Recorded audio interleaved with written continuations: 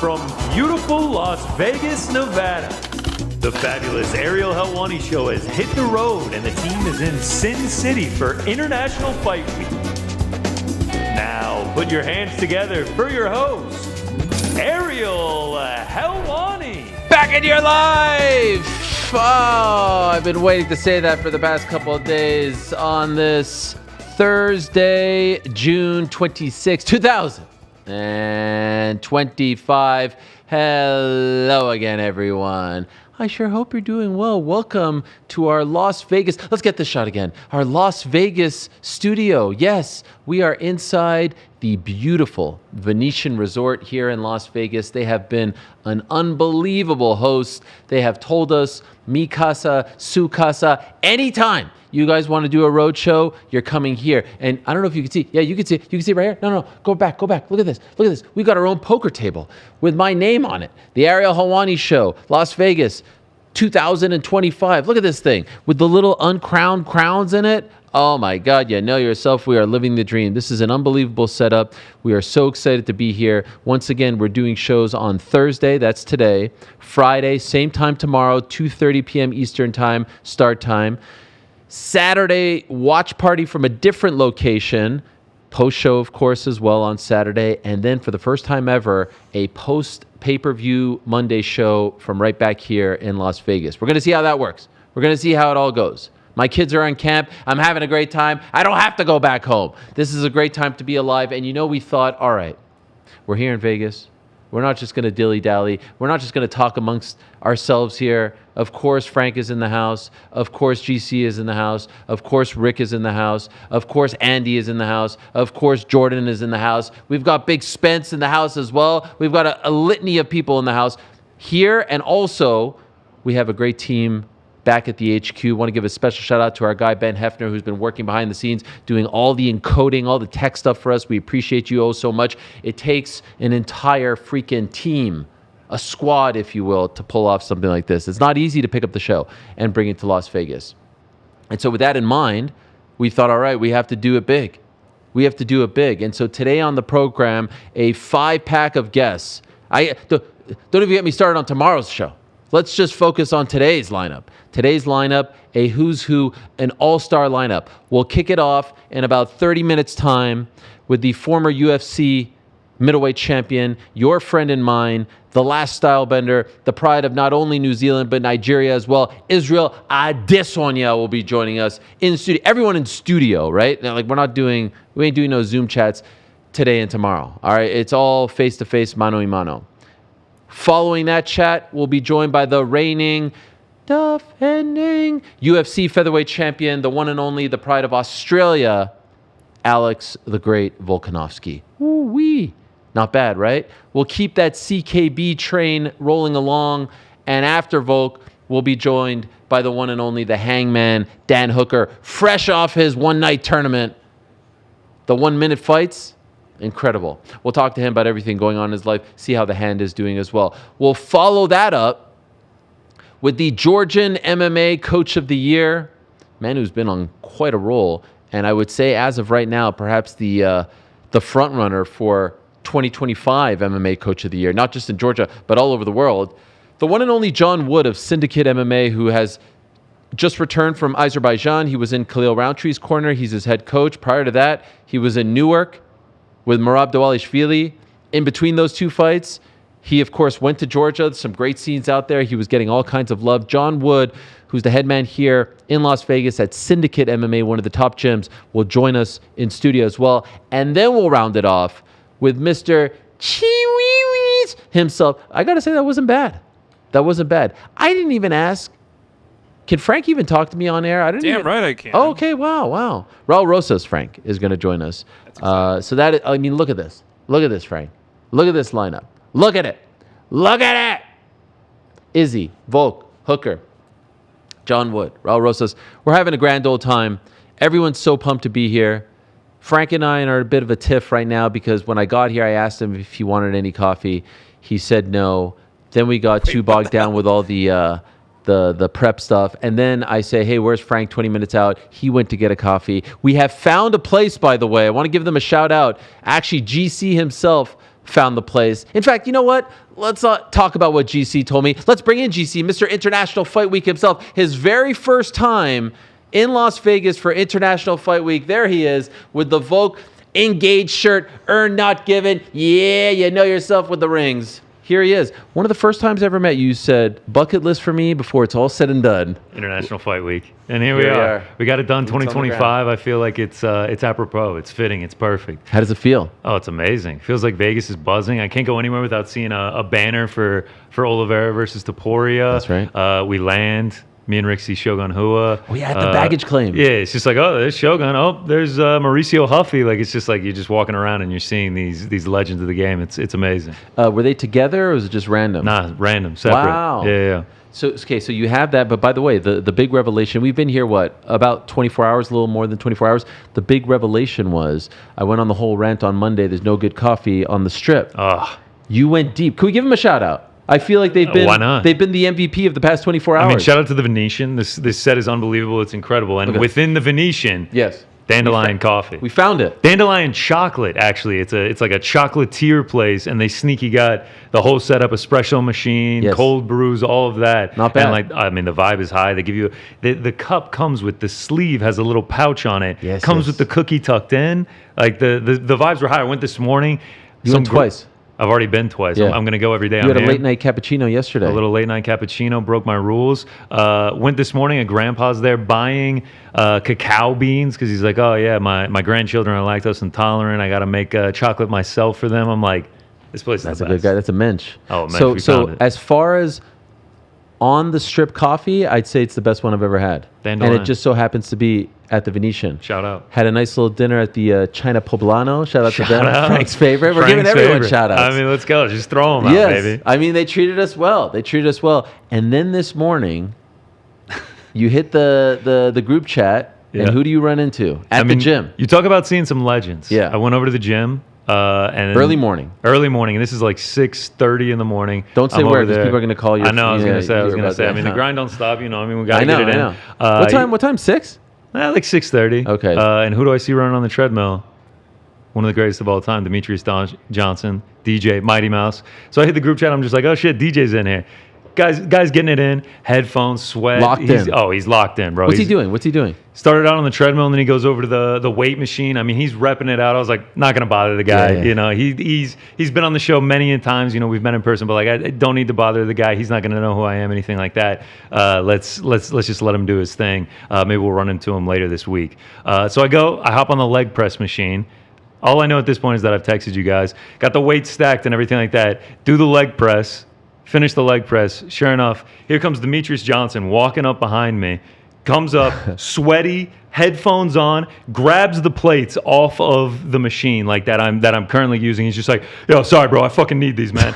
Picks them up, just starts walking off with them, and I'm like, what is that? Was that Demetrius Johnson? Like, anybody else does it? I'm just like, yo, what are you doing? Demetrius Johnson does it. I'm like, wait, what the hell? He walks like 15, 20 feet down, and then he turns around and he's like, I'm just fucking with you, man. So you set me up. Yes.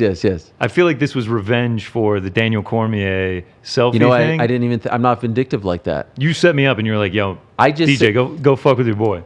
Truth be told, legit, I said to him, watch your back, okay? And that's all I wrote. I just said, watch your back at the gym.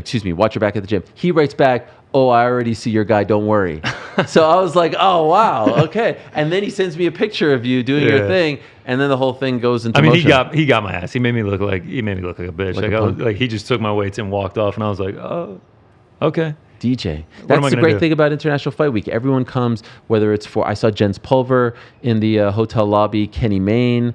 Shout out to Kenny Mayne. I was in the elevator with Kenny Mayne last night. Yeah, I mean, DJ's sitting there. I'm sitting on the leg press, and he's just talking to me about like the content that they're doing this week. And I was just like, this is one of the greatest mixed martial artists of all time. And he's just like chatting it up. Yeah. Shout out to International Fight Week, man. It's unbelievable. Because between the Hall of Fame and then the UFC X stuff, and yesterday they had the BJJ event, and I think tomorrow they have Power Slap. Shout and then, out. of course, Saturday they have this event. Maybe some people will be going back and forth to the Jake Paul fight. You know, if you're... Maybe some people will be doing that. Oh, so inclined. You mentioned Power Slap. I was over at BetMGM. Don't tell me you saw Power Slap. Just breezing through the books. Power Slap has lines here. Wow. Yeah. Did you drop any? No. If we go, Have you done any? Have you done anything? Yeah, please. I have several wagers back in New York, and now since we got here, Anything non-fight related? Nah, Okay. I probably won't do anything non-fight related. Well, speaking of fighting, let's get into some news, shall we? If you're able to hang. I don't know if you have other things to do. No, Frank I'm cracking good, man. the I'm whip good, back man. there. Yeah. Rick's got it handled right now. Rick is freaking all. Rick is just. I mean, when Rick puts on the headphones, like It's over. the headset. It's over. What's up, Rick? Not now. Not now. I'm busy. Oh my God, that is amazing. It sounds just like him. All right, couple bits of news since we last said goodbye. And by the way, shout out to you guys on Tuesday doing the Boys in the Back special edition. Shout out to the Crack Boys on Wednesday. Shout out to the Crack. They did a great job. Pete, Ben, Chuck, talking all things John Jones. Since we last spoke, a couple things have been announced. Number one, Noche UFC main event, September 13th in San Antone. I think it's a tremendous main event. Diego Lopez against John Silva. Now, I think initially there was some sort of like letdown from the announcement because everyone wanted Diego Lopez versus Yair. But like, take the storyline out, take the beef out, the press conference out. John Silva versus Diego Lopez in a main event for Noche UFC is a fantastic fight night main event, in my opinion. I find this akin to the main event this weekend. We all wanted Ilya and Islam. We end up with Ilya and Charles. Yep. It's still an unbelievable fight, but it's like, man, we did miss out on this one. This is also a fantastic fight. Diego Lopez, John Silva. John Silva with an opportunity of a lifetime to become a top 5 contender, essentially lock up a title shot if he gets past Lopez. But yeah, it is kind of like, damn, Yair Diego was right there. Yair Diego was right there, and it could be there in the future, regardless of what happens in this fight. But I really think if John Silva wins, and if Movsar slips up, he could be the next guy to fight Volk. Yeah. Like, this is a potential number 1 contender fight. They won't bill it as such, but in my opinion, it's a potential number 1 contender fight for John especially Silva. with the Pico pictures coming out, him absolutely jacked to the gills. Like, Movsar still got to get past that. That was crazy. That was like... I thought it was Michael Chandler at first with the Monster Energy hat on and everything. And the shorts pulled up. Yeah. But I mean, veins. He's jacked. Is it vascular? Vascular, bro. He's taking his vitamins for sure. Okay, so we got that September 13th. And then yesterday we find out in late August, what is it, the 23rd of August, in Shanghai, China, pretty solid main and co-main. I think a lot of people initially thought that the co-main was the main. I did. Yes. Until this morning. Yes. And I saw a clarification. I was just like, oh, all right. We got Johnny Walker, Zhang Ming Yang in the That's the main, which makes sense because they're in China, right? It makes sense. They're really trying to push Ming Yang following the win over Anthony Smith. Co-main, Aljo versus Brian Ortega. Now, I love this fight. I'm very surprised, though, that Ortega is staying at featherweight. I thought he was done at featherweight. He said it multiple times that he was going to move up to 155. But I mean, the fact is, the fight is unbelievable. It's an unbelievable fight. Yes.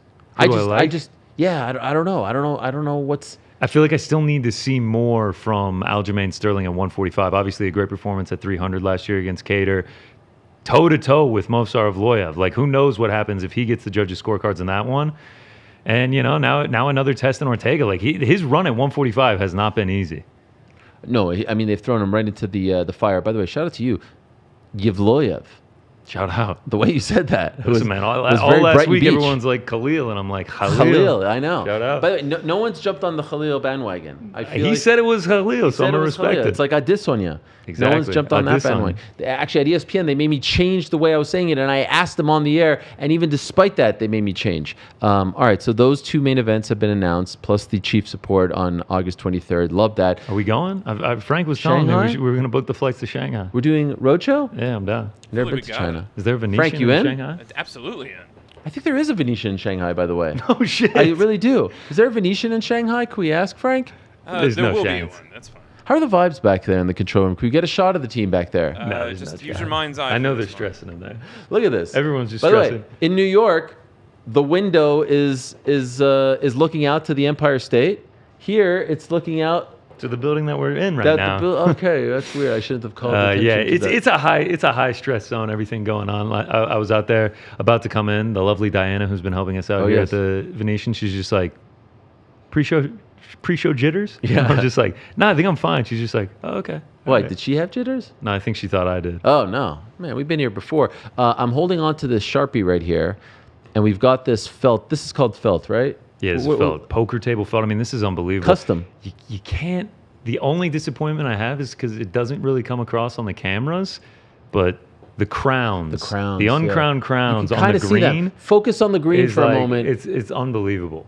So this is There's no chance you're going to be able to focus on the green. no. You can see. No. I don't mean the cameras. I Yo, mean if you're yeah, at you're telling home. people. If you look at the Okay. green, I don't mean get the camera in there. Yeah, very faintly you can see the uncrowned. It's a beautiful touch. I mean, the felt. It's this whole studio is unbelievable. I mean, you can't see it as the audience, but it is like glass panels. We are watching hundreds of people just grinding on the poker tables. I don't know how they do it. Shout out to them. It's the middle of the day. They're grinding away. I'm holding on to this Sharpie, and you guys have to remind me because when all these people come through, we're going to have each and every one of them sign the middle here, the beige part, sign right here next to the logo. And then when it's all said and done, after our last show on Monday, we're going to auction this off with all the signatures, and all the money is going to go to Ben Askren's family. So that is what we want to do. And we don't know how much it's going to go for, but you're going to get some big names, Izzy, Volk, Dan Hooker, and you'll find out at the end of today's show who will be on tomorrow's show. Trust me, some massive names. They'll all sign it here, and then we'll do it. We actually did this way back in the day in the ESPN days. We had an ESPN banner in our first studio, and we auctioned it off. We had all the in-studio guests sign it, and then we auctioned it off and gave all the money to Ray Borg's family. So obviously we're not happy about doing this, but our small way of trying to help out the Askren family during this very, very tough time. Of course, we're here for UFC 317. I saw Islam talking to Mike Bond of MMA Junkie saying no one's talking about International Fight Week. No one cares. I kind of disagree. I couldn't disagree more. I mean, And not just because we're here. Topuria is a megastar. No, it feels like there's serious buzz online with this fight. Whether it's you're a diehard Charles fan who's like, please let him pull this off on Saturday. This is probably the last chance he's going to get at the title. He's going against Ilia Topuria, who's already knocked out fan favorites in Volkanovski and Max Holloway. And then on the flip side, people that just want to see if Ilia Topuria can make that ascension into complete superstardom. I mean, I saw there's allegations against it, but I saw he passed 9 million followers on Instagram. Oh, yeah. That puts him in like top 5, top 6 dudes in the entire UFC. I don't know what the allegations are, but he is a megastar. Yeah, they're like fake followers buying. I'm like, I don't know, man. He's walking out of Real Madrid. It's not crazy for him to gain followers. A couple of wholesome moments. We saw Ilya and Charles greet each other in the sauna. Yeah. Which was really cool. I mean, hugging it out in the sauna, dapping up afterward. Yeah, I mean, it feels like Ilya is true to his word in the sense that he's like, this is nothing personal. I am really just trying to achieve my dreams. I mean, every time he sees Volk now, it's like old buddies reuniting. Like he has the utmost respect for these guys. Saw that too. You saw that? Yeah. Yeah, and it just feels like he's about I'm just trying to win the fights. You're just my opponent. You're not my enemy. There have been some photos of Charles's weight cut, which you typically see these photos on the Thursday night heading into the Friday, not so much the Wednesday night heading into the Thursday, because they still have the presser and all that today. But man, this is the ugly side right here. This is Team Dubronx helping him cut weight. Like I said, you don't usually see the towel and everyone on the ground like this early in the process. I don't know what it means. We'll see. This feels like the picture that drops after the weight. Yeah, I was going to say Friday morning after he's hit 155. Like, this is what it took to get down there. Maybe it's gamesmanship. Maybe it's mind games. Could be. Who knows? Hey, he's a big dude, though. He is a big guy. Because we're seeing all these photos of, like, Raul Rosas standing next to Ilya, and they are kind of the same size. I know all this, like, speculation of, like, how big is the size difference going to be. In the video where they're dapping each other up, it's not like egregious. It's not like, oh my God, there's no chance Ilya is going to be able to handle this. I think it will be fine. Ultimately, though, Ilya is so good. He is such a supreme talent that I think even if he is smaller than some of these guys, especially in a fight like this, like if it was an Islam fight where grappling would come into play, I don't think in this fight it's going to be that big of an issue. Do you know what I mean? Yeah, of course. I think I would be surprised if there's a lot of takedowns in this fight. I can't imagine there will be. His striking is too good. I don't, even if there is a bit of a size difference, I don't think it will play very much into his favor. I mean, I saw some people like Kai Kara posted a picture with Ilya and it was like, it's us against Brazil. And like people are like, what the hell is going on? Like Ilya is like the same size as a flyweight. Raul Rosas is a bantamweight. But I think at the end of the day, like the paper says 5'7". He's fought against dudes like Jai Herbert, that's like 6 foot tall. I mean, Max Holloway's 5'11". I think that it's not really the height that concerns me. It's just the sheer strength. If Charles is just able to just will him to the ground, then it could be an issue for him. All right, so this is the lineup, by the way, in case you haven't been paying attention. UFC 317, it goes down this Saturday at the T-Mobile Arena. International Fight Week. You got the main card right here. Ilia Topuria against Charles Oliveira for the vacant UFC lightweight title. Alexandre Pantoja against Kai Kara France for the flyweight title. And business definitely picking up at flyweight these days. Speaking of which, right beneath those guys, you've got Brandon Royval versus Joshua Van. Royval yesterday at the pre-fight press conference saying he's the most disrespected guy in the UFC. I mean, he's an underdog quite a bit. He's an underdog again. Is he disrespected? Here. I don't know. I feel like fans know what he represents. Yeah, he's raw dog. Big fight for him. Obviously, Joshua Van, we just saw him a few weeks ago taking this fight on short notice, replacing Manel Kape.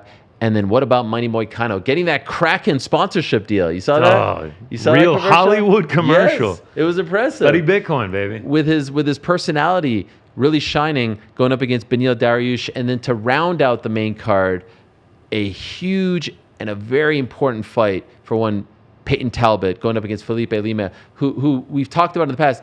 This is no cupcake fight. Hell no. Like, I thought they were going to give him like a massive step back from Barcelos, build yourself back up, right into the fire. I know he lost 30-27. There was a 30-26 scorecard out there, but like this could arguably be a more difficult fight for him. I mean, he's 100%. An underdog. I know he was a minus 1,500 to Jaime Barcelos. Most of that was hype, but like... Is he a dog going into this fight? Oh, yeah. He's like a plus 165, plus 170. That's got to be the first time in his career. I mean, when you get taken down 8 times, like Barcelos racked up like 10 minutes of control time.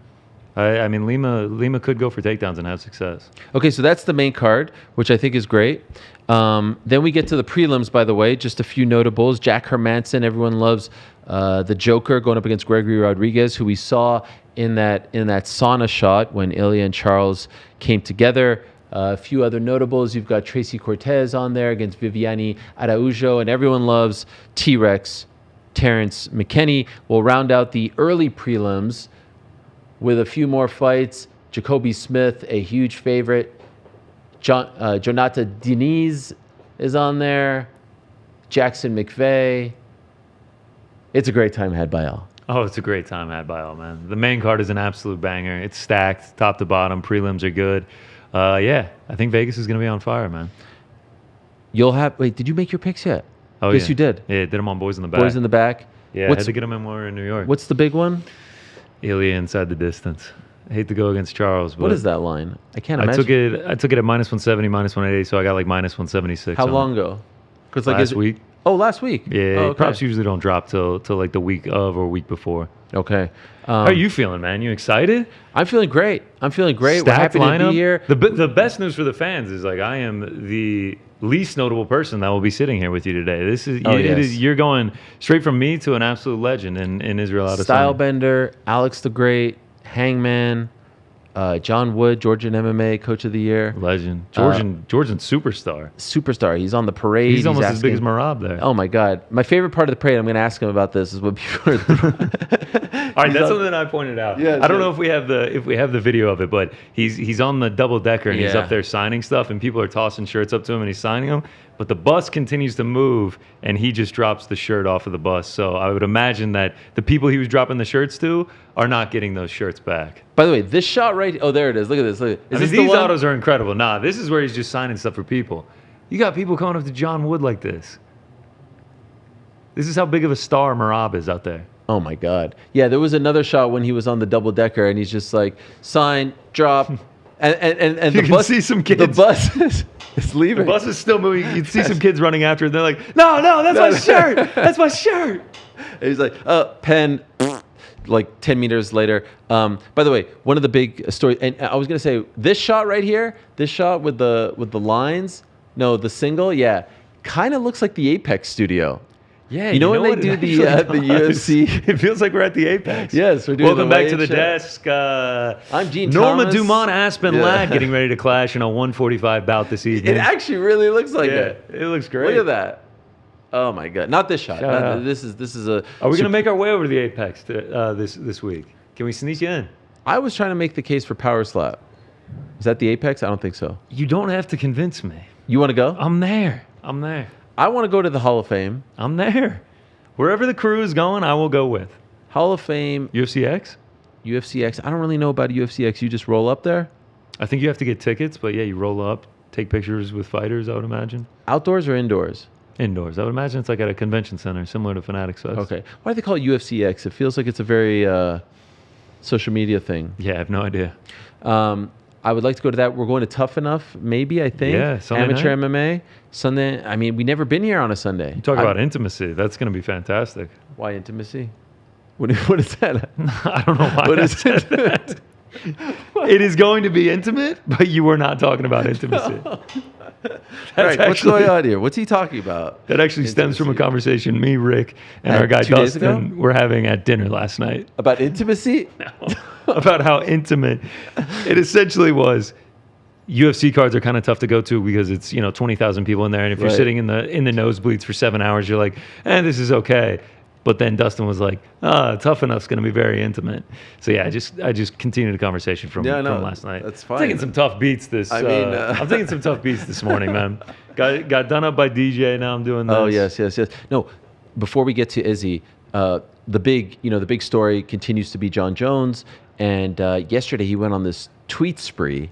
Oh yeah. There was one big tweet though. I don't know how much of it is still up, but this is the big one. Whoever was on the phone with me at first, his timestamp is different. By the time I was acting aggressive on the phone, it was a completely different conversation. I was already in my paranoid and defensive state. And some have suggested if he is speaking about this alleged incident where there's a hit and run and a woman in the car is saying that the person who got out of the driver's seat is John Jones, all this stuff, he kind of seems to be incriminating himself here.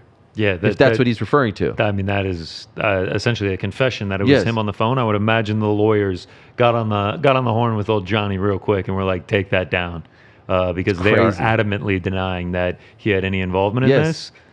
this. It's just like none of the tweets felt like they made any sort of sense. I know. But then you just drop that one in there randomly. That's like, nah, man, I was only aggressive because of X, Y, Z. It was like I was actually on the plane when all of this, and I got the Wi-Fi, and I'm like, it's happening in real time, like few words. I don't really know what to make of it, to be honest. But it's still wild that he hasn't had any sort of incident for the last few years, and for his career to end like this, and with the news of him not fighting Tom just getting brushed aside, and now it's focus completely on this stuff is a shame. You parlay. He's not fighting Aspinall. The announcement comes in the back presser in Baku. No big special announcement or anything like that for him. And then this incident that is obviously ongoing. It's all just alleged allegations at this point. It really is a shame. Yeah.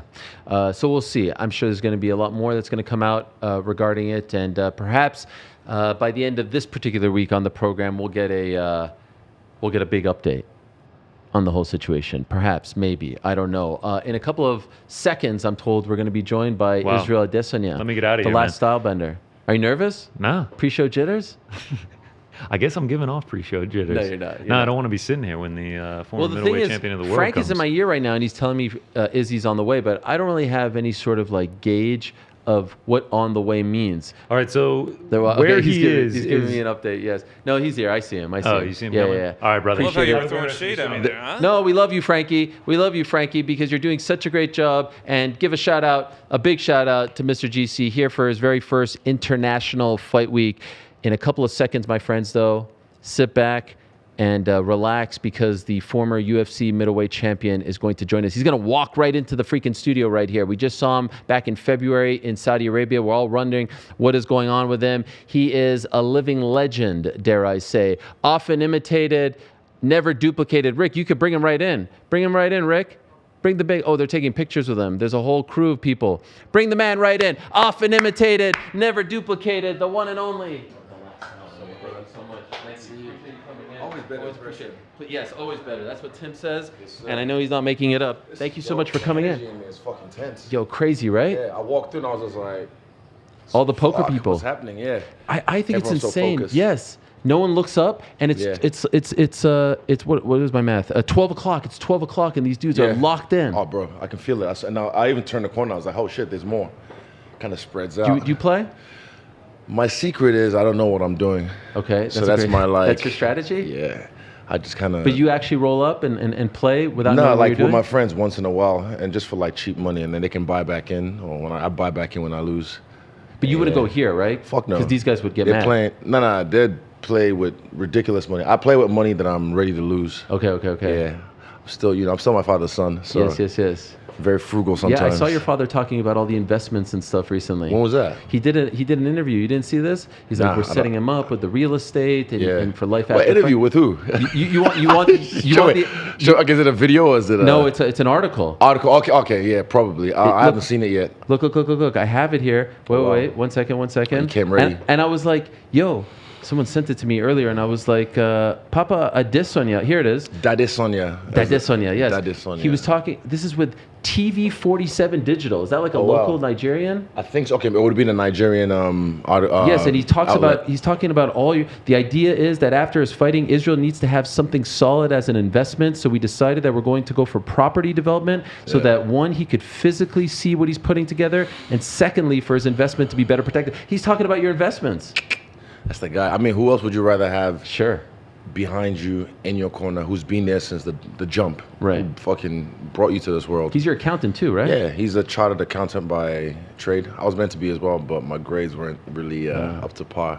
But yeah, so he's just David. It's a family business. This thing like I've created. It's like a family business now. So everyone chips in where they can. My dad definitely makes sure everything is above board. He's very good at what he does. As are you. I am. It's good to see you. You too, man. How are you? I'm doing great. By the Look way, well. you were at Mania. Man, oh my God! Fucking hell, Let me tell guys- you something, were brother. You're right there in the freaking front row, man. Oh my God! Like You again, put the ones up. I saw yeah, you. bro. Because my boy, shout out to Stay Hydrated. Everyone Yeah, knows who that yeah, is. he's the man. Luca, Yeah, he's yeah. the best in the game. Is he here too? No. Okay. But he's the best in the game. He's a big wrestling fan, and he got me into a Rumble when I was in Saudi. I watched it live, and then I was like, okay, let me see how this plays out. So it's been on Netflix now, so I kind of pop Yeah, in. yeah. I just put it on the TV sometimes in the background, still trying to follow the storylines. But then I was like, yo, WrestleMania, childhood dream. Yeah. You had never been, right? Never been to a wrestling show live. So Oh, you've never been to one ever? ever. Wow. So of all the ones to go to Yeah, was yeah. at Allegiant Stadium, massive. You walk in there and I'm just like, both days were insane. You went to both, right? Fuck yeah. Yeah. I'm there. DC was there on day one as well. I was giving him shit. Yeah. Because this guy lost. Fuck, I can't remember. But yeah, it was amazing. Just being there, it's like a childhood dream ticked off. Just to be at WrestleMania, watching these guys that I've watched since I was a kid, that I've learned from unknowingly as well, not knowing I was gonna do this shit growing up, But yeah, it was insane, and it was one for the books. The production is insane, right? Wow. The energy, the stage, the ramp. The crowd, it's Yeah, fucking yeah. packed, and they all know what they're doing. Like when Jey Uso pulled up, and they're all Yeah, like sick. singing the theme song, Yeah. and Stone Cold pulled up on the ATV as well. It was Crash just that classic. shit. I loved it. Yeah. It was a little bumpy. yeah. Did it make you think of like now that you actually? I got to already feel it? said I will do it. I know, one but now day. that you're actually there, Oh yeah. did it make it one even day. more intense? Nah. Oh, what do you mean? Like Fuck, I really want to do this. I want look to how do it just great- like cameo. Yeah. Like I say, I don't want to be in there every week. I just feel like for me, I like to write my own story in my life as the narrator or player Sure. one or whatever. So that would be fun to just like do a cameo, pop in there like Mayweather did one time, hit a little and then gap it. Speaking of which, like, so you mentioned Saudi, and again, thank you for being here. This is great. Thank you for having I love me. it, and I love the shirt. We'll get to Come on, we'll man. get to the young man in Come the moment. on, man. The Oh. man who's here. Yes, I get goosebumps again. co-main. Yeah. Man, you looked so good in that fight, and I said on the Monday after that it was unfortunate because I felt, and now I can ask you, you were rolling, you got poked in the eye, Yeah. mistake, unintentional, Yeah. and you just brushed it off. But when you did that, if my memory serves me correct, you changed stances, Yeah. and then he caught you. It reset the momentum. Yeah, because that's what I like to do with guys. When I fight them, I reset them. It's a thing that we do. You make them reset and rethink. But that one, I reset myself by accident. Just like I should have kept on going, or taking a full whatever it was. But again, fair play. It was nothing wrong with it. It was beautiful timed, and the way he timed the way I switched stances as well. Almost, what the last time I saw it done was with Max and Ilya. You know, just as you were switching stance, boom, attack, and it was beautiful. Caught me dead to rights. How did you process it afterwards? Because you were looking so I good. I was just like, oh fuck, damn, and I got up and I said, hey, good game, fair one, you got me, and that's it. How did you feel in the Fine. aftermath? I think everyone assumes, you know, they'd feel how I would feel based on what they've been through, but they haven't been through what I've been through. So I was just like, yeah. And I watched the fight again, and I remember just being like, oh, that's speed. I remember just being like, fuck, I was so fast, so crisp. And for me, it just let me know, like, oh, yeah, the work I'm doing is just where I need to be. I made a mistake in that fight, but doesn't mean, like, that's it, or I've made a mistake, you know, and I'm done for it. I don't know why people think I'm like, that's it. Because are you fighting again? I'm like, What? duh. Why do you think that's a thing I don't know. now? Maybe because I'm not fighting as often as I used to. Like, Okay. shout out to fucking, what's his name? Van. Joshua Van, yeah. Joshua Van. Yeah, he's also much younger than you. Yeah, I was young too, and I was fighting like yeah, that. yeah. Yeah. So again, people aren't used to me fighting this at a slow pace. Cause bro, it was like, man, he just fought 2 pay-per-views ago. Yeah. Boom, he just fought at that one. So yeah, I think because of that, people kind of just assume like, is he done? And you know, people's TikTok memories now, they don't really remember. So I haven't seen him in ages. Fuck, did he retire? Yeah. So when you say that people react, the way you said it was perfect. People react the way. Based on what they've been through, not what. What do you mean by that? As in, how would I elaborate on this? Okay, so for example, people would think, based on their life experience, they think if I was in his position and I put everything on the line and I was winning and I lost like that, fuck, I'd be devastated. Seppuku. Yeah. Dishonor. You know, but for me, I'm like, oh, I've been through this before. I've been through this many times. And like I said, there's more to life than fighting. This is a lot. This whole thing means a lot to me, fighting. And I'm trying to think. I was going to say it was everything to me. I was like, was it really? There's always been more to life than fighting. I've always kind of learned from people that came before me where it's like, I don't attach myself too much to this thing where, because it's only a short part of my life. One of the greatest part of my life. Bro, I'll never forget. I'm so glad I do this. But when it's gone, I'm not going to be like, fuck, you know, I miss it and then come out of retirement just because I missed the thrill. So that's my way of saving myself. So that way when I'm done, I can just let it go and not be like, oh, I'll come back for one more and then retire and come back for one more. Yeah, so that's my way of kind of detaching in a way. But yeah, I'm able to do so. So in the aftermath, there was no thought whatsoever because that was the big. I was like, fair play. Even people were like, "Oh, man, you should get a rematch." I'm like, "Why?" He beat me fair and square. Right. If he one day gets the belt and I happen to be there, then the rematch happens. Sure, but I'm like, I'm not gonna go chasing a rematch that makes no sense.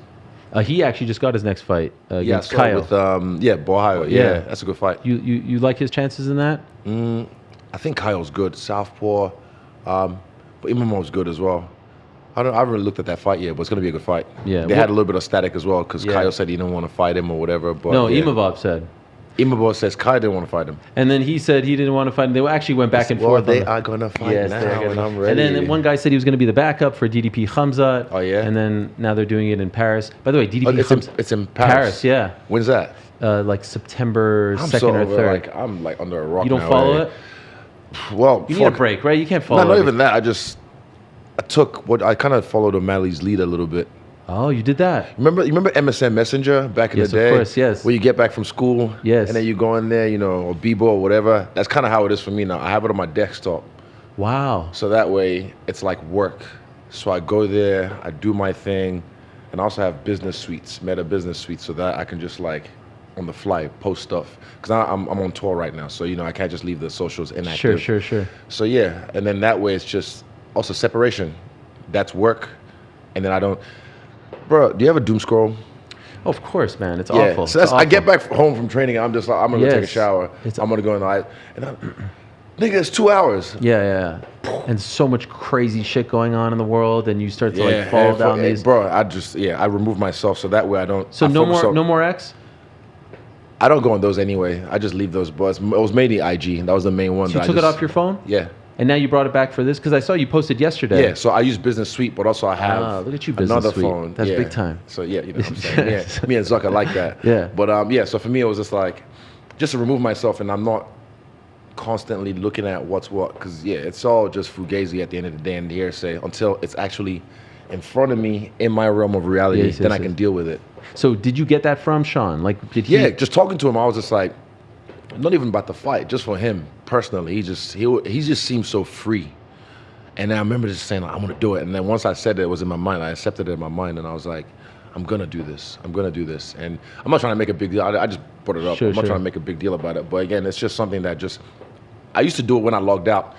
So that way, if, by habit you go back on the app, there's a door there to be like, do you want to enter this door? So then I'll be like, okay. And that's just one click and you enter. So now I just, you know what, that's not working. Boom, remove it from my phone. So that way I don't have to be involved and immersed in it all the time. I get it. I get it. By Yeah. the way, Frank in the back is asking if you could talk more into the Oh, mic. my bad. He's Sorry, very Frank. upset, Frank. Sorry, Frank, Frank. is that better for you, Frank? I apologize. He keeps yelling in my ear, but you were flowing. I didn't want to interrupt. I appreciate that. Thank you. I've got a little stick. I saw you out there in Arizona with him at the... at his house. Yeah. And I saw their new gym as well. Nice. Red Hawk. Yeah, shout out to Tim and them. It was cool. Like, me and Sean, I always knew we'd get along. Like, just look at our cars. And we're just both flamboyant, cool dudes. We don't care about how we look, because he wears pink. I've done my nails before. Just like, we're just chill dudes. So I just felt like we're kindred spirits. And talking to him, I was like, yeah, you my nigga. I like that guy. He's cool. Did you watch the fight? Yeah. What'd you bro, think? It was a good fight. He came back from the first fight a little bit better. He was doing well, but Merab is just that motherfucker, bro. Yeah, I don't understand. I just which part? Merab. His motor? Like, Yes. yeah. The engine. Yeah. Because I see it, I'm like, okay. The one I saw when I was just like amazed was Khabib live against Edson out here in Vegas. I think T-Mobile. That I saw live, and I was just like, what is this?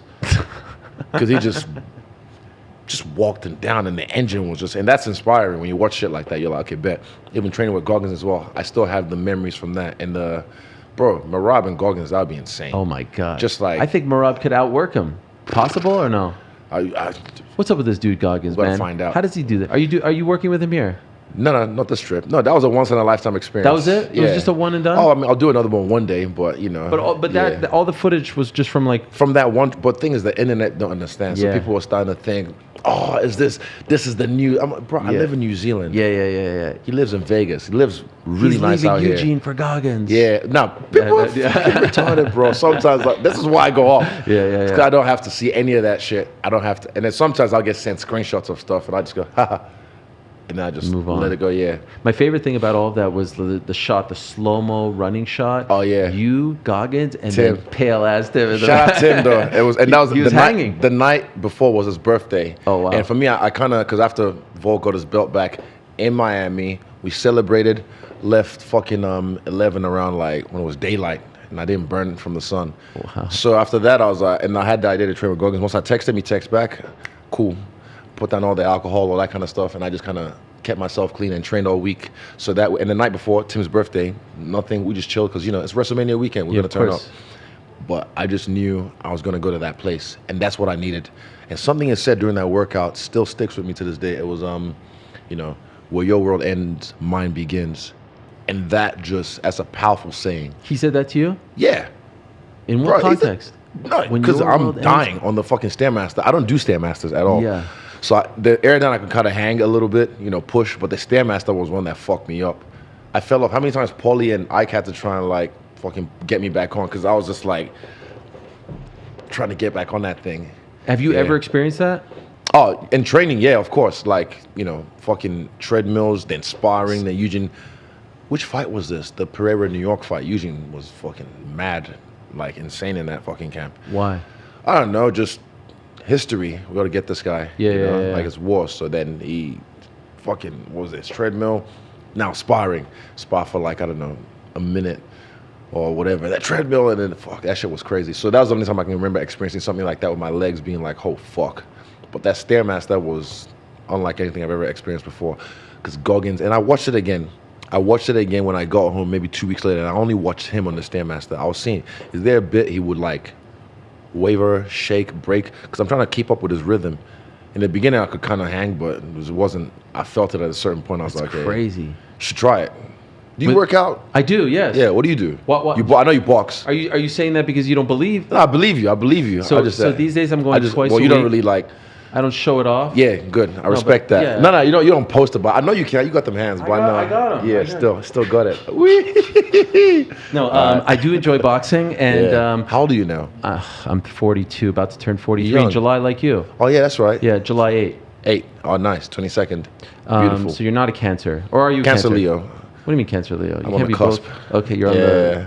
I say I'm hard and soft. Like the crab, the lion. Okay. Yeah. I do work out, and I do. So we're doing more shows now. I don't know if you know this. Okay, and bet. We're doing more shows, and I feel like that's been a bit of a challenge. It's a lot of sitting on my program. Ah, I see. So And you gotta stay active. Don't be sedentary. Yeah. So every morning I try to run 2 miles. Oh, nice. And then Thursday, Friday I do weights and boxing. Consistency. I like that. That's what Yes. you need. It's not about how long. 6 you days a run. week.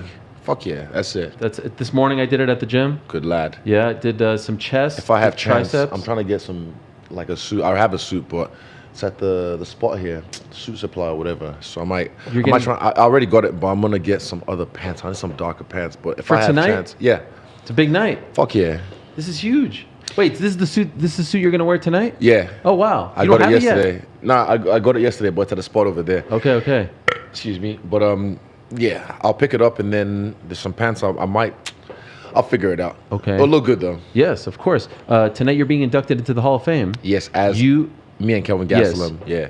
I'm Is he too get- young to be in the Hall of Fame. I know, but some dudes get in early. There's no real rhyme or reason. Yeah, it's the They're UFC. they're inducting Amanda, and she's coming back. Which Oh is yeah, a little, true. Yeah, a that's little right. awkward. Yeah, it's different. Is Kelvin gonna be there? Yeah, of course, he's here. Yeah, what a fight. Yeah, crazy life. Did you know man. when they announced it? Like, Nah, they just oh, Dana wants to see you. I was like, I just saw him in the back. Oh, he needs to see you again. I was like, all right, bet. Came to the octagon side and then oh, okay. I was like, we're hanging out. Looked at Hunter. I was like, all right, we're just sitting here hanging out. And then oh shit. And I knew what was happening. I was like, fuck off. No way. And I was just like, all right, just accept it. Did you start to get emotional? Nah, not really. I think I've learned a lot, you know, especially in certain situations. It's good because I've appreciated me like being able to show my human side to the world and let them know like I'm just a human being like you and I go through the same emotions you guys go. But I've also learned to know how to not show so much because a lot of people use it against you. Okay. Yeah, not just in fighting but in life. Right. Oh, trust me. Oh, I can't say. There's just even last week. What do you mean? Oh, just a lot of things, man. Bro, you can't say even last week and I not know some expect me crazy to fuck. shit, bro. Yeah, It's crazy. Oh, you wouldn't believe it. It's just because I don't know, like, because what is people just see your kindness as weakness and sometimes use it and take advantage and try and just it's all right, but that's got life. you. I don't mind. I'll never change my stripes though because I am who I am, and if I change, then that means they're the ones who control me. So I never want people to like dim my shine or make me be a dickhead to a lot of people because some people take advantage of my kindness. Is this surreal though for you? Like, I know it's Life, not you yeah. going in. No, but Hall of Fame, man.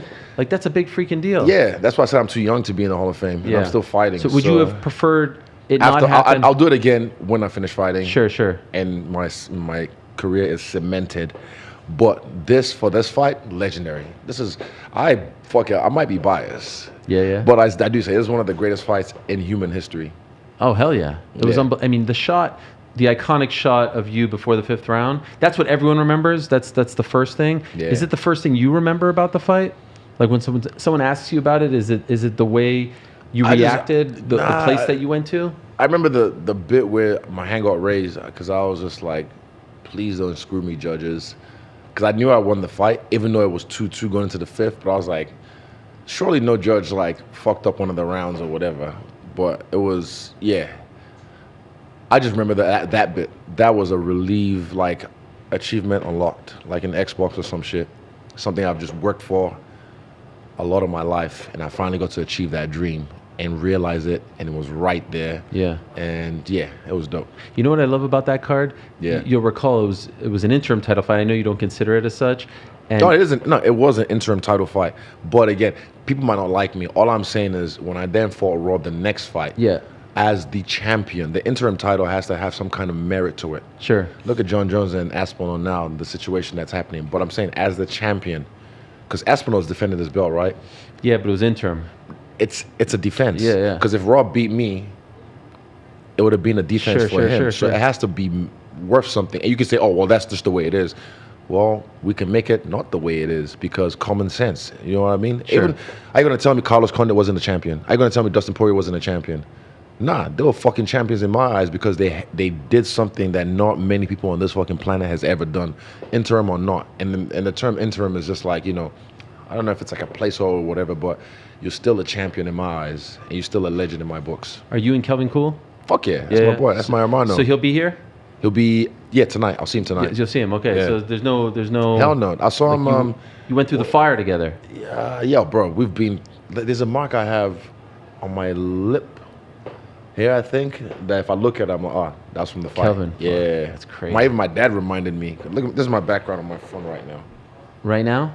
Oh, I have two phones, bro. Well, you got two phones. Wow. One for the Plug and one for the yeah. Anyway, it was fuck. 2 seconds. One's Is a better this- iPhone.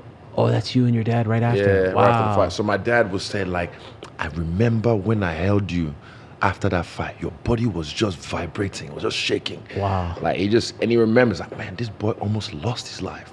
And my dad if you ask him, he'll tell you like my body was just vibrating for, I don't know, an hour after the fight. After the doctor's press conference, all that, my body was just in shock. And Damn. adrenaline is one hell of a drug.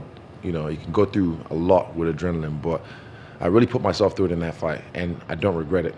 I meant what I said. If I die, I die. Man. And what a glorious death that would have been.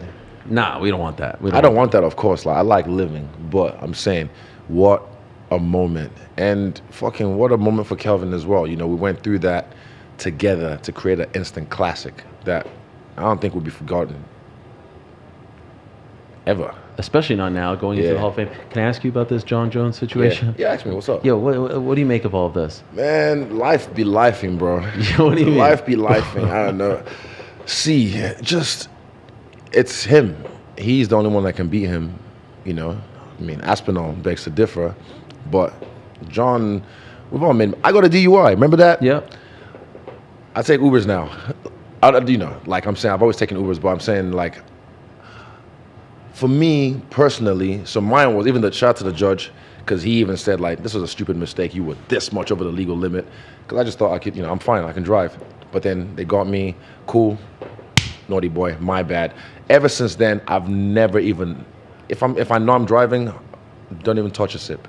Because I never want my people to defend me. Because those who don't like me anyway, they're looking for a reason. Oh, he's a bad guy. That's the bad guy. They want to point the finger already. But I never want, because my people have to defend me. Be like, you don't fucking know him. Yeah, have you not made a mistake? You not made a mistake? So they defending me. I realized, I never want them to have to be in a situation where they have to try and defend my honor because of some dumb shit like that. So yeah, for me, never making that mistake again. So it's almost two questions here. I actually was talking about the Aspinall situation in that. I thought about the elephant in the room. I thought you were talking about. Yeah. Honestly, like, I think it was shameful. I think it was a disgrace. What do you mean? He clearly didn't want to fight Tom Aspinall, and he's the supposed greatest of all time. And as I say, there's a time-honored tradition in the business that you fight the top guy. You should have fought. And you're right. Excuse me. If he didn't want to fight him, retire at MSG, and this would have never been a problem. I think he'll come back. You think he'll come back? I think he'll come back. It's the drama of it. Even right now, Ash was telling me about the tweets. Oh yeah. So I had to look at it. I was just like, he's coming back. This is all just, what do they call it now? The kids call it rage baiting. It's working. Yeah. It's working. And again, I don't agree with the fact holding up the division. I'm like, Tom defended the belt. That's a defense on his book. Let the division keep moving and now moves forward. But then now this whole thing comes out because it happened in February or whatever. Yeah, and you're crazy, like, right? fucking, that's why he retired. But I think he'll go through this, and then again he'll come back. You think Tom fights a couple times and then he comes back and fights him to make a mega fight, or do you think he never fights Tom? Yeah, I think he'll fight Tom. I think it's just that much. It's too much money. They offered him, 20, 30 million, I heard. Yeah, I think he'll come back. It'll even be bigger by the time he comes back, because Tom would have had like 2 fights, or 3 fights, and then like built up his own legacy as well. So when he comes back, it'd be like, wow, okay. Because I think a lot of people think he's done. nah. Who do you think would have won if they actually booked it? We'll find out when they fight. Okay. Yeah, I think Tom definitely is the guy, because I sat next to Tom and his father, and people say this about me on TV because you're so much bigger in person. Tom is a huge dude. Yeah. And the speed, it's the speed for me, for a heavyweight. I don't understand. And I asked him about it. He said, I think I think fast. And I understand what he means neurologically. I do that as well when you're working. No matter how tired you are, you're still trying to give 100% in that moment on the airdyne or whatever, just so your neurons are firing or wiring with that that thing in mind. But yeah, for me, yeah, we'll find out probably next year. Okay, so this is an interesting take because hot take. No, I mean I don't know if it's a hot take, but it's a good prediction. Yeah, I am less. If Tom is the guy, I think he never fights him. What do you mean? I think he doesn't want to fight him. So if Tom, you think he doesn't want to fight him? Yeah. Okay. I think he also he probably wants to even get more footage and stuff to study. That's a real thing. This is that whole Miyamoto Musashi thing. Yeah. And again, it's rage baiting, but it's working. And at the end of the day, when it does happen, we're gonna be like, it'll be a fucking huge fight, man. Do you have any relationship with him now? I know you guys John, kind of like. Nah, if I see him, I say what's up. But you don't like me and Tom are text cool. or DM? Nah, not like that. I don't. But yeah, me and Tom are cool. He's almost helped me one time in a situation back in the day. What happened? This is another one you're gonna bring up, and I like to do these things, Ariel. Come on, that's a need to know basis. He helped you out. Nah, he offered to help me out with a situation in London, and I was like, nah, don't worry about it. You were in trouble? Nah, not me. Someone was. Wow. And Tom's a good guy. He's salt of the earth. Yeah, he's a good guy. He's a mensch, as we say. What does that mean? Mensch is like an old Yiddish term for like a pure gentleman. Yiddish. Get my text this morning. Oh, no text. I sent you a thing on Instagram. Oh no. I had matzo ball for breakfast. Come on. That was my second time. Yeah, I had it at where I'm staying at. I was going to ask Resort you. World. What, you had matzo ball for breakfast? Yeah, it was there. And this is the second time since when we had it? Yeah. What do you think? I was like, still good. Yes. So what's that thing in the middle? Wait, let me guess. It's the ball. Yeah, but what's it made of? Oh, it's like, it's sort of like, I would say matzah, but then you'd say, what's matzah? Yeah. Right. It's just kind of like a flourless bread. Ah, I see. Okay. Yeah. I was like, I'm trying to figure it out. Wow. Was there chicken in it? Macaroni. Like noodles? Noodles, yeah. Wow. Yeah, macaroni. Bro, I think some not meats a lot and of stuff. But good Nigerian guys who come there and order. You can make ramen out of that probably. Yeah. Matzo ball ramen. Wow. Yeah. You did that for me? Not just for me. Oh, breakfast. But you know what? Maybe subconsciously for you as well. Yeah. By the way, my favorite. Because I was like, hey, matzo ball. I had that with Ariel, and I was like, you know what? I'll have a cup of matzo ball. Amazing. Yeah. And when you did it with your hand, do you remember that? Oh, that's right. Yeah. People don't do that. I used a fork this time. Okay. Like a civilized. A fork. You should have done a spoon. Was it a spoon? I think that was a spoon. Yeah, it was a spoon. Yeah, soup. Yeah. That's wild to me. You like to eat with your hands. Yeah, bro. But this is like. I'm a germaphobe, so like with the idea. Brother, we are human beings. We are electric beings. Like the sensation of if you have Nigerian food, we eat half of our foods with our hands because that's how it's made. Example, the swallow could be pounded yams, and a foriro is like a stew. There's hundreds of different stews. Stews is like the paint, and the canvas is like the swallow. It's probably like, I can count maybe like 7 different swallows. So you can get the swallow and the stew. And then when you eat it... You do the little thing. Yeah, like you got to scoop it. You got to scoop it. You have the pomo, the shaki, the foriro, all that. And then you scoop it and then you eat it. The circuitry, because we're electric beings, the sensation of when you eat it with your hands, it completes, like with metals, it just feels like there's a disconnect. But when you eat it and then you... Brother, it's just it's different. It's a thing that I think we're missing in society, like earthing, because of fucking shoes. Yes. I go outside to put my feet in the water, touch grass, as the kids say. Yeah. You know, so this eating with your hands is something. But then your hands are so dirty. Then you have washing basins right there. So does everyone have their own?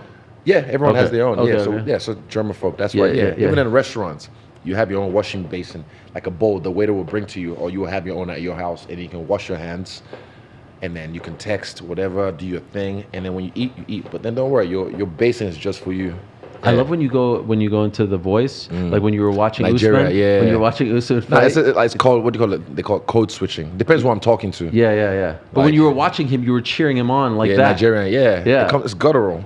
Because for me, even Kai talked about this with Cormier, even got emotional, and I was actually really taken aback to see that, because he talked about being Maori is hard, and his name Kai fought it, because I never even knew his name was James. Oh wow! I was like, and he's like, yeah, he's been standing on his standing on business now, standing on his heritage, being proud to be Maori. I could relate a little bit because when I first moved to New Zealand, I wanted to try and fit in. I wanted to try and be like these guys, and then eventually, as I got older, I realized I'm losing my native tongue. My Yoruba was sounding like fucking fresh, like a white boy, like really, really bad. So I was like, you know what? I need to just hold on to my mother tongue because you can't lose that. Sure. You need to hold on to that. So, yeah, I speak it with Abiola, my friend. I speak it with my parents now. Even with David sometimes, if I'm trying to talk in code, I speak Yoruba to him. So, Oleg Bon Kotimoso, you know? What does that mean? So you can hear what I'm saying. Yeah. Love so it. that, yeah, it's just practice so you don't use your heritage. If not, you get, you know. Yeah, that's who you are. Those Yeah. are your roots. How great was it seeing Francis with Beautiful. I man. texted him straight away. I was like, I love seeing you there. I love seeing you. I did the back. same. Yeah. It warmed my heart. It made me feel like this is where my Yes. boy belongs, man. Yes. Like the best in the world. Bro, if you put him back in the mix, Oh my God. Him versus Tom Bro, right him now. versus Tom, That crazy. would be the best way to like soften the blow of not getting the John fight. That would be the next best thing, right?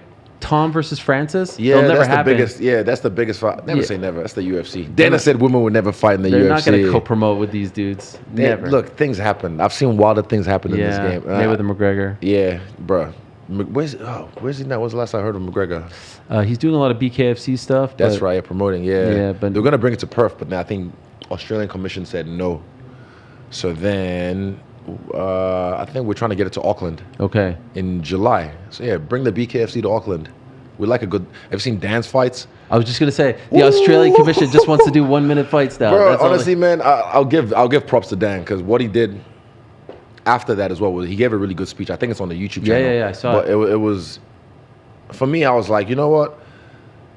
The media thought this was going to be something else. The boxing commission is because when they can't get money out of something, they try. They did it with MMA.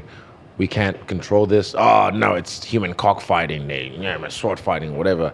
But Dan gave the speech and just saying like, as men, you guys honored your word. You came in, you did your work. Bro, people would have fights, and then afterwards get knocked out, get up, bro. Fuck, good fight. Yeah, it was and great. for me, I'm even getting goosebumps thinking about it because it was just like the honor and like the fucking just like fucking real men. Yeah. You know. Now he's got. You see the one with the women that he's got planned. Yeah. I was thinking about it the other day though, and hear me out. When I've seen women fight, they don't fight fair. Okay. I've never seen chicks fight Like you're talking about like in a street fight. in a street fight. Yeah, Like yeah. I've seen in school, you see kids, chicks at the club. They're fighting, pulling their hair, and then the other one jumps in and they jump each other and stuff. Sometimes you try to separate them, but you try not to get involved. But I've never really seen chicks fight, like not really like a fair one. Let's shoot a fair one. Boom, boom. Cool, good game. So I'm wondering how's that going to work now in this controlled environment? And I know it will work. Okay, in boxing, all that kind of stuff. I'm Yeah. talking about like when it comes to this, because emotions are going to be like, bro, at Dan's house, shit could have got haywire if they didn't respect Dan, but also if the wrong people were involved. Yeah. Because emotions, Yeah. you knocked out my boy. What's up? Yeah, Someone yeah. gets angry. Bang, bang, bang. But that could happen anywhere. It's happened in Australia at a Muay Thai fight. People get angry. But I'm just wondering now how this is gonna work. But I'm just thinking, I'm fleshing it I'm fleshing this out. Will at you the be same there time. at this one? Most likely. Okay. I like a good scrap. Yeah, and I want to see how the madness turns out because it's different. It's No, I was like an actually ode impressed to- with how professional it all was. Bro, it was beautiful. With the Like I medics said. and the ref there. The ref was Yeah. kind of the star of the whole thing. Tony Angelov, that's a guy. This dude, man, he's- He's a K1 or kickboxer from New Zealand. He's Legend. a legend in the game. He's a great referee. I've been around the world. China, he was on my first trip to China. We fought on the same card. Wow. But he's a funny dude. Shout out to Tony, Big T. Yes. Yeah. By the way, shout out to Joaquin Buckley too. Yeah. Oh, Yo, that's what I heard. come on. Okay, I was just being a hater, bro. Yeah. I'm being a hater. Don't do. If you're gonna, he's gonna take this now and No, like he run hates with me. it. He hates me. What? Yes. What did you do? He hates me. What did he you? said that I was a hater. No. I openly said I'm a hater. I know. I'm a hater, bro. Well, you That's know what what's it funny is. about I it was- understand it now. Hey. It was funny. You were sitting there, understand it now. and you were just like, "We just got it." You're sitting there. You're watching the classic Sunday morning. You watching the fights, or Volk watching the fights, and you're just like, "I don't like this guy." I and just that's don't how need we a all watch reason. fights. Yeah, but I'm just real. I don't because some people would look for a reason. Like for me, I don't like him because they just can't say I don't like him because maybe I remind them of someone or whatever. But some people just rub me off the wrong way, and for me, I was just like, I just don't like this guy because every time I've interacted with him, Your I've tried to be imitation cool. of him was funny. Nah, because that's what it was. I'm like, bro, I'm trying to have a real conversation. And there was no cameras around, I believe. But maybe that's just him. And sometimes that's fine. Some energies don't mix.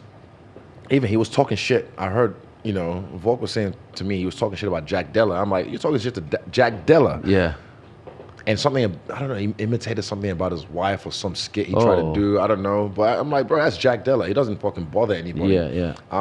But yeah, I don't hate the guy. I say hate loosely. I just don't fuck with him. And that's fine, you know. Now he's trying to get a fight with you. I don't see the shit. You didn't see him write to I you? got sent the response screenshot of, the farmer took your belt, Yeah. so you a Chinaman, whatever. I'm like, nigga, I had a belt. Yeah. Even if he gets a belt, my career would fucking wash his forever, 10 times over, no matter what. I don't think he'll ever touch one, but still. Doesn't matter. Like, bro, he has a cool knockout. I fucking love that knockout he had, but the guy became a millionaire. Yeah. And he ain't. Nah, jokes. Come on, Israel. I'm a hater, bro. Stop. I'm a hater, bro. I'm a hater. I understand it now. See the kids rage baiting and the trolls. I understand it now. I'm starting to understand how being a hater. I don't like it. I'm joking when I say I'm a hater, obviously, but yeah, I just whatever, man. He's gonna take this now and dissect it on his YouTube. Oh, you're gonna get a 30-minute breakdown. Oh, bro, let's go. There's 2 guys in the game that do this. Yeah. You know who the other one is? Who? If I even say Jamal Hill's name, Real. there'll be 9 videos on What? his YouTube channel. You guys breaking don't- it you up. guys don't- Just doesn't like me. I don't, Again, sometimes energies don't mix. Yeah, Have you I guys don't- met in real life? Not in real life, but he's been on the show all good, and then one day Wait, he like just Zoom? switched on me. Yeah. Brother, I told you, different. it's better in real life. I know. You can feel the energy. You can humanize someone and not just someone on the screen. And then eventually, you guys will be fine. You just got to sit down and have a talk. I That's know. what it I is. don't have anything against the guy. Yeah, but again, it's just, we're fighters. We're emotional. We're very sensitive about our art. I get it. And yeah, you guys are critical, and that's fine, you know? And I like to think I'm not that critical. No, I say you guys, Yes, generally the media. speaking. Right. Yeah. Have you ever been mad at me for something? Nah. Yeah. I don't think I've ever been mad at you. I'm trying to think. Oh, no, the only time was, I didn't get mad, but I was kind of like, hey, you asked me, Israel, are you on steroids? And I was like, Did I say that? No. this is after the Costa fight. Israel, are you on steroids? Did I say it like that? Yeah, like it was in a joking way, and I was just like, "This is me in lockdown, no quarantine yes, at the time." yes. And I'm even like, "Is that okay?" I was like, "No," but I was thinking to myself, "That's a serious question." But that was the only time I was just like, "Ariel." Oh, that's why you stopped talking to me for a bit. Fuck I'm off. just joking. Come on, man. I never switched up. I'm just joking. Yeah. I know you have to go in a couple minutes. Do I? Are you? Nah, jokes. Yeah, Yeah. you have another pod, right, to do. They told me. Mighty Mouse, but Yeah. I think he's coming on my show on Saturday. Oh, okay. So Yeah. you don't have another pod. Anyway, they told me you had to go, Yeah, so I'm it's going to all stick good. to it. But are you going to? Are you kicking me out? No. Well, No, I'm Volk's joking, coming I'm in. joking. Oh, yeah, it's all right. Yo, you can stay here as long as you want. It's all Tim good. Let the said boys have it. No, 30 minutes. That's So all we go- need. Is it 30 minutes already? It's been 37. But Fucking I hell, said to time 40. flies. I said I'd go to 40. Are you going to fight this year? Probably, yeah, most likely. Oh, really? I mean, there's always a fight. Someone will try and fight me soon. Do you want to fight this Fuck year? yeah. Okay. Yeah. Back end of the year, I presume? Yeah, most likely. I'm gonna guesstimate September, October. Oh, that's pretty soon. Is it? Well, there's no pay-per-view in September, so I don't Yeah, think... probably, yeah. So I used to- I 2 in headline the fight October, night. there's Abu Dhabi or Vegas. I'll do Abu Dhabi. Okay, Vegas. Yeah. And who are we fighting? Let's I just don't know. let's just We'll figure it out right now. Nah, the division's kind of stagnant. It's a Sean? little bit empty. That's the I tried. one. That's the only one I want, but then he hasn't responded. Apparently, he mean? got fat.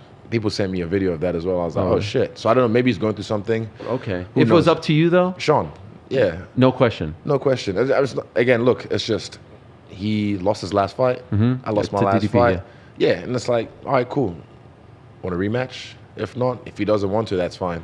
Why wouldn't he want a rematch? Easy money, bro. Right. You beat me already. Right. Handily, 5-0. It's like, come on, that's easy money. Come on. Why do you want a rematch? Because I just feel like I can do better. And if he beats me on my best, I'd be like, fuck yeah, good game. And I'll leave it at that. But I know I can do better. Do you regret that one? Nah. Everything happens the way it's supposed to happen. I don't regret it. I haven't said on Young Man Ramble, that's the name of my show.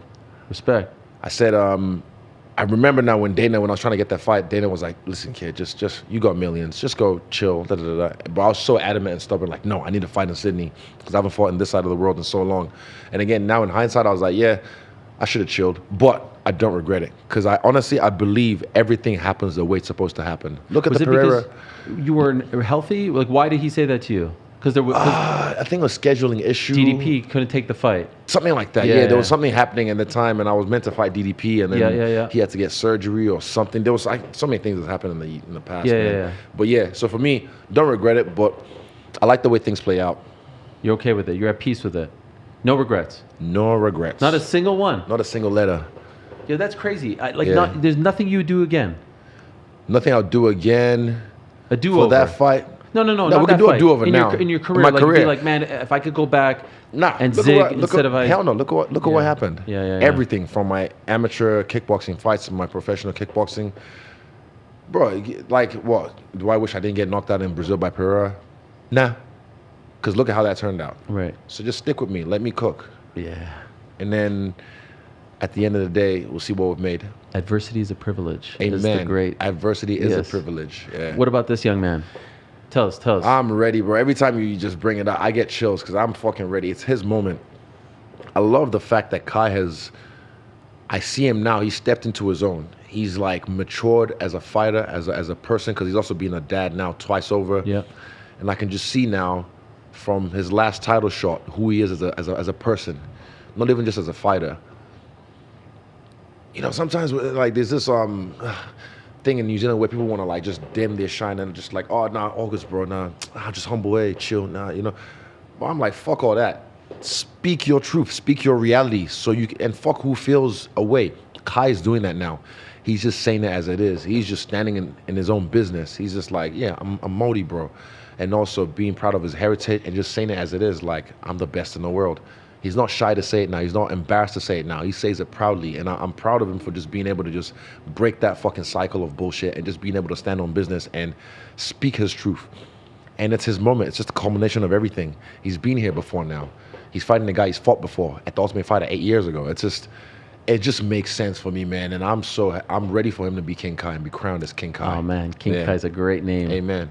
What do you think? How do you see it ending? I'm biased. No, I know you think he's gonna win, but like, do you think it goes knockout? Distant? Oh wow. I know Pantoja's tough, but Yeah. I just Yeah. every time. Yeah. I tell you, man. But again, I like Pantoja as well. He's a great dude. Yes. I've met his kids. Awesome dude. But it's the fight business. We Right. gotta hurt each other, and my boy's gonna hurt him. It's gonna hurt him. Wow.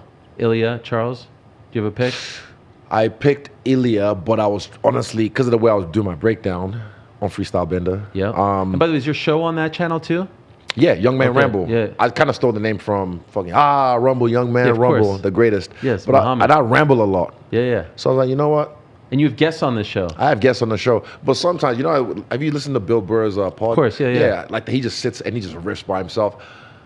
I do that on my own head, but I can't I kind of want to get to a point where I'm good at riffing and I can just ramble. I think you could do that. I mean, you could, do like but- your breakdowns. You're just talking to yourself. But I got David with me. David with me. He's kind of coaching me. But then Some might say rambles- he's holding you back.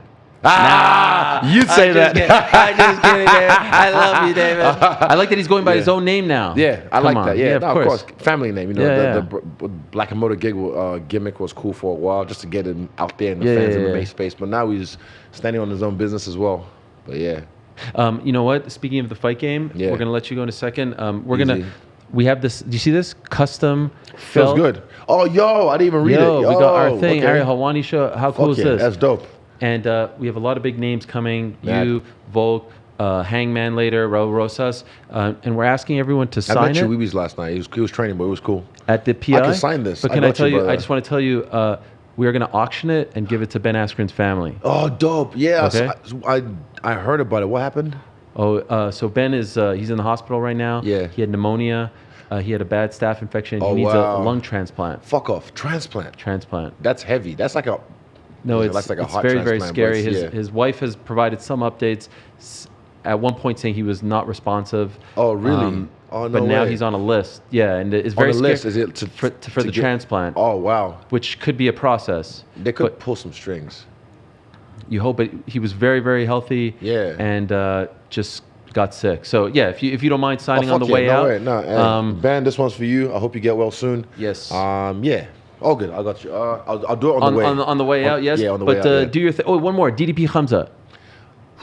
I haven't thought about that fight, but, bruh, he just finds a way, man. That guy's stubborn. Who are we talking about? DDP. Okay, all right. Because He's both, you a- could say the same about both. True, yeah. Yeah. I mean, Hamzat's very stubborn, you know, and the way he did Rob as well, did my boy dirty. Yeah. I was like, nah, okay, that's when I was like, okay, this guy's, I just want to show me something at Yeah. 185. Then I took him really seriously, and I think he's a real threat at 185.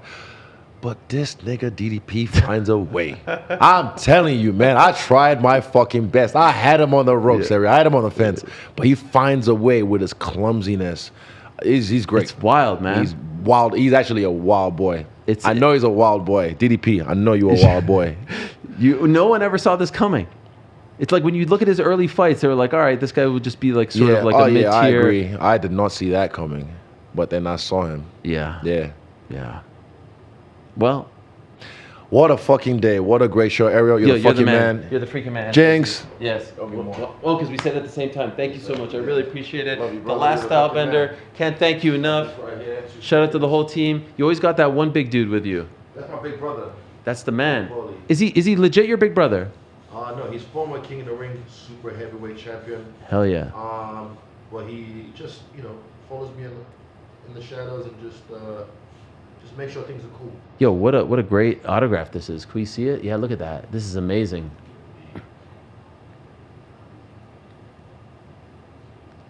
Unbelievable.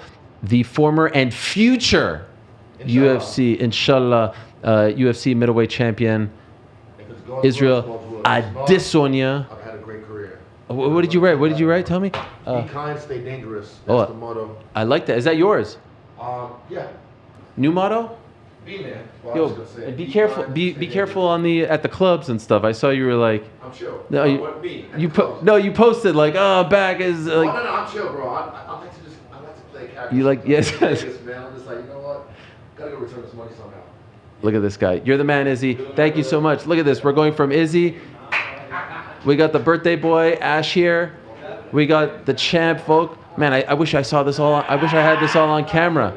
This is amazing. Izzy and Volk. Ash in the house. What's up, Ash? Happy birthday, my brother. Good. Man, you coming in now? Oh, no, we're not. You come on the back end of Alex. Yeah, there he is. Hey, how are you, mate? How you been? It's good to see you. You too, man. You Have a too. seat. Wow, we got the champ in the house. Well, that look good. The view out there as well. You like that?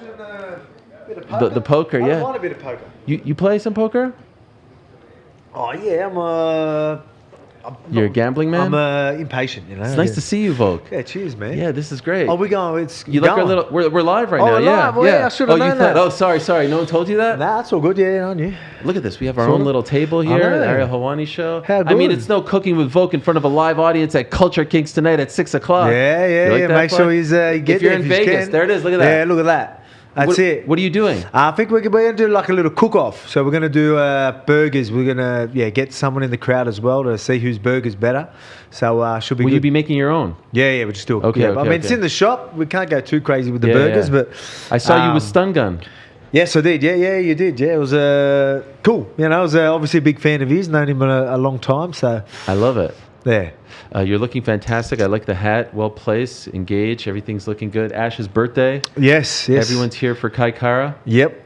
Is that why you're here? Yeah. So we wanted to come obviously for the fights and then just add everything to that. So going to do a heap of cooking, a bit of a media tour. So yeah, we'll be busy. But the main reason, for Kai.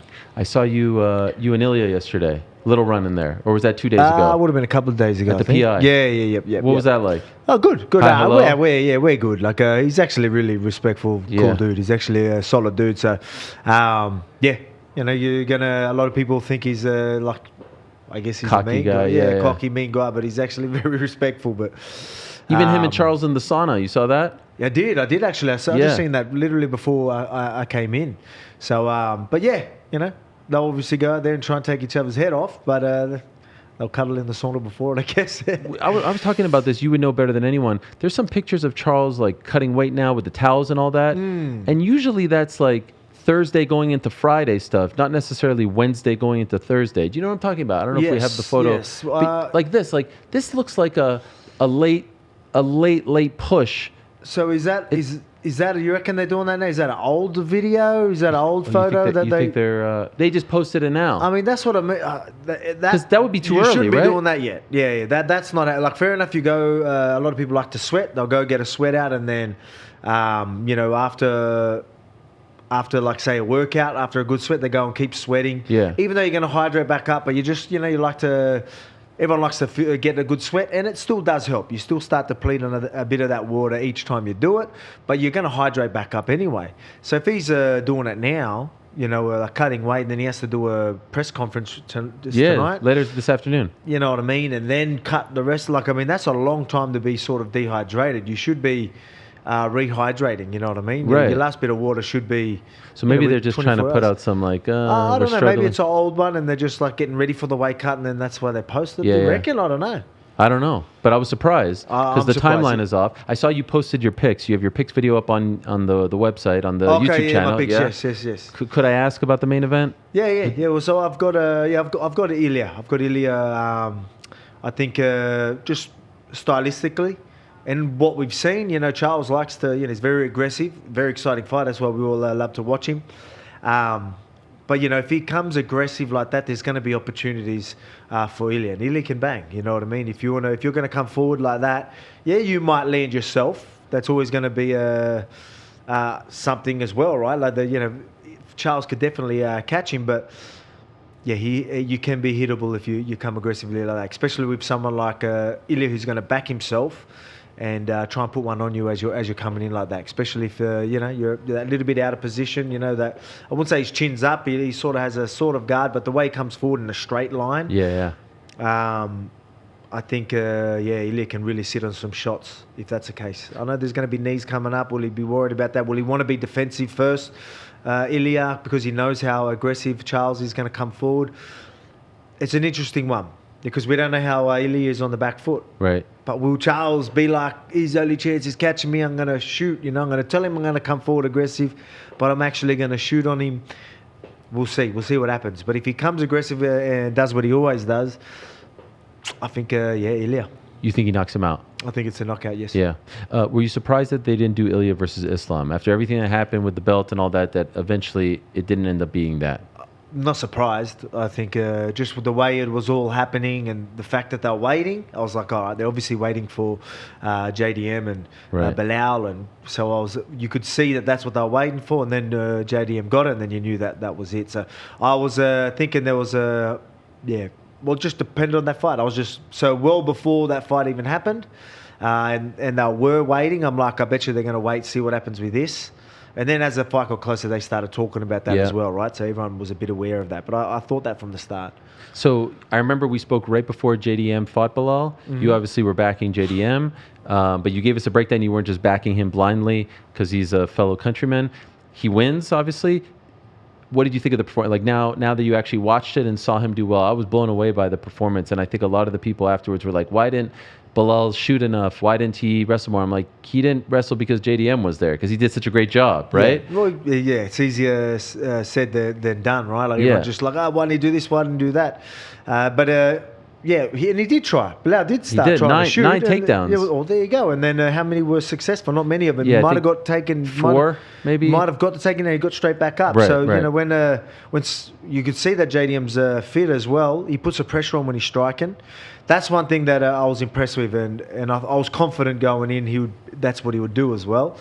He would be able to just fight his fight on the feet. That's something that I always worry about people when they're going up against a wrestler.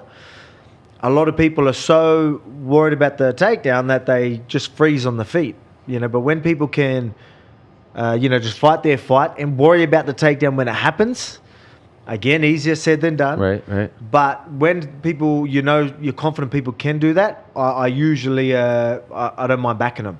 So, and I knew with JDM, I'll be like, he's going to fight his fight, and he'll worry about the takedown when it comes. That's exactly how we fought. And I think he even might have chatted. I seen an interview, and he even mentioned that. And after the fight, and I was like, going, yeah, like you could see that, you know what I mean? And it's good. I think that's the right way to go about it. A good example, say with Sean O'Malley, Marab. Yep. I thought Sean was going to be, all right, I'm going to pull the trigger more on the feet, and I'll worry about the takedown later. I know he's going to take down. I know I'll eventually get taken down, but I need to do the damage on the feet. I can catch this guy. I thought he'd be in that sort of frame of mind, but it wasn't. He was make space, which surprised me because, making space, but with someone like Marab, he's going to eventually find you. Right. All this make space, for a good 2 minutes, and you don't even throw a strike, then he's going to get the takedown anyway. So there's 2 minutes gone where you maybe could have done some damage as well. And he was still, so that surprised me with that one, but that's what I mean. And I still see that sometimes. And again, it's good. You've got to fight at range. You've got to know how to keep people at a distance, but you can't constantly put yourself out of position while you're trying to get away, because it's going to be easy takedowns, especially if you're the guy that's putting the pressure on doesn't feel a threat while he's pressuring you because you're getting out of position just to get away.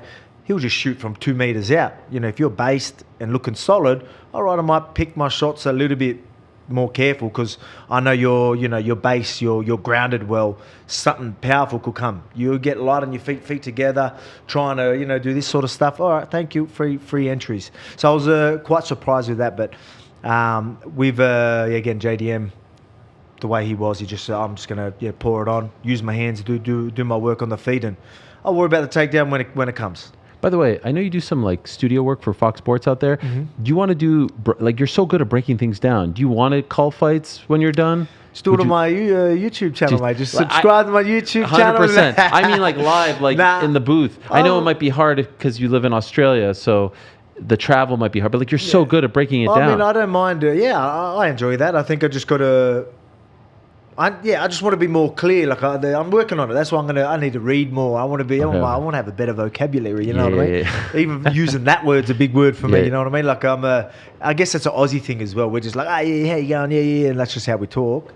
Well, from where I'm from anyway. So it's but I mean, I think I can be a little bit more clearer in the way I want to explain things, and when I nail that, I reckon I could do okay. I think you could do great. I think I can, mate. I think I can do. I'm okay with quite a few things. I think after fighting, I'm going to be all What good. else? What else? Because I enjoy a lot. Yes. I enjoy the acting. acting I has been love a it. And revelation. I actually love it. I love it. So we do a lot of the funny skits. Yes, and yes. Some of the ads that I do with Sportsbet and all that. It's always good fun. Just things Shout like out to that. what's her name? Not Delilah. What's her name? Madeline. Your rival in the ads. Oh no. What's her name? Oh man, yeah. Whoa, The neighbor. I know, exactly. I know, yeah. She's Beverly. Like, Beverly, yeah, she's Beverly. a legend. She's Good a old Bev. reoccurring. Yes. It's a Beverly. great. She's been in a couple. She's always stirring me right up. That's you seen right. the second one when she's sort of referencing like Ilya Spanish. Oh, yeah, doing yeah, a paella. Yes. And he goes, packs a She's real punch and stuff like that. I was like, yeah, she's it's an good, instigator. It's good. Yeah, it's good fun. Who do you think? How do you think Islam would do against JDM at 170? Now that it's a reality and it looks like it's happening in October. Yeah, I think the Bilal fight's a perfect fight for JDM. I don't know why I'm saying JDM. I'll just say Jack. Jack, yeah. A perfect fight for Jack before someone like Islam. Islam's going to be a lot more creative in his chaining of the wrestling. Yeah. But one thing I know, and I know from experience, when you have a successful, fight with takedown defense and things like that, your confidence goes to a whole nother level. And the confidence with the takedowns, and I mean like it feels like you're not even trying to defend the takedowns. That's how confident and comfortable you are in these positions. And you being comfortable and confident like that goes a long way. So in the training room, I guarantee you he's, I told you, not worried about takedown. No, when you're there, I'll worry about there and just throwing them off like it's nothing. I guarantee you that's going to roll on this camp. I think we're going to do a bit of work with him. Craig Jones will be doing a bit of work with him as well. So we'll get some work in. I think that's just going to be, he's just going to keep leveling up and just be even harder and harder and harder to hold down. Even because he's real good at, once he's down, sometimes he might get there and then it's like he decides, I'm going to get up now, and he'll get up. And he does that even in the gym. Where now I reckon it's going to be, even just getting him to the mat's going to be so much harder. And then rather than him going, good takedown, give me a second. All right, now I'm going to get up. I don't think you're going to get any of that sort of ground time at all. I think it's going to be just, you won't even get him there. And if you do, he's bouncing straight back up. I think that's the confidence he's going to have in the gym now, and that's going to roll on. It's going to be perfect for a fight like Islam, because Islam's great. That's something that when we talk about Islam, a lot of people ask me, like when I fought him, it's like, was he strong? Think it was going to be like freakishly strong stuff. I said, no, I'm strong. Like I can handle strength. I knew that wasn't going to be the factor, but I knew it was going to be sort of the battle and the chess match with the training of the wrestling. So because I know that I understand mechanics, I've got body awareness. Like I know where he probably wants to go. I know where I'm strong. I know where I am weak. I know where he's strong. I know where he's weak. And these little battles that we're going to have in between those sort of techniques, So you got your techniques, and then you got them even positional sort of battles that you're going to have.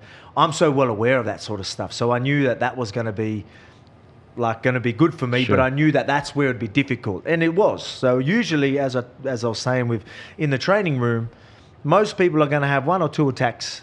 They're going to take you down, or like go for a takedown, and then you stop it, then they go here, and you almost know exactly what they're doing. I sprawl here, then they want to turn this way to chain it to this, and then you go and then you pull them and they don't get a chance.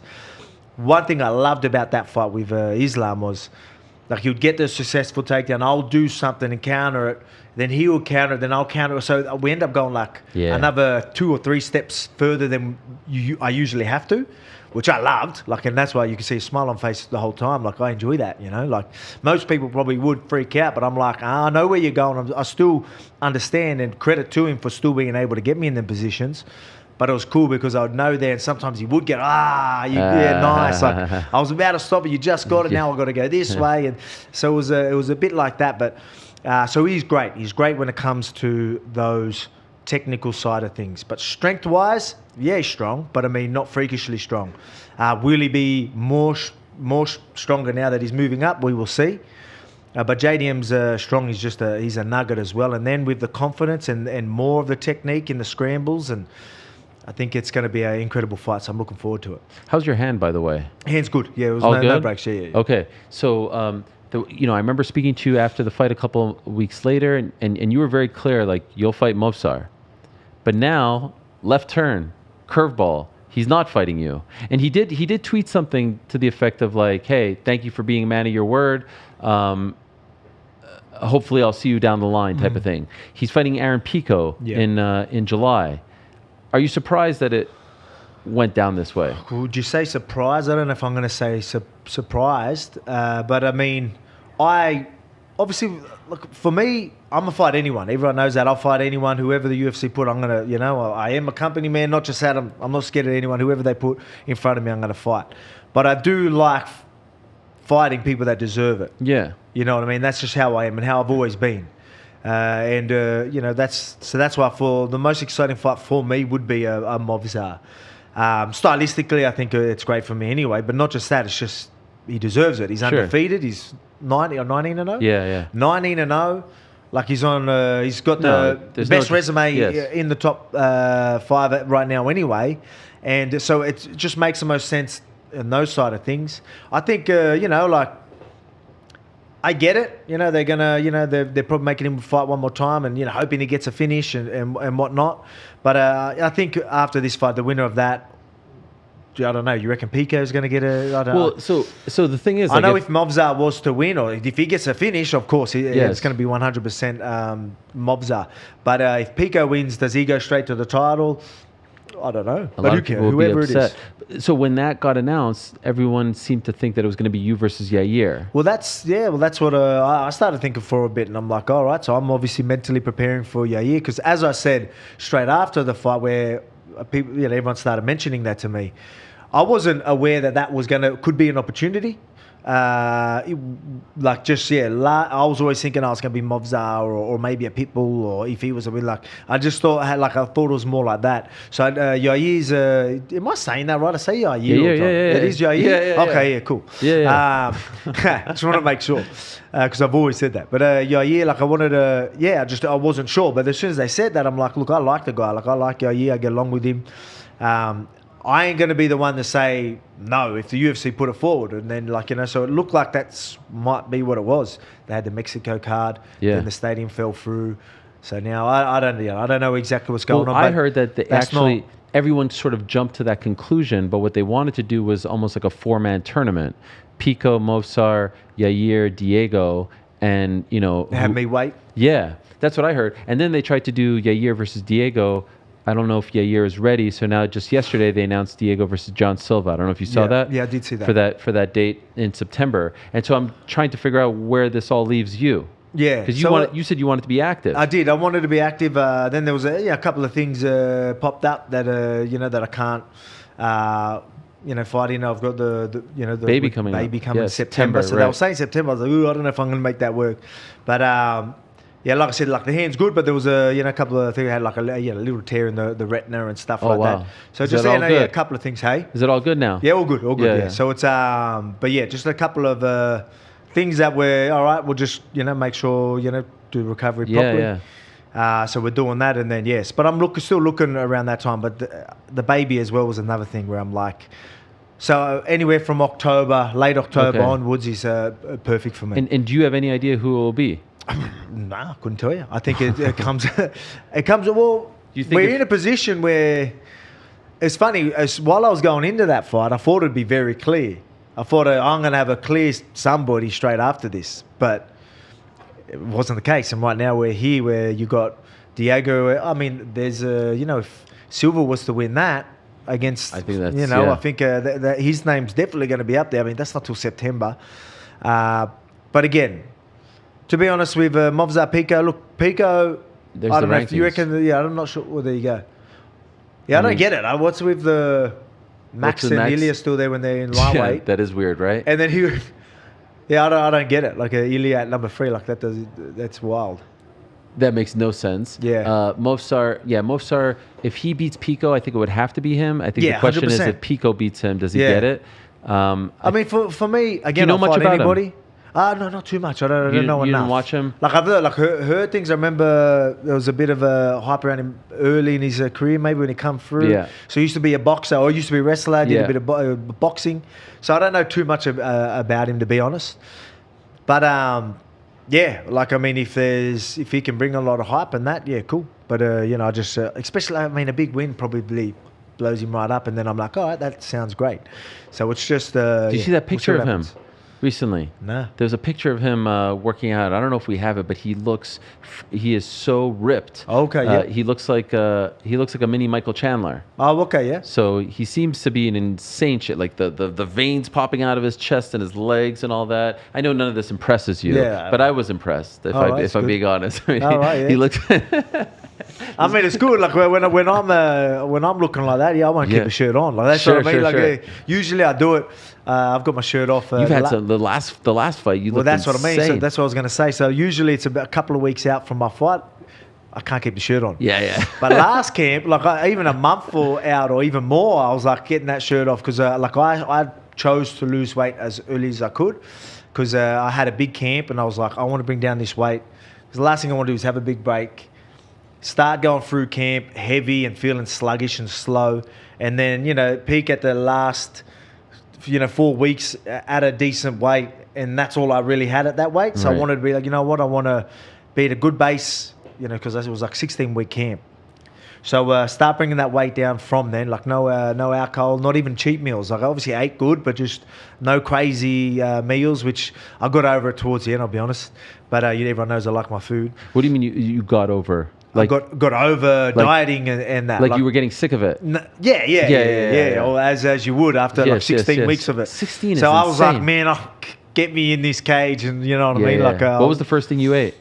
first thing? Like the first cheat meal that you really went to town on? Well, I didn't even get to eat till I got back home after the fight. So I was Why not? In Miami you had Well, yeah. nothing? So I ended up getting stitches. I had like stitches everywhere. Then had to do the media, and then had to get to the after party. Wanted to, you say you're gonna be there. Wanted to obviously Sure, show sure. face. I was in pain. I didn't even have a shower. I literally went in there in my walkout gear, No I way. wear my walkout, What? tracksuit. Yeah. Why did you shower? Well, I didn't have time. Like literally, go in there and quick, let's just go there, and I literally just went you like feel that. gross? Oh yeah, I had blood, sweat, everything all over me. I just Oh, went there my like God. I was hurting too. I was hurting after the last one. I'll be honest. So I was, I was hurting. But I was like, I've got to go there. I said, How I long would. you there for? I wasn't there that long. Okay. I ended up doing 40 minutes, 50 minutes. 40 minutes still without a shower. Yeah. And I was my like, gosh. so I didn't get home till 5 in the morning, and then Okay. still didn't have food. But went to my wife's room, and she still had leftover chocolates and all that. But I had stitches in my mouth, so I'm trying to eat it like this and whatever I could. That's all I had. So I didn't eat nothing until the actual meal till the next day. Gosh, no one has anything ready for the champ. I mean, they usually do, but I mean, it was just busy. At that, your last fight, that's usually what happens. This time around, second time around, did you feel like you appreciated it more? It was a different feeling, a different sensation. You're laughing. Why? I thought it would. You know, did I talk to you before or after the fight? We spoke before, and then we spoke like 3 weeks after. Okay, yeah. So it wasn't immediate. Yeah, so like I would have been chatting to you probably before. I'm like, I can't wait to go out there, and now because I'm so comfortable with being myself, right? Like, it just, you know, I'm not. Even while I am that fighter, I'm still me. Where before it was just fighter, like if that makes sense. Yeah, no, for sure. Where I'm like, I can't wait to enjoy being champ as me. But I literally won that belt and then Nothing. just didn't care. Really? You know what I mean? It was weird, man. It's weird.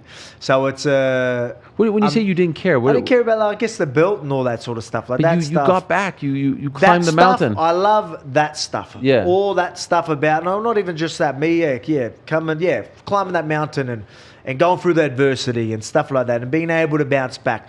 All that stuff. So I guess I was a little more like, man, like I didn't care, but then I would be able to have these conversations about, you know, pushing through that adversity, getting yourself through it, and then rising to the occasion, getting it done, and and trying to be inspirational, that sort of stuff. And then how proud everyone was of me, and hearing that sort of feedback of, like, everyone just felt so happy again. I appreciated and loved all that. Did not care one bit about being champ again or anything like that. Wow. It was weird. I don't know if people would be able to. Were you surprised by that? I was.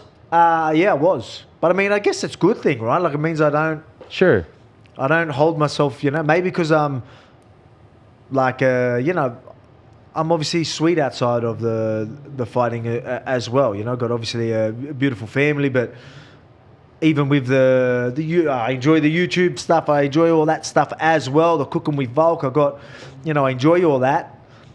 So it's not my only thing that I'm in fully committed, invested in right now. Maybe that's because that's all I had and that's all I knew for so long.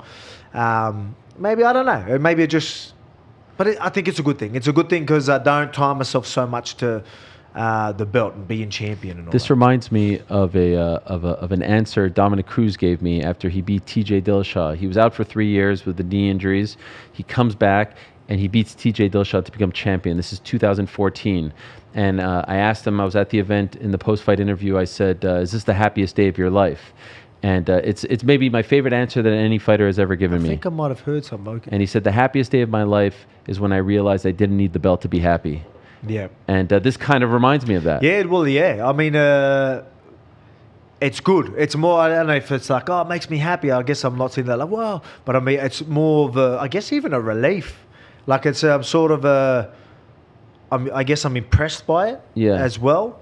But I guess I'm still figuring it all out. But I mean, it's just, it's a weird one. It's a good thing because you don't tie your self-worth and the state of your career to this object, which obviously symbolizes that you're the man, but you've already done enough. You don't need to prove that anymore to anyone. So it's really just about, I think, the journey, climbing the mountain, and now you get to enjoy the fruits of that labor. Yeah. But I think sometimes the belt is like validation. You don't need that validation anymore. No, I don't. I mean, it's better paychecks, you know what I mean? Stuff like that. So like, I think it's just, you want to do that for everything that comes with it. And again, man, I just want to be successful for my family. You know what I mean? And winning and being champion is a lot easier to be successful and a lot easier to look after them. You know what I mean? And set yourself later.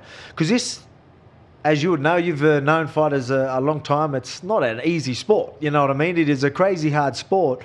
And you want to do this, you want to make sure if we're going to commit so much and sacrifice so much, sacrifice a lot of yourself for this sport, you name it. People, brain cells, limbs, whatever it is. Like, it's a lot that goes into this sport.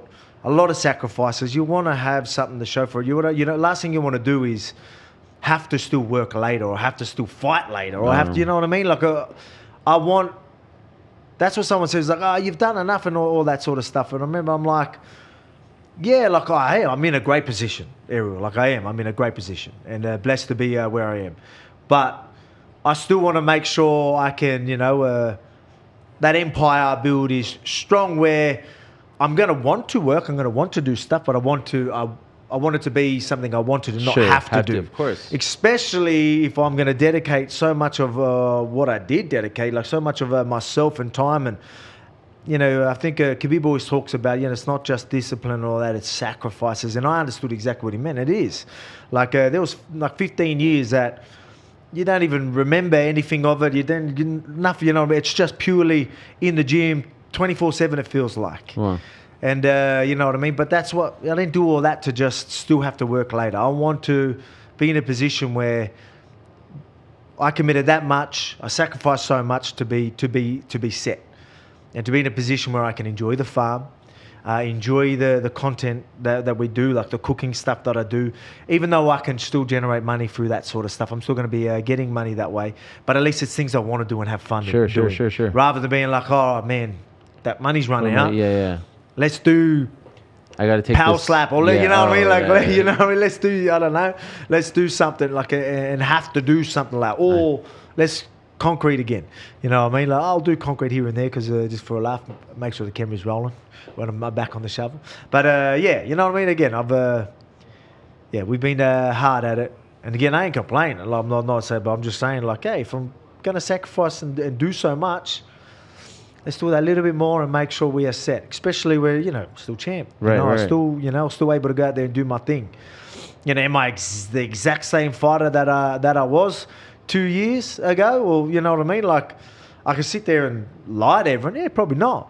But can I still be the best and beat everyone? Yeah, I believe so. So, and while I'm alive and willing, I'm gonna keep doing it. By the way, is Ash here? Where's Ash? Ash is there. Let's bring in Ash. Can you bring in Ash? Ash, Yeah, Ash. Ash, come in here. it's his birthday. It's his Oh, birthday, Yeah, yes. you knew that. Okay. Here comes the birthday boy. Birthday there boy. he is. Have a seat, Ash. Come have a seat. Come have a seat. Come Look have at a this seat, guy. mate. This is the guy. Do we have a chair there for you? Yeah, you can bring your chair. I'll do it for you. Ash, how are you? Oh, I got it there. All right. Ash is the man. Ash is the brains behind Engage, my favorite clothing brand. The only one I wear, really. Oh, yeah. You send me all this stuff. You don't believe me, right? No, I you're always right. send you pictures of it. I appreciate it. Am I Appreciate doing it. this well, Frank? You tell me. How are you? Birthday boy? How I'm good. Old are we? How old are we? 38. 38. Don't let the grays fool you, mate. Yeah, I know. You look fantastic. By the way, you look bigger than usual. What are you? Yeah, I've had a bit of time in the grazing in the paddock. No, so- I don't know what Nah, you're talking. no. By the way, he speaks like hardcore Australian slang. I don't know what. Like that I'm just last try- answer. I'm just trying to be Yeah. funny. What did But, he even just say? I don't even understand it's what been a he bit of Gray, time. that's a. Well, I actually haven't really. Was that a saying? Grazing in the grazing in the paddock. I've- Yeah, I putting a haven't bit of actually weight heard on. that one, but What the it's hell is actually that? pretty good. I in the like gym. In the gym, yeah. Yeah. A few of weights. Um, Shout out to Reborn. So for those that don't know, Ash is the brains behind Engage. Also manages the likes of you, Kaikar France, Dan Hooker, Carlos Ulberg, Carlos Solberg, co-manager Izzy with Tim. co-manage Izzy, of course. It's been Navo Sterling. yes, that's right. What a run! They said that you guys were done, and now Hey, look at you. We're back. Volk gets We the never win. left. Then Kai's fighting this weekend. Greatest comeback in Ariel, UFC history. Did you say I was done? And you I can be never- honest. I never said you were done. Absolutely I not. honestly wouldn't care. Like, Did you think you were done? No, well, the thing is, remember what I was even saying that before. I'm like, everyone has every right to doubt me. Yeah. Like, you know, I am in that position. You still have to prove it to yourself. Even I'm like, yeah. So you know, I'm always looking for something, right? Like the underdog mentality that I always talk about, right? I'm usually looking for something to make myself feel like the underdog or whatever Sure. it is. I didn't have to look. Like I knew, and I wasn't the underdog, but in saying that, I am coming off 2 KO losses. I am like turning 37, you know, in a couple of months. I'm, you know what I mean? Like I'm coming off a big break. So I was like, all right, yeah, like I am in a position where, yeah, it's going to be tough to do it. So I was like, everyone has every right, so I didn't care. Nah, so I wouldn't have cared if we you had your doubts, mate. We did not have our doubts. We do wonder about Kai this weekend. This is a big one. He gets it done, mate. Tell He's us been there He'll before. get it He's done. been there before. He gets it done. Like he's, you know, I think the best thing about when he fought Moreno in Dallas was, you know, he got to experience that and you know, fighting for a title. It's obviously the stakes are even higher. I mean, in this industry, every fight for a UFC fighter is, you know, it's clutch. It's, you know, their contract's on the line, you know. So I feel like, you know, it's a step up even more so when you get the shot. Not everyone gets a shot. So the fact that he's been there before, experienced it, you know, I think it'll do him a lot more. Like it'll be good for him coming into this fight. So he's had that experience. And I think he gets it done. He looks to be in amazing first shape. couple of rounds. He is, First couple definitely rounds, is. huh? Yeah, Against look, Pantoja? yeah. Look, he's got Pantoja's Pantoja's tough, right? scrappy. But I It's mean, good. he's hittable. Like I like Break it down for us, Pantoja. folks. Let's hear it. Well, How does he get it done? Everyone's got to realize, obviously, the biggest puncher in the flyweight division is Kai Kara France. Like, Okay, he's yeah. got to be, right? He does have that KO power. Pantoja's tough.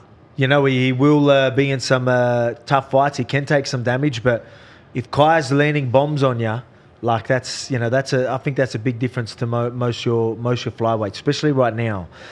But then a lot of people need to realize when it starts getting scrappy, and even if things aren't going well for Pantoja and he wants to grapple, Kai Kara France is very hard to take down, and he's very hard to hold down, especially now. He's got the best defense in the. And I think statistically, right? Does, and I know this anyway.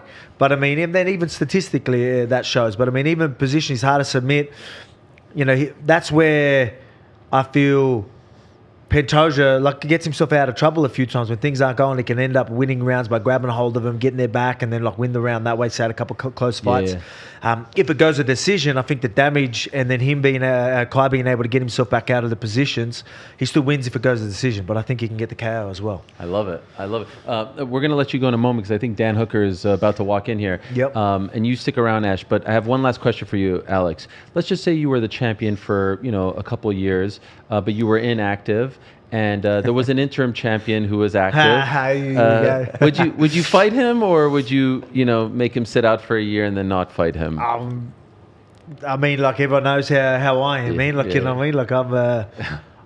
There shouldn't even be an interim title. That's that's how I look at it. But I mean, I let it happen, knowing that I'm just going to fight him straight away anyway. So when I did it, because I fought Islam, you know what I mean. So they shouldn't really need to do that. But if it does happen, get in there and fight the guy. That's just how it is. I mean, if you wanted to retire, I mean, I just think it should have happened a while. I don't know. There's obviously more to it. Sure. So I'll stay out of it. But it's just you got to feel for Tom as well because he's in his prime. And then how long was it? How long was he waiting around for? Well, his last fight was in July. John fought in November. And so technically the clock started in November, but he's been interim champion now for almost 2 years. November of 23, he won that belt. He was the longest reigning interim champion ever. Yeah, well, there you go. Beat Henan Barrel. Yeah, but I mean, it's that's you know. It's definitely a lot more behind the scenes. No, I know. It's definitely a lot more. Exactly. There's tons of stuff happens behind the scenes that no one knows about. You only hear the stuff that gets out, right? Except for me, I know. I mean, oh yeah, I mean you got your ear to the ground, brother. You know? Well, you look, see one this? thing I do know, Yes. I actually wasn't meant to say this, but no, I'm joking. He's Oh. like, What do you got? Izzy did the same thing to me.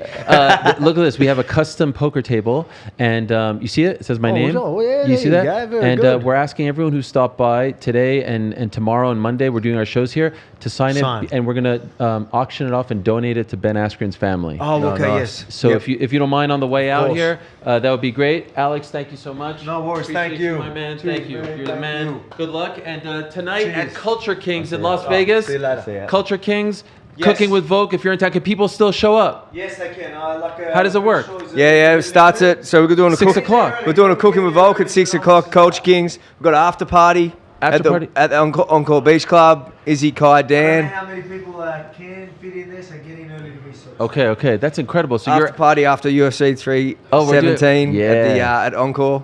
I love Shout that. out. We'll bring in the Hangman here. There he is, Mr. Dan. How are you? Let me see. Any new ink? What do we have? Good to see you. Thank you for coming in. This is a nice tradition now. We got the birthday boy sitting here with us. Alex, you're the man. Thank you. so much. I See you really later. appreciate it. I'll be out in a minute. Yeah, Dan, how are you? I'm good, You mate. know this guy? Birthday boy. Do I know that? I might. We've been around. Once or twice. Hey, by the way, I like that all of you are rocking, except for you. Why aren't you rocking we wore the the? same T-shirt. Oh, I wore the same T-shirt. Come as here, Izzy. talking to. Don't be shy. sorry, Yeah, man. you and Izzy wore the same one. Is that an engage? Yep. It sure is. There's something about those Best engaged brand shirts. in the game, Cobb. I That's love right. them. I love them. They're a little bit bigger. Oversized, yeah. Yeah, it's nice. Nice. How are you colour. feeling? Yeah, good.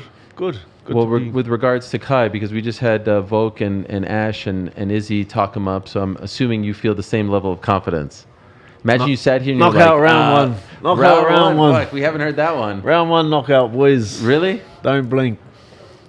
Don't blink. That's the I name, think, isn't I it? think that's his nickname. Yeah. I think that's his nickname. Is there something different about him? Do you sense something Oh, for because he's sure. been here before? I feel like it's like I've known him since 2015, and to see, I reckon he's had a lot of growth in the last kind of 24 months.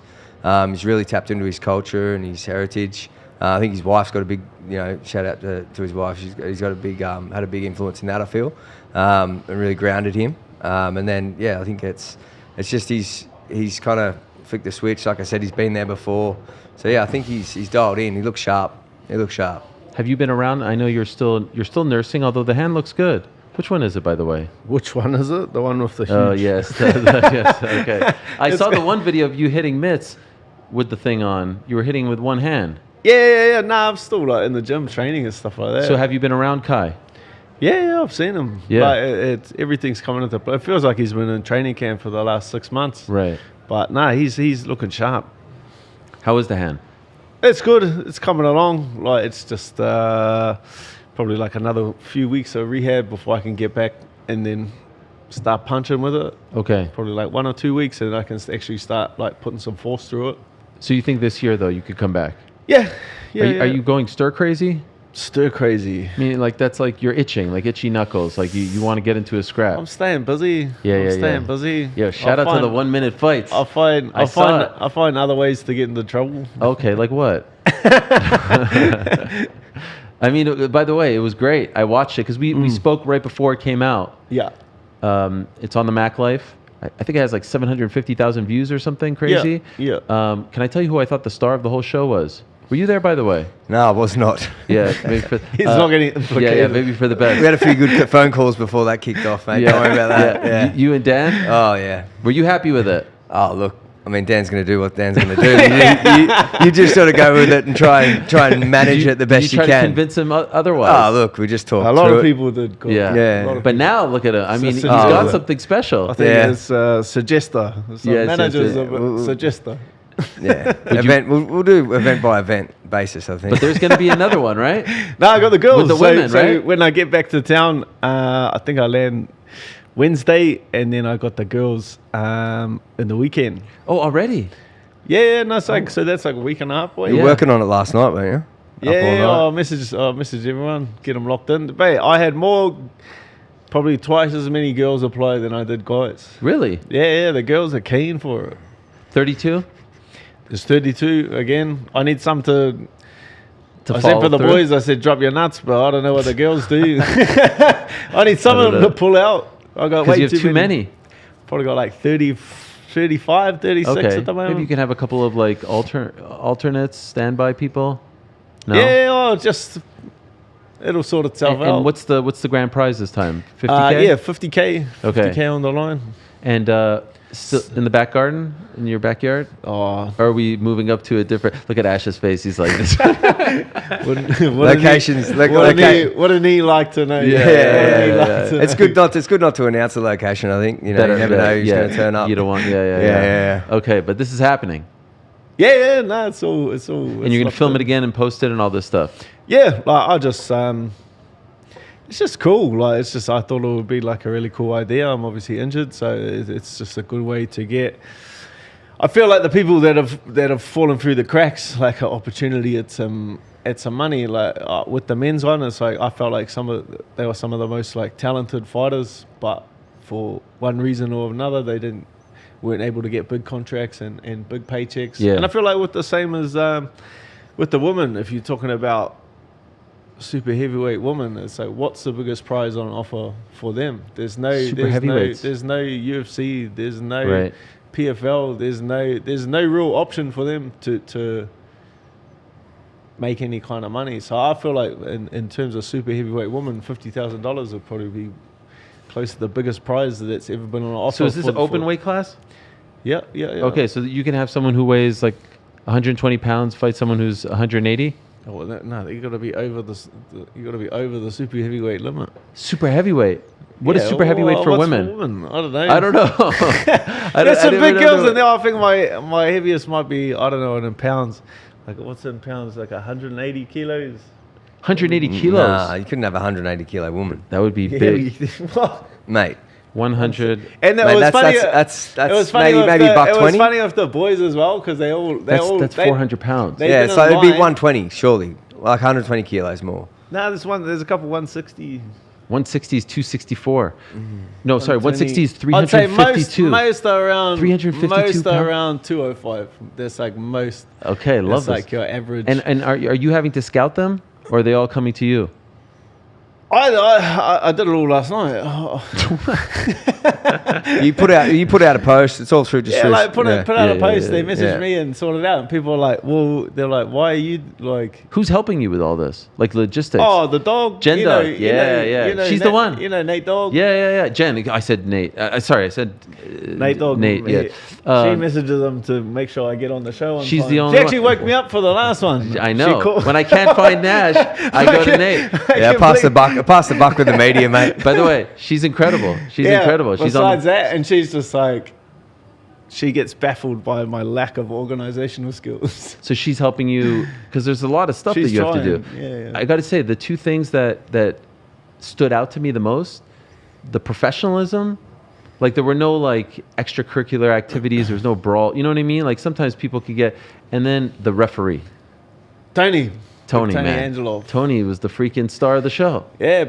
He took it seriously. He's the man, but Yeah. he's been on a few tours actually Yeah, back in the day. Izzy told me that like Yeah. he like ref some of his fights in China. Yeah. Or maybe I don't know if he refed his fights in China. Maybe he was fighting over there, or he went maybe- over there with him. Okay. Yeah, I think because Tony's Nah, but he's got he ran the show real well.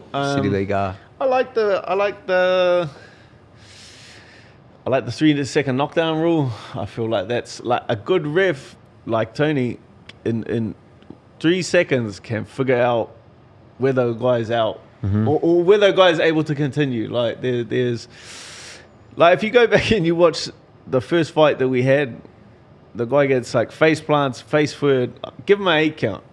You watch the video and like out of instinct he gets up, and by 8 he would that fight if that was boxing or kickboxing, that fight would have continued. I feel like a 3-second knockdown is like just takes like the unnecessary damage out of it. I think it's a great rule. I think it should be implemented across more combat sports. Like 8 is just out of like you can just your body can get up, like your mind's Like not muscle even- memory. Yeah, like muscle memory. You just out of muscle memory, you just get up and put your hands up Ooh. and just give the appearance that you can carry on. But Right. like a good referee in 3 seconds will be able to tell whether a fighter should be able to continue or can't. I was going to say, it's a good thing they don't have it in MMA then, because screw your fights. You would have been out, brother. I've taken a few guesses on that. When they're like, how many fingers am I holding up? And I'm just like, 2. They're like, yep, continue. I'm like, oh, thank fuck. Like, I've got to get to the press up with Kai. Oh, geez, So you're out? it's 1:30 now, so I'm going to bounce. But I appreciate you having me on. Thank you. Happy birthday. Nah, I appreciate it. Do It's your good. thing. Yeah. You could just walk out. It's a very open policy. Thank you, Ash. Thank You're the you. man. Thank you for Thanks. making this happen, and Thank good you. luck to Kai.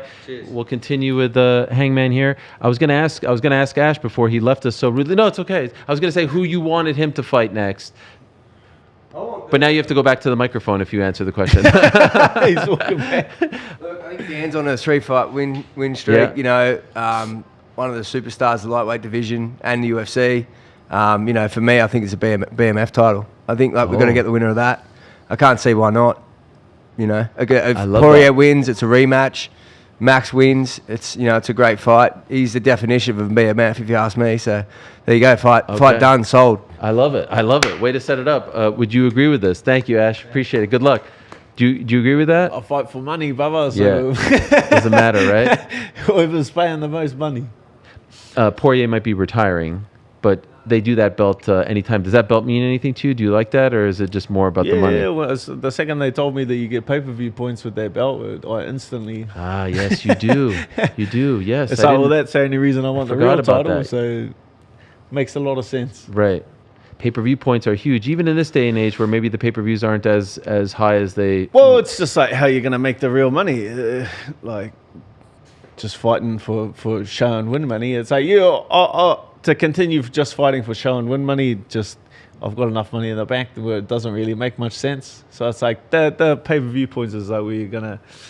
That's how you really, you're going to make some huge changes, How do you feel about the show and win thing? I don't get show and win, baba. Yeah, okay, good. I was surprised when you said it. I get paid to swing. Yeah, you just get one flat fee, right? Yeah. Oh, it depends on the fight. What do you mean it depends on the fight? Like most of mine suck up at more than that. But yeah, like you can't be a fighter like me and get show and win. No way. I'm not coming out there to. I'm not even coming out there to win. I'm coming out there to have a fight. Like, I feel like most of the guys though in the UFC should be in that bucket. yeah, but the format works for the business. So, Right. Why would you change it? Well, it's just because back in the day. Because they're nice. Like No, that doesn't no, it's make not because any they're nice, but I feel like you. It's not the ultimate fighting charity. Like You deserve to know how much you're going to make when you step foot in the cage, win or lose. And then you got these judges who sometimes don't get it right, and now you're robbed of half your purse, or a referee screws up. yeah, it's just but the business model works for them. Like, Sure, why, sure. Why would they change it? No, there's no reason, there's no push to change it. But I just Because they want to be nice. no, like- not because they want to be nice, just because they initially put that in because they were back in the early days of Zuffa, they were trying to incentivize the fighters to go for it, to finish fights. But I feel like we're past that point now. Yeah, but you'll always be able to play that on fighters. Right. Like the second that you do that, be like try to put a fight together and one of them is going, oh no, I want this and that. You just come out and say, oh, you're scared, and like the natural instinct of a fighter is to be like, I'm not scared, I'll do Yeah. it. Like that's what the whole business model is built around, and just being like, I like this time. it's like taking advantage of the kind of person that fighters are. Like they just want to fight. They a second they feel challenged or insulted, they'll put their pride and honor on the line, and that's obviously why the business model is so successful, is they take advantage of that natural instinct in the kind of person that competes. I like this. Now you're starting to talk and think like a promoter, because you are a promoter. So you're like, oh yes, this is how it works. The business model. By the way, in your promotion, is there a show and win, or is it just $50,000, and then so for the last event, like $50,000 for the winner, and then all of the fighters were paid $1,000 for competing. just competing? No matter if you have to compete multiple times or once. Yeah. That's not bad.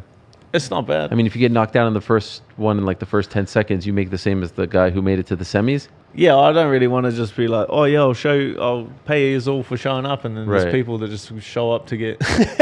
Yeah, that's true. People Yeah. just show up to get for $500. get their check. Yeah. Do you have sponsors? Nah. So I feel like the now you can get doctor, he's the guy behind it. He's a online streamer called the Doctor. He's the one funding it all. But yeah, like Ash is like, oh, get sponsors and this and that, and I'm not doing it for money. Like the Doctor's putting up the money. I do it because it's cool. Like, I think it's a cool idea, and that's the only reason I do it. Once I jump into a training camp and the hand's 100%, and I'm looking back at fighting, then there's obviously got to have a little break. Yes. That's fine. Get it out of the way now. Did you watch Rafael Fiziev last week? No. You didn't watch? You never watch? No. It's amazing. Not even the highlights. It's just, I don't know. It's just funny 'cause lost my interest. I like fighting. You love fighting, yeah. But the fighting, not the You like watching the fighting. You don't like watching at all. Only when Nah, it's your I don't friends. really watch anything. Yeah. Oh, just my mates. When you say you lost your interest, did you used to like watching it? Oh, bro, I used to know absolutely everyone, start to finish, watch the fight pass prelims. Yeah. Every So single what week. changed? I don't know. Just kind of, yeah, just I don't know. Do you think you changed or the sport changed? Was it I'd say like a bit of both. Yeah. A bit of both. because it's harder to keep it up now because there's so many events? Yeah, there's so many, and it's just like but I don't know. It's just not cool. Like, What do you mean it's not cool? What are you talking about? You fight it. You're a fighter. like but it's like I got into it when it was like no one knew what it was. Right. Like you just did it, and then you could still do like mad shit. Was like, oh, you want to fight 3 times in one night? Yeah, I'll do that. Oh, you want to fight, you want to fight at heavyweight? Yeah, like I'll do that. It's like always something like new and interesting and like a cool challenge. But when it's just like, you know, it's like, oh, Rafael Fiziev called you out, and it's like, Who gives a crap? like, I respect it, man. it's like, yeah, I did it because it's like an interesting new challenge. But then it's like seems like it's just a bit like now it's just a mainstream sport. Like even the fans, bro, it's wild. Like you used to walk out of the hotel and there's like fans standing there. Hey, damn, big fan. I love this fight, this and that. Take a picture. Like cool. Like I'll love to interact with fans like that. Now, bro, I'll go back to the hotel and they'll just be standing there with Pictures. UFC gloves and pictures, and they're just like, "Hey Dan, sign here, sign here." They just want you to sign shit so they can sell it. it. Yeah. do you do it, or do you say buzz off? I've got 2 different signatures. I got like my actual signature and then my Elas one. Come on. So I'll scribble on it and ruin some gloves. bro. Really? When did you start that? Nah, you can see right through it because Yeah. they're not Yeah. fans. Like, Right, they right, don't right. actually care. They're not actually interested. Sure. In you. They just want to sell your signature. Could you tell if it's a legit fan? Like Yeah, someone who like yeah, genuinely likes you? And, for sure. Yeah, for yeah, sure. yeah. You can tell of the energy of the person when they first walk up, and then they get the legit signature. Ah, I love that. I've never heard that before. If they're just like, yeah, then you get a little. So even though, obviously when your friend's fighting, that's something you're looking forward to. But if there's a title fight in your weight class, like Topuria against Charles. Yeah, I guess I'll be there for Kai. Did you get tickets? Huh? Did you get they tickets this gave me time? tickets This time you one. got? Remember 300? Sell it? I might just not show up and sell it out of spite. What? Did you have to ask this time, or because it's your friend fighting? Nah, I'm getting my jacket. That's why they're What jacket? For the test? Yeah, the USADA get one. one? They flew me out to get the jacket. I'm like, that's not real. I'm gonna go up on stage and like get this jacket, and it's like there's a lot of trauma in that jacket. There's not a lot. Why? Because they wake you up in the morning? No, there's like 50 different times I have to show a strange man my penis. Yeah, like, yeah. So it's not even like you just can. It's not even like you can just whip it out the zip. You Yeah, know what I yeah. mean? Like you gotta pull your pants right down. He has to be in the You gotta stall with you? Yeah, they look. They have to look? Bro, you have to pull your pants right down because obviously guys who like use fake with the- penises and shit like that. Oh my So you have God. to, and then you have to like pull your shirt up and show them your belly button. You know what I mean? So it's like that. I'll put the That is jacket on. awful. I'll put the jacket on and go like, this is traumatic. Yo, that is crazy. If I try to make it as awkward for them as it is for me though, How because so? I'll do it and then I'll put my shirt up like that. Nah, stop. And then I'll just stare at them as a fan. I go, "You want to take a picture?" And then like, if it's awkward for you, thought it was just going to be Yeah, awkward for me. yeah. I'm going to make it Is for it the awkward same for you. dude? Like regionally, do you have same people that come? Yeah, but they don't send like the same guy too often. 'Cause That's then I don't weird. know. Oh, bro, it'd be so easy to cheat in like different countries. It's like if you could get away, if you could trick like the one guy. Nah, I don't even want to get into it. No, of course. I just think I just want to get my jacket in peace. yeah. Will you rock that jacket around town? No. Who's It's wearing going that? in the back. It's Yeah. going in the back cupboard. By the way, there's been a couple of times where they've given that jacket to people. I'm like, Yeah, I was gonna do that because yeah. apparently you get a speech at the end. Or yeah. Just like put the jacket and be like, they gave Yoel Romero one of the jackets. I'm like, Papa, he don't even pass the eye test. Shit. I've been esteemed colleagues, John Yeah. Jones and Yeah. Yoel Yeah, Romero. exactly. Like, the system's working great. Right. By the way, is it as constant as the USADA days? Because now it's not USADA. like the same. It'll be like. They still I don't show know. up? They come up at like the same amount of times as you would be like cycling on and off steroids. You know what I mean? Like Okay. so just before training camp, like at the start of a training camp, and then like near the end. So but it's the same kind of. Yeah, you get tested at the same time. The only thing I was going to say was if someone is standing behind you and you have to pull your pants down. They're not standing behind you. No, but they're staring like. But I don't understand why they have to stare at it. Because if they're just looking at your butt, which is less. I don't know why they have to stare at it either. Yeah, bro. but like if it's just say, I would really appreciate it if they didn't stare at it. Yes, that seems. I thought that would be a really cool. Yeah, I thought that'd be a really cool. I don't think that's cool. I don't think that's fair. It ain't cool. It seems like a violation. It seems to get like a knock on your door at 6:30 in the morning and have to get your penis out. Like you just gotta look at the guy and go, hey, "It's a bit cold this morning." Yeah. just penis chat is taking up half of the interview. Oh my god! No, it's this is important. People need to know this stuff. People need to know this. Yes, the struggle. One time they woke up Volk in Abu Dhabi. He was trying to sleep. He couldn't sleep. When he fought, I think Max the third time. They even got me. It was like when I arrived real late. Like I got into Vegas Thursday night at midnight. This time? Nah, for the Nasrat Hakparas fight, because I didn't get my visa till like the very last second, so I arrived Thursday night at like midnight, and then weigh-in was 8-9 in the morning. So I got off a plane, cut weight, and then they woke me up. After that, I was like, "Come on, bro! Oh my god! I'm already flying in. I'm already flying in a day and a half before the fight, and then you're gonna wake me up." Were you pissed? Oh, at the time, but like it's like a double-edged sword, right? It's like, what do you do? Like, not get your penis out, and then everyone could just take steroids and shit. Yeah, no. That would suck. Was that your toughest one? That had to have been awful. You came from New Zealand to... Nah, like here to Vegas is like not, like it's 12 hours, but... Is it direct?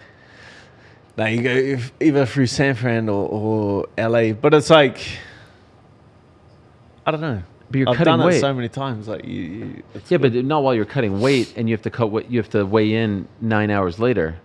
Yeah, but cutting weight sucks anyway. So it's yeah, like, what are you gonna make it more suck? Like it already sucks. No, like, but I was just wondering if that was the hardest one because you couldn't go to a sauna or work out. You're sitting on a plane, and when you're on a plane, you usually retain water, don't you? Yeah. So I had to just not. I had to do it before. On the plane. Got it. Okay. So and if you don't put anything in. Yeah. So you just you can't hold anything. Okay. Can you? So you did the weight cut early. Okay. Is it getting harder as you get older or no? Nah, easier, I reckon. Why? I don't know.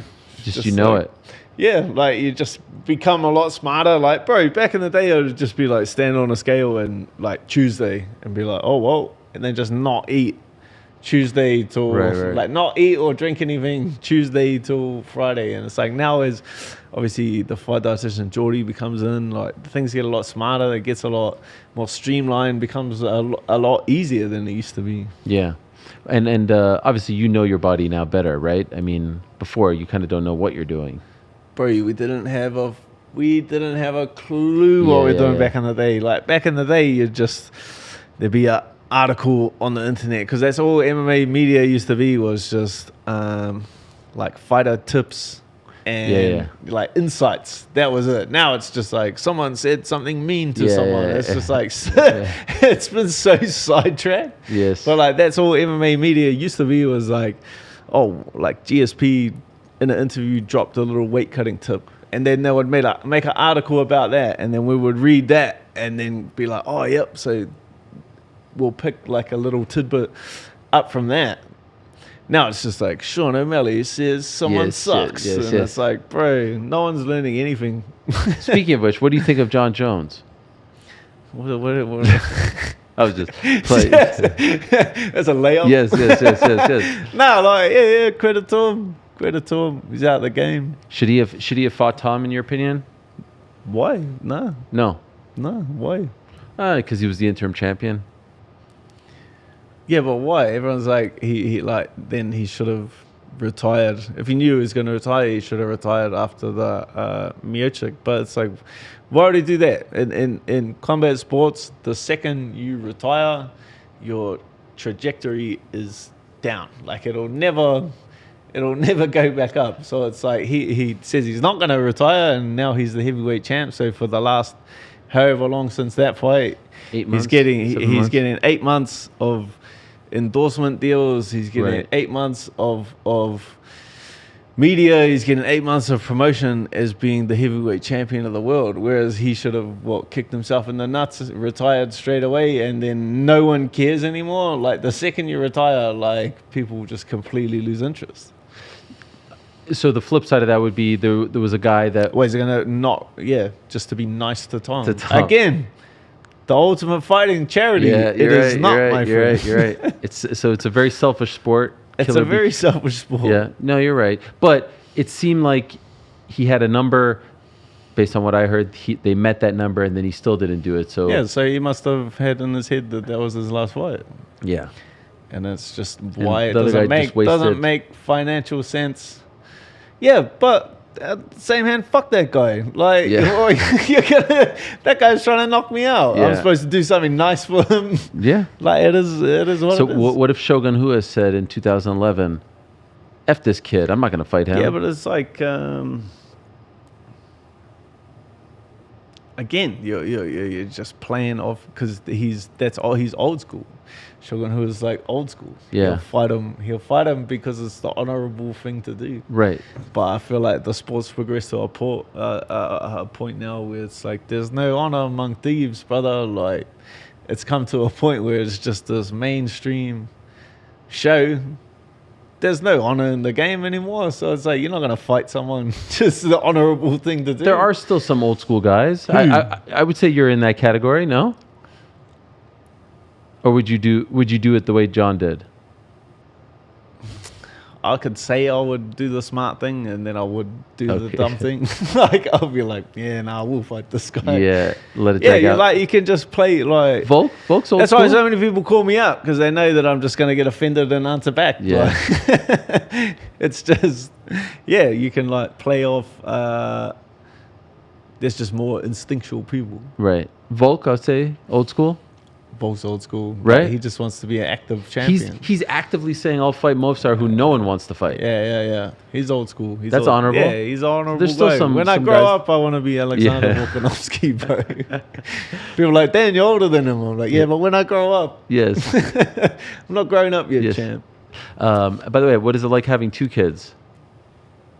Yeah. This one's a dream. Easier. Easier. Yeah. 'Cause you know? Because you know what to Yeah. do. But now you're playing man-to-man defense, as they say here in America. Like Yeah, I look after the older one. Okay. We get one apiece. Yes. And the older one, she's very reasonable. she is. You know? How old now?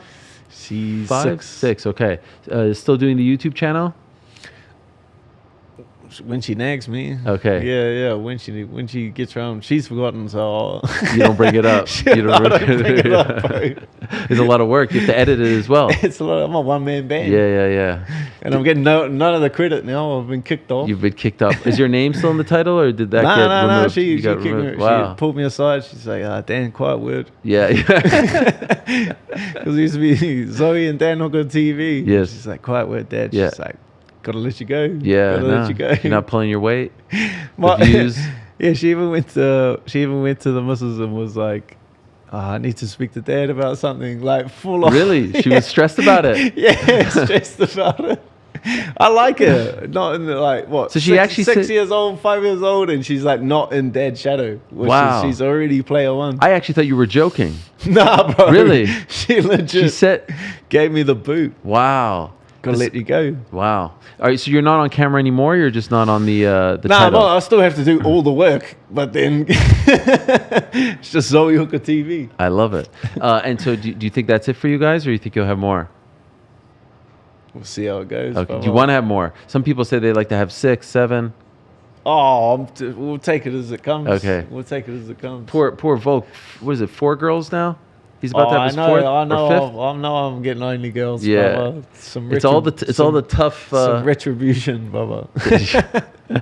It's all the testosterone-filled guys. yeah, nothing but girls. They call it the fighter's curse. That's it. We have Mark only Coleman girls. only had girls. I remember. That's Overeem, same thing. Overeem. That's right. Yes. And he had tests coming out of his ears, you know. Nah, it was horse meat. Yeah. Yeah. Give him a jacket. Yeah, exactly. When is this happening, by the way? I don't know. The ceremony. You I have no don't know. idea? I don't know. But they flew you out for it. yeah. Wow, they actually paid for your flight. Yeah, check that out. Wow. Usually they would save it for when you have a fight, so they can kill two birds with one stone. I don't know. No, I don't know. You'll take it. I Yeah, was yeah, gonna yeah. come anyway. And the tickets. You sure you have the tickets? You want to buy? You want me to give you one? I'm just saying because last time I was I'll give upset you on you your one. behalf. Hey, you can Oh, go. me- you can go. me and you on together? mine. Yeah. I'm sure they'd love that. Just really I'm kick sure them. they'd love that. Imagine who's your plus one? Some guy named Ariel. Nah, some guys. Yeah. Be there in the front row. So you like Kai? You think Kai wins in the first round knockout? 100%. Take it to the bank. Yeah, he's like just. I guess the last piece of the puzzle is like he's found like with his culture, right? Like he falls back into his Māori heritage and his culture, because the last piece of the puzzle was obviously you can cross all your T's and dot all your I's, but there's still you do everything you possibly can right, and it can still go horribly pear-shaped. So you need the aspect of like belief, or the aspect in faith in a higher power, and a lot of the Brazilians find it in religion. Most fighters find it in religion, like, oh, God will take care of it. And it's that element of faith, I feel like, is the last necessary part. And he's found it in his culture, and I feel like everything's kind of come together at the right time. Do you have that? Nah, me, I just am so practical about the fight game that I have a, whereas I'm just like, fuck it, anything can happen. So you don't need that higher I don't power, need, that I don't inspiration. really need that aspect of faith. I just know that anything can happen in this game. So why can't it go perfectly correct? But the idea Usually of like, doesn't. But. well, I mean, right now it is to a degree. Right now To it's going pretty well. To a degree. I mean, A few less cuts and scars will be good. That's wild how it like comes Yeah, your out body like that. just breaks it down, bro. Like it'll just slowly, so you can squeeze it. Wow. Does it hurt if you punch? Nah, like it's good. But will it always be like that? Nah, that'll just slowly go down. Okay. Yeah. And was it one surgery? Two. The first one didn't go well? Nah, it went well. It was just like a You really had to bad have- break. He Wow. goes, the surgeon opened her up and he said, "That's the worst break I've seen in 20 years, mate." Come on. Really? Yeah. I did the right number on it. Wow. Did you know right away? You could tell right away, right? I knew it was, I knew it was broken right away. Because when something breaks, it like goes numb. You can't feel it. Oh, wow. So when you break a bone, Yeah. if you can't feel it, then it's like, That's a problem. that's broken. How many surgeries have you had? A couple. A couple. More than why is that a personal A question? couple. Nah. Chris Weidman's had like 25. It's crazy. That's the funny thing about it. I've actually been quite lucky in terms of like I've had obviously the surgeries on my other arm and then the surgeries on my hand. But in terms of injuries, I've been real lucky. Yeah. It's like just quite recent, but besides that, I've been pretty injury free most of my career. So And then it's like good at this stage of your career. People are like, "Oh, aren't you pissed off?" But it's like, it's like the last couple of years, it's been pretty good not getting hit in the heel all the time. Like have a little break. but hopefully you can come back this year. Yeah, I'll definitely fight this year. Maybe like October, November, maybe back in New York. Although I think you guys don't like fighting in New York because of the taxes. Yeah, I don't care. Okay, all right. Jeez. Are you chill about it? Does anything annoy you? Does anything annoy me? Does anything Well, I'm piss just you gonna off? Sit and think about things that are going to annoy me. Nah. No, all right. You see this? We have our poker table here. I was watching the show upstairs and I didn't know what happened to Askren, but man, that's a lung Oh, to Ben Askren. Oh, so you know Ben the backstory. Askren. Yes. So we're just, it's a very scary thing. And Crazy, bro. I don't even know how they do that. how do they do what? Like, how do they replace your lungs? Oh, man, Where do no. they get other... Oh, wait. I have no idea. He had pneumonia and he had staph Right. infection. Because Yeah. I've seen them go sideways so many times, like guys will get a staph infection. Sure. Blink and then they're almost going to lose a leg or... I know, it's crazy. Bro, it's crazy how it gets you. And because it's such like a common thing in... Have you had staph? like 100 times, like Okay. any other fighter. Yeah. Bro. Any real bad ones? Remember when it happened to Volk? When I had like it turns into cellulitis, and then you can go. I've had cellulitis like a couple of times. Of like 100, you've had a couple go real. Oh yeah, I've had one I had to have a surgery on my knee because it was like to the point where it was like eating through the skin. Really? Yeah, they Gosh. get ugly, bro. Because Man, all the best to Espen and his family, man. So if you don't mind just signing on the way out, and we'll auction it off, and that's it. We appreciate you stopping by. Thank you very much. This has been for that. great, Dan. Thank you so much. I love that shirt, and I love that you're always rocking the flip flops, just like the California kid. What do you got there on your thing? Ash goes, he coming to Israel's what's his Hall After of Fame. party. Oh yeah. He's in the Hall of Fame ceremony. Yeah. He goes like, "Did you bring your suit?" I was like, "What suit? Ah. I think I even own a suit, my friend." So are you gonna wear this? Nah, I'm not wearing it. Oh, you're not gonna come. I love it. Well, by the way, I like that little that thing that you have on your fanny pack. The boo-boo. You got the Labubu? Where did you get it? My kids are dying for it. You got to like full on line up and everything. Yeah, you did that? Huh?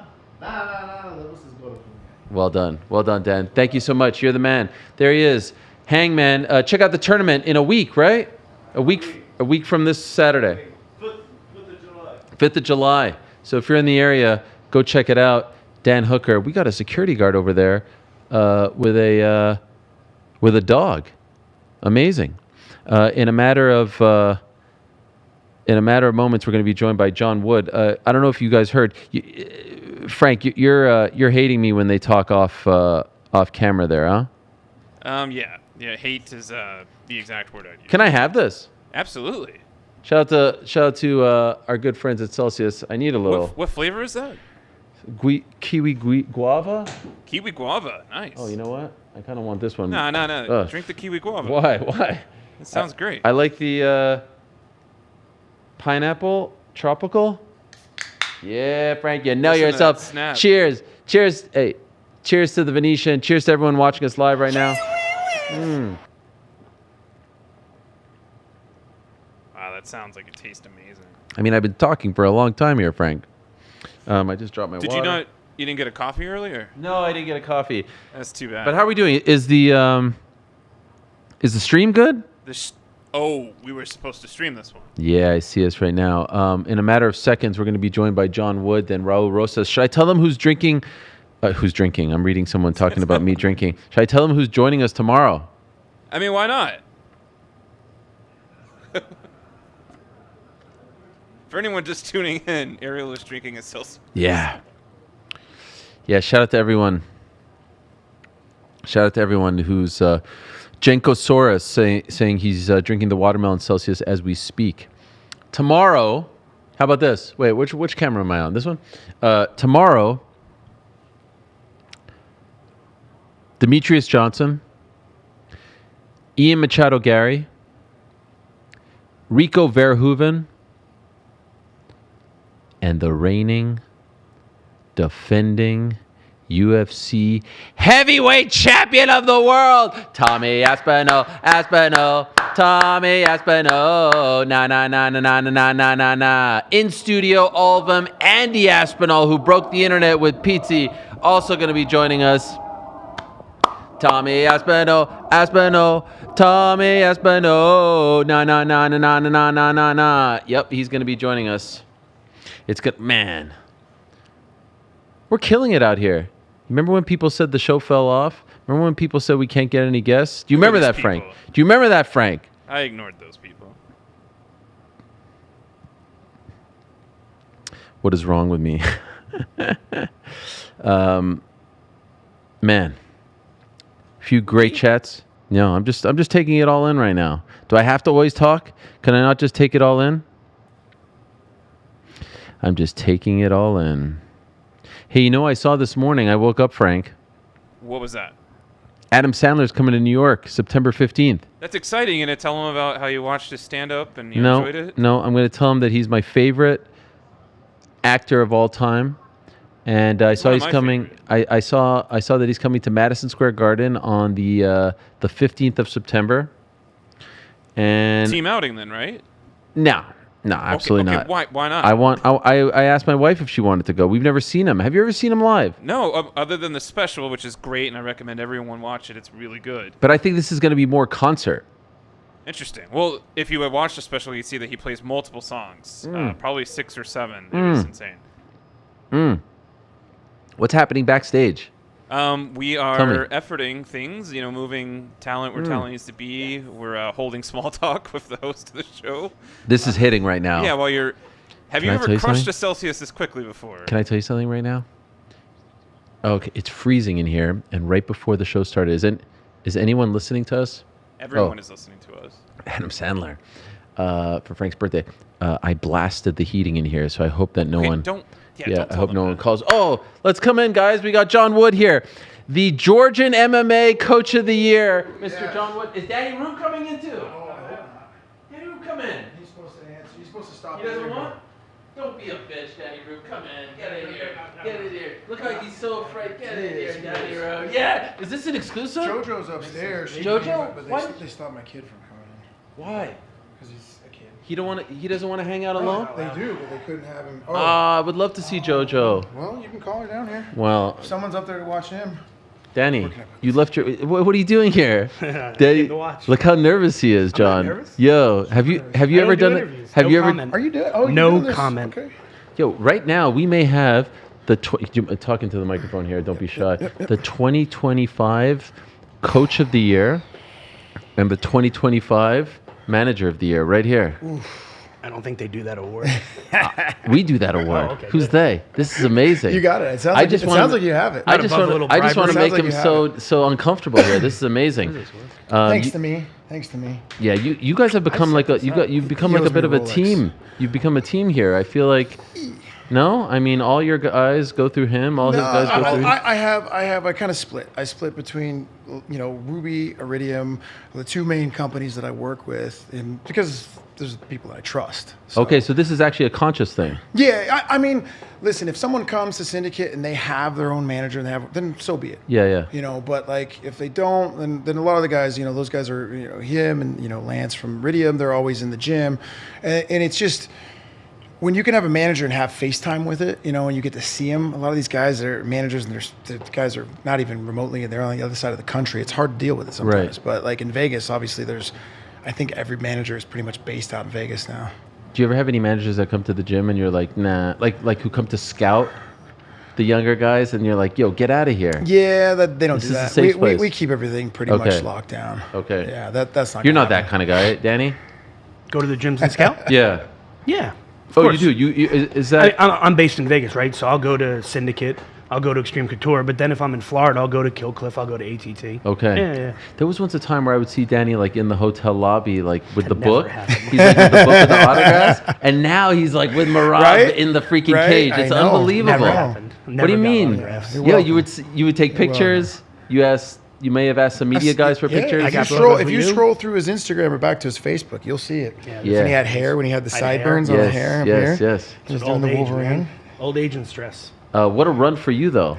Yeah, it's Man, been crazy. Like Newark, incredible. Then you go to Georgia. Yeah.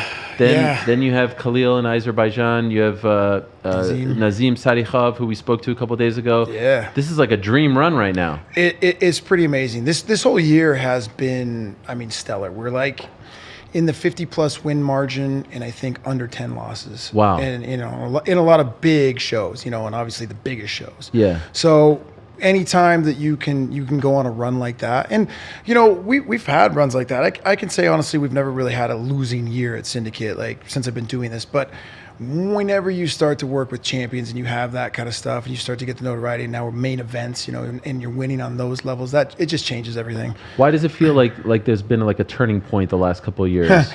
What's changed? Because there actually was. This is my 22nd year having the gym, and Wow, that long. 22 years. Wow. 22 years. And I started it young. I started as a fighter. I started as a training partner to a lot of these guys. So I had to kind of come up and earn the respect and learn a lot of things the hard way. And not having the confidence years ago of like, hey, I always had the vision of what I wanted and how I wanted it to be. but maybe not the confidence or the wherewithal to put that in effect. In the last couple of years, a few years ago, 3-4 years ago, I decided, okay, hey, I'm going to focus on a year of getting the business aspect squared away, getting, the members, the tradition, like the people that are coming in, the business funded, everything taken care of. So, we got a good location, got everything squared away, got that going, and the business is killing it. We're over 1,000, almost close to 1,000 students in the gym. Regular people. Yeah. And so once that got squared away, then I kind of really started to focus on the fight team, changing the culture. There's a lot of things I used to let go, let happen. Maybe have bigger name fighters in the gym doing some things that I knew weren't right, that I would let them get away with because I didn't want to lose those guys or didn't want to. Like what? Like they'd show up late or show something? Up late, disruptions, just pain in the ass, bad partners, knocking people out, just dickheads on the mat, And so basically we cleaned house. Really started building the culture of what I wanted, how I wanted the team atmosphere, shutting the doors down to where it's, Vegas is, it's a melting pot out here. There's a gym on every corner. There's a coach on every corner. There's somebody everywhere. There's the PI, and a lot of people like to go everywhere, So for us, we're building a team doing something different. I hired a great coaching staff. We have a great assistant coaching staff and doing something special inside those walls. So basically for me, it's, if you want to be part of the team, be part of the team, and it's great. If you want to go everywhere else, do that too. But we kind of really started closing the doors down and pushing our narrative, our culture, and man, everything just aligned up with that, and just kind of, it just changed, So it really was about 2 years ago where all that kind of flew, we got all the bad out, got a lot of good in, and it just changed, man. And it's been, you got a room in there with, 50 to 60 guys every day that are just killers, and everybody's there to help everybody there. There's no egos, there's no assholes, there's nobody there that's, trying to be the man, and there's a lot of good people. So from your perspective, why is it working? Why would you tell a fighter to go to Syndicate? I think there's two things. One, coming to Vegas and training here, you have great training partners. And if you are in the UFC, you have the access to the PI, which world class. Like, there's literally nothing better. And two, I honestly think he's the best coach in the world. I really do. And don't tell him I said that. But he says the same to me privately. He's never said this. I really do. He's been shitting on me for. I don't shit on you. Let's slow down. He says the same I keep to me. you humble. Yeah. But I truly believe that, right? And when you see him work with the fighters, and not just working with them in the gym, right? How he corners in the corner, very calm. Take a breath, take some water, 40 seconds of advice. I truly believe that. And I'm not the only one who thinks that, right? I think he's finally starting to get his flowers. But I do think a lot of it is when good fighters are there, other good fighters are going to come, right? So he's built something over however long, 20 years of continuously having good fighters in the gym. And I do think COVID was a big turning point for it, because it allowed people to say, hey, I need to get to Vegas because all the fights are going to be there. Let's get there, right? And a lot of people moved out then, and now they just decided to stay. And actually, COVID was a good and bad one. I kind of that was where there was such a big influx of fighters that came in. That was where I realized I kind of got caught in my pants, and I'm like, holy shit, I'm not prepared to have this size and this many people to deal with. And that's where I went out and really started scouting coaches and getting and bringing people within. And then, like I said, we built a staff and really trying to do something different. MMA is such the wild, wild west, it's still crazy. We do things differently. Everything's kind of chaotic. So I'm really trying to take some of the aspects of professional sports. We have weekly team meetings. We have film study weekly. We have camp meetings. We sit down and put out the camp for everybody. We sit down with a just simple little one-page contract. Here's your training times. Here's what we're going to do for you. Here's what we expect from you. Here's what you're going to get from us. Just kind of trying to put some professionalism without taking away the natural feel of things. And but that was really when like I said, when COVID happened, there was a lot. And at that time, it was kind of just me. And it upset some of my fighters that I'd had for a long time. And we had a little bit of a down period. I lost some guys, and it really made me take a step back and go, man, I got to do this better. What can I do better? How do I do this better? And I started looking to advice from other coaches, people that I look up to. Pahumpa from ATT is, real good friend of mine. I called him, hey, how do we do these? Just guys, Greg Jackson, guys that I've looked up to and worked with for years. What are you guys doing in these areas? And really started just kind of collecting data from everybody and doing, the right things. And it just it's paying off. So when you say that you've had the gym for 22 years, Yeah. but it's really been like the last 2 years, 5 years, 6 years, you're still a tremendous coach, but maybe not getting the same type of media attention. Are you annoyed by this? Are you No, upset by this? so here's the thing, and it's actually him and a couple of the guys like that really pushed me to start doing media. I'm not a guy. I'm not the jump in front of the camera guy. I don't do that. I love this stuff. I love this sport. I love the fighters. I love what I do. There's nothing else I'm suited to do. It's really about the fighters. So I really haven't gone out of my way to do any media, any interviews, anything. The last 2 years is where I really started doing it, and that's where I realize now, like, doing these kind of things and putting yourself out there does get more eyes on your fighters, get more eyes on the gym, get more eyes on the team, and so, I mean, I've been doing this at a high level I was cornering Evan Tanner in the UFC. I was at Forrest Griffin when he won the title. All those things. I've been doing this in high level corners and coaching. I've had somebody in the UFC for the last 20 years I've been dealing with. But I think now it's just kind of putting myself out there in the social media to get more eyes on the gym and the team and attract, better training partners. It all comes down to having a better. I want the best room possible. So whatever it is I have to do that, great. And I've always said that if people know who I am, it's because I've done my job and these guys are killing it. And you are doing your job. I want to ask you first and foremost about Khalil Roundtree. Mm-hmm. I'm fascinated by Khalil Roundtree. There's something all about are. that guy. We all are. Talking to him, watching him, his video blogs, and then even like the fight starts. What was up with that? What was he doing there? What was that? He was just kind of like this. Yeah. What was that? He kind of had a chip on his shoulder for this one with some of the things that Jamal was saying as far as like the respect of. Jamal said he's not on his level. Yeah. There's no way I see where this guy can beat me. And when you say things like that to Khalil, he takes it to heart. The guy is he's a special, unique guy. And he wears his heart on his sleeve. And, and there are some areas he's sensitive. But if you call him out or talk shit to him, I could tell you some stories that I can't tell you on air about some things where, he will come to your gym, come to your house. He will come to wherever you are, and he'll do it by himself and say, hey, if you have a problem, we can go now. Like, he's that kind of guy. So I think at the beginning of that fight, I didn't know that was going to happen, but I think that was more of like, bro, you're in for some shit. Wow. Just letting him know right off the bat that this isn't going to be a good night. And he already kind of put it out there. I'll tell you, like, the performance that he put on, he's very true that he tore his meniscus. I think fully tore his meniscus 3-4 weeks before that fight. We did no sparring. It was just training and no sparring. We were on a really good track. I think this was like the third time we're supposed to fight Jamal anyways. But it wasn't we didn't even know if we're going to make it to the fight. There were stem cells, a lot of therapy, a lot of things that were just able to restabilize the leg. So for him to go out there and do that, and honestly, if he has a full healthy camp, I don't think Jamal walks out of that cage. But Khalil is just a different kind of character, man. And he's not a guy that you want to have mad at you. Yeah. If I was anybody who was fighting him, the first thing I'd be is like, man, hey, it's great. I can't wait to get in there. I respect you so much. I don't want that guy kicking me like that. So as his manager, big fight they were supposed to fight in April. I don't manage Khalil. You don't manage Khalil. You're just buddies with him. Yeah, just Khalil's give him advice. Khalil manages himself. Yeah, Okay. He manages himself. So then I'll deflect back to you. Why stick with the fight? Like, there was a big one for him. Yeah. And clearly it worked out, but were there any sort of reservations about... The only reservation was my reservation, and I even told Khalil going into this, I was like, listen, expect to not fight him. If we line up for Baku and he doesn't show up, we're taking whoever's next. Oh, wow. Because I kind of, obviously there's an injury history with Jamal and some pullouts with some things that were, rumors, and we don't know why. But it was such a good fight for us. Like, there was never a doubt in my mind or Khalil's mind that we were going to, that it was going to go the way it went.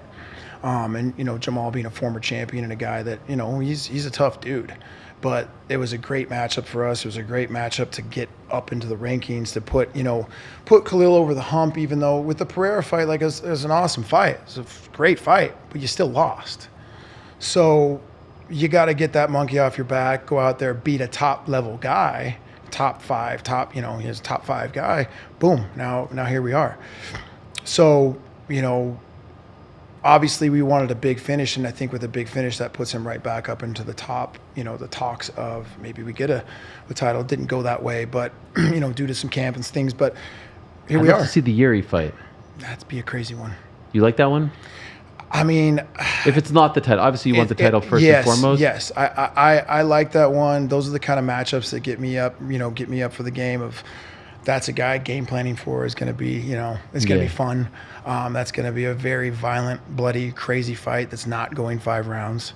And it'd be a fun one. By the way, what did you make of the exchange at the end of the fight with Jamal going up to him? I mean, they just had 25 minutes to fight, and it's like, what more could be said at this point? It was 50 to 45. No. Listen, there's and people. It wasn't like he was running. He was standing right there. Yeah, there's people that just I don't want to say delusional, but have their views and have their realities. And they're going to believe that reality no matter what, whatever happens. And I think Jamal is, he's got a lot of soul searching to do when it comes to what's next, and obviously, he's losing to the top guys in the world, but still, it might be a little hard for him to believe. In his mind, he thinks he's still champion and thinks he's still, hey. So when you go into that mindset, sometimes that self-belief, it's good for you, but sometimes it kind of makes it, you cloud your vision in what reality is. And even I think that's kind of one of those moments of like, I don't know how you would even think. You got dropped 3 or 4 times in that fight, and even in the last round twice. So guys got to do whatever they got to do to make themselves feel better. You've been talking to me about Tzadikov for a while. You're very high on him. What a freaking fight, man! It was a little dicey there in the first round. Yeah, I honestly, even like the Bonfim fight. Yeah, like Bonfim was all over him for the first 3 minutes, and then he finds that head kick. I mean, the kid literally is like top 3 most talented kids we've ever signed, and that says a lot, Wow. He's right? savage. Like He's special. I signed him at 4-1, and he's like, "I'm ready to be in the UFC tomorrow." I was like, "You are, but that's not going to happen. Like, you got to follow a path. Get a couple fights in Fury, get on Dana White Contender Series, highlight reel on Dana White Contender Series, and then I mean, obviously, like there's just like anybody's career, there's bumps along the way. Like he didn't fight for like 9 months because he kept losing opponents, and then UFC offered us a much tougher opponent. We asked for more money, they said no, so we said, okay, we'll sit and get something better, right? And then, like, I think now, hopefully, the UFC gets behind him and really starts to push him. He's got a personality to him. He's got and also now he's doing some social media. Yeah. He's got a social media guy helping him. I think that's a big thing too, right? Like the guys at the UFC always say like they only get behind people when they see that they're already starting to hit that rocket ship. They're just an amplifier. you seem high on him as well. Oh man, he's so talented, that guy, and tough. And that was part of the thing when we got him to the gym, is that it's great as a coach to have that toughness, to know that if we need to go out and we're down and we need to slug it out, we need to brawl, that's there, and you probably finish a fight. He could probably, the kind of fights he had before he got to the gym, before he got to Syndicate, those kind of fights were entertaining. But like for me, fight of the night is great, but I'm always like, let's go for more of the performance of the night. Let's get that, and let's not be in these wars. Now, what happened out there, best case scenario, you got fight of the night, performance of the night, and you did it in your hometown in a fight that everybody, like, I if that's not nominated for fight of the year, I mean, holy shit. Fight and maybe round of the year. Yeah, The first round was I nuts. mean, it was insane. I lost my voice in the first round, completely blew out my voice, and I was like, oh my God, I got another fight to do and more rounds of this. But he is super talented. That's a kid that will be in the top 10 very shortly and competing top 5, and I think we got something there. He told me he wanted a BSD in Paris. You like that one for him? Yeah. Yeah. Any chance he gets it? And we'll see. I emailed Sean and said, hey, this is what we want. Like, he wants to play spoiler now. Let him fight BSD or Manuel Torres in Mexico. Like, I love that he's like, yeah, I got a home fight. Let me go to someone else's home. Not a lot of the people kid, say that. The good thing about him, man, is the kid is confident, but he's also humble and willing to learn. He's one of those guys that he's the complete package. It's just kind of connecting the dots at this point in time and putting everything together. And that's where we're at. And I think that the next year is going to be a good one for him. I mean, honestly, like Chiesa, obviously, I'm really good friends with. He's an analyst. He's so smart at what he does. And he's always said, like, the best asset that Nazim has is his composure. He just stays so calm. Like, even in the Bonfim fight, Bonfim was all over him the first 3 minutes. And then just stays composed, finds that kick. And same in this fight. Like, he got hurt to the body, got hurt to the head. I mean, credit to the referee also, right? He didn't step in and stop it when maybe other refs do. He dove in on a single as like I don't know if it was a panic single or the. I think the ref was telling him. I mean, the ref was telling him, "You got to fight back," and he threw the one punch that broke him for a second. But he got hit in the body again, and was screw it, I'm going in on this. You look at his defense. He was covering a lot of those strikes, but it's just so much volume, Yeah. So the stuff that you're saying about like being composed and being, humble and all this stuff, feels like you could also say these same things about Merab. Like, I don't know if there are many superstars, champions that act the way he acts. No. As down to earth as he is, as humble as he is. Like, even when you see him back home in Georgia, it feels like he's just like one of the guys. Dude, he whatever you see, he is exactly the way he is in front, behind the camera, his personality. He's literally the most down to earth guy you could ever imagine. Like, and he's a especially guy with that kind of success, right? I mean, it's insane. Like, he takes it all in stride. You would never know if you were walking next to him here or sat down. Yeah. You would never know who he is by how he presents himself. He really is such a good dude in the room, such a great training partner. He shows up to everybody's fight to corner, no matter what level.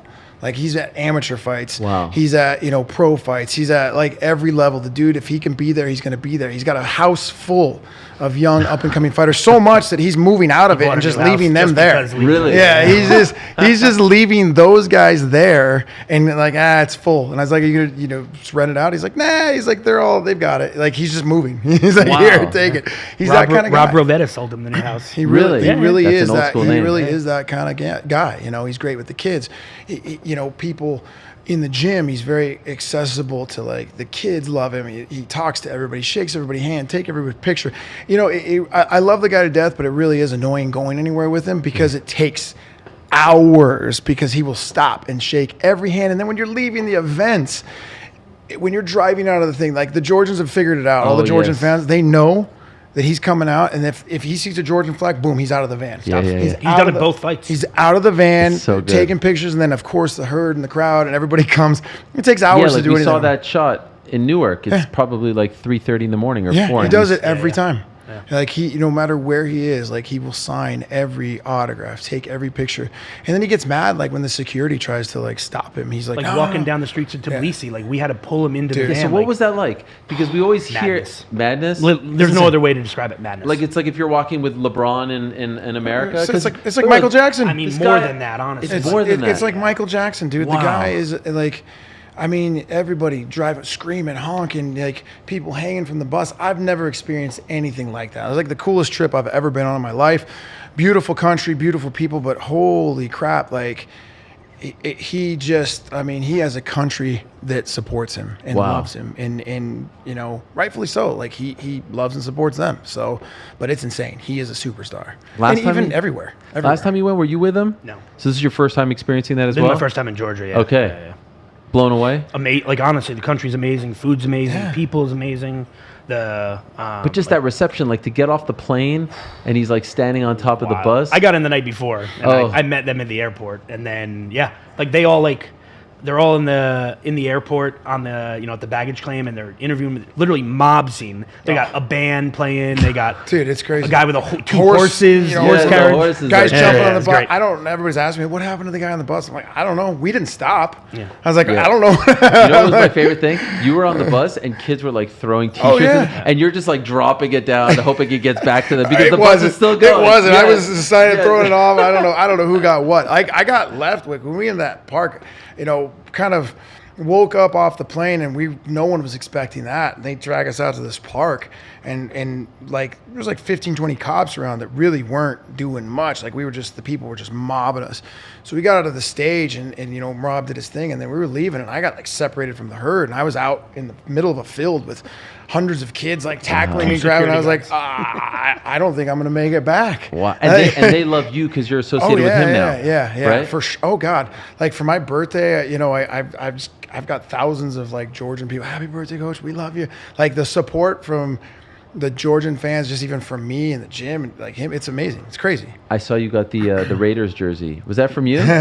Georgian Birthday MMA gift. Coach of the Year. Yeah. Was that a real thing? Were you really? So one of the main like Media the only outlets? media outlet out That's there that does it, amazing. voted me. Obviously, that was a pretty So you don't it was a have slam to, dunk. You don't have to be of Georgian descent to win the Georgian MMA. No, It's just everybody like- else. There was it was me and like Polino and a couple other people that were in That's the running. amazing. And yeah, lo and behold, a I huge honor. I got voted in. I bet you never thought that would happen. No, I did not think that was happening. Is this something that you care about? Like, to win a Fighters Only award? Are you someone that Listen, cares about these things? I haven't. I'd be lying if I said it wouldn't be cool. Yeah. Like, sure, we all want, if you do this job, you do it for the right reasons. You do it because you love the job, you love the sport, you love the fighter. And again, like, I don't need the credit, but like I said, I'd be lying if I was like, it wouldn't be. It'd be cool to get that, you know. Yeah. At Like, least a nomination. yeah, at least a Never nomination. been nominated? Never been nominated. Not for that, no. Really? Yeah. 16 years, I think it's been going. 15 years? Yeah, never. Wow. That is so, weird. Yeah, but again, a lot of this is playing the game and getting out and getting your face seen and Yes. doing the social media and doing those things, and that's something that, like I said, I've started to do, and we'll see what happens. But if I got nominated, that'd be awesome. Sure. Like if I don't, it's not gonna ruin my day. It's not gonna change my job or what Just I nice do. to be recognized. Sure. Sure. Like anybody, I think that just as humans, we all have egos. We all have a little bit of that, internal, like, it's like, I want to be loved, Yeah. but and it's not going to make or break me, but it would be cool. Absolutely. Can I ask about Merab versus Corey? Sure. Your thoughts? We win. No. What are the challenges? What are the? Corey's a great fighter, and actually, Corey is a guy who I enjoy watching fight. I've always through the years really liked his style, and I like the way he goes out there and performs. I think it's great, stylistically. I think that there's a lot of things that go on behind the scenes in the room and even in the fights with Merab that people don't know. The timing, the changes, the little things he does that match up very well for this fight. And I think that, there's a lot of things. Obviously, he switches stances a lot. He, flying knees, there's uppercuts, there's all kinds of stuff. But, I think it's going to be a very fun one to game plan for. And I think it's one that we come out on top, no problem. Okay. And I mean, he wants to be active. He talks about 4. I don't know if 4 is possible this year. 3 is probably more likely, for being honest, right? I mean, if we can do October and then December, it's reasonable. But you know better. No one. They never give an October, December turnaround. It depends, If they it need depends what they somebody- need. If It they need depends what they somebody, need. absolutely. So would the first date be October? Like, is that what he's gunning for? Nothing's confirmed. No. I'm not asking. But like, would that be his ideal month to come back?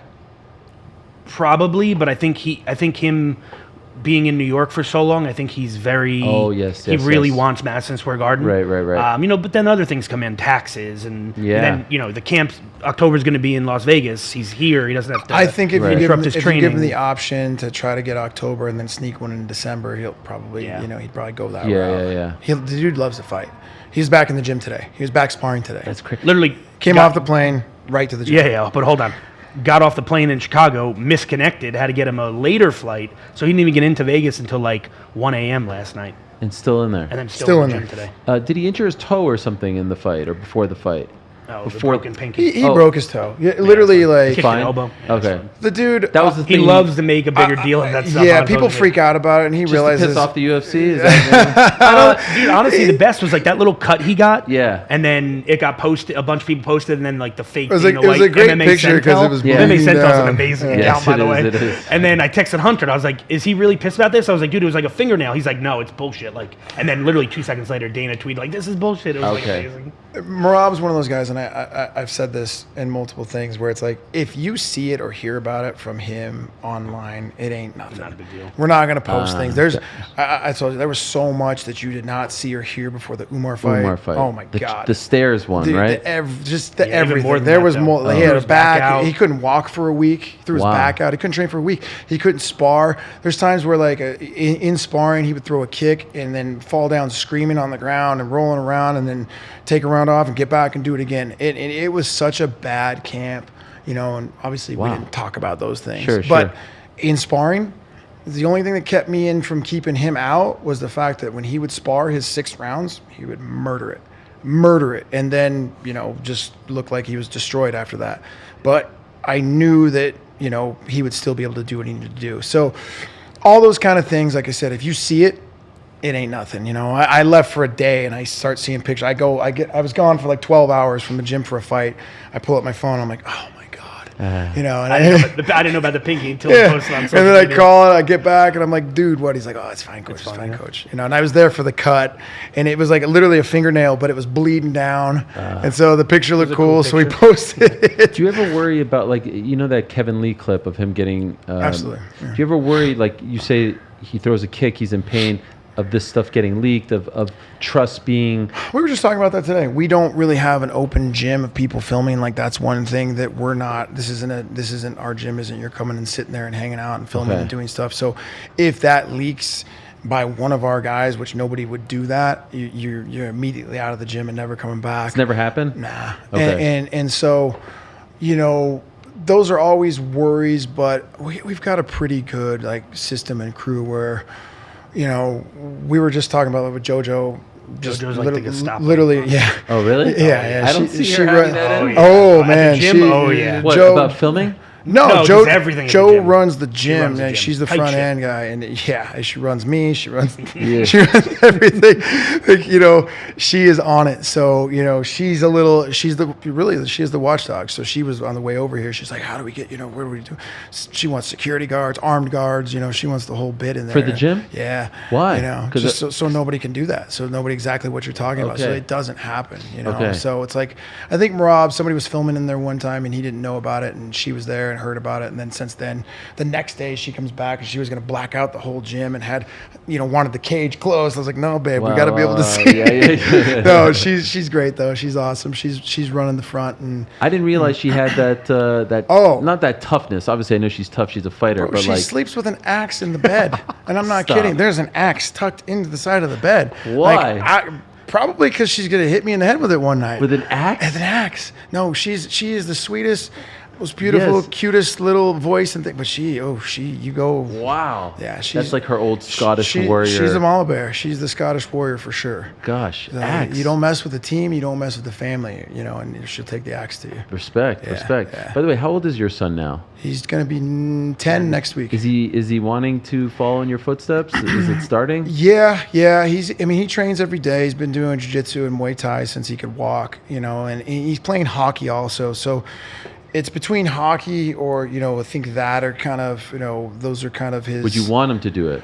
Man, I wouldn't steer him away from it. I don't know, I have a very good, even cornering Joe and cornering my fighter, I don't get nervous. I don't feel those nerves. I don't have any of this stuff, but I always think about what it'd be like to corner my son, my little baby boy, in a fight. I can't imagine. I'd kind of be, that might make me, shit my pants a little bit. Yeah. So I don't want to see him ever get hurt, but I think how could I tell him everything we have in life, everything we have in our life, and everything it's built on is based around this sport, and this is something that I absolutely love. So I'm not going to tell him ever, hey, you shouldn't do it.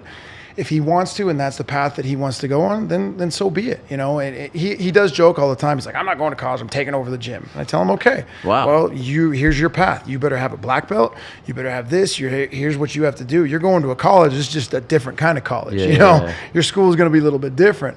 It's not going to be handed to you. You're going to earn that the right way. But if he wants to do it, then he wants to do it. And I wouldn't tell him he couldn't. I saw a video earlier today. I was just looking up some old stuff. This is like your Ultimate Fighter, like John Wood, perspective, Ultimate Fighter participant. You had maybe 6 or 7 pro fights at this point. You're much younger, obviously. I don't know which tough it was. Maybe 7. 7. I was just going to say that 7. Yeah. Was that Forrest and Rampage. Forrest and Rampage? So we're talking Forrest and Rampage was probably 2006, 2007, something like that. Yeah. No, maybe 2008. In any event, I think it was 2007. okay. You're not coaching just yet at that point, right? I Or kind you're of. I still had the gym, so I kind of was. Okay. But I wasn't all the way in on it. Who did you emulate your coaching style after? Who molded you into the coach that you are So today? this is kind of the crazy thing. When I started fighting, I came first. I grew up in Vegas, got into a lot of trouble, moved away. Went to Arizona for a little bit. I started, messing around with some things out there. Really got into MMA at about 17 years old, 18 years old. What year is that? I don't That's know. not polite. Okay, I mean, I'm just trying to long gauge. time. I'm 46 years old, so minus 32. Okay, okay. No, 22 years ago. 30. 32 years ago. So I ended up, wanting to move back home. Vegas was home. I came back and I joined the Las Vegas Combat Club. Ricardo Perez Yes. and Frank Mir was out of there, and Phil Baroni was there, and all that stuff. So I came back here, and that's kind of where it all started. So I had some coaches there for the first year. When I started the gym, I got into a car accident, had some money, started the gym, did the whole, hey, I want to do this as a future investment. And that's where kind of I lost my coaches. And then, Forrest came out and did The Ultimate Fighter, and he was living with me after The Ultimate Fighter, literally under my dining room table in the dining room. He lived under my dining room table. That was his bedroom after he got off The Ultimate Fighter. Under the dining room Under table? the dining room table was where his mattress was. What? He lived in me, Forrest Griffin, and Alex Schoenauer had an apartment together. Yeah. Wow. So kind of after After that. The Ultimate Fighter? After The Ultimate Fighter. Wow. So I kind of just followed him around, and we brought coaches in, and whatever he would go, and we'd go to these.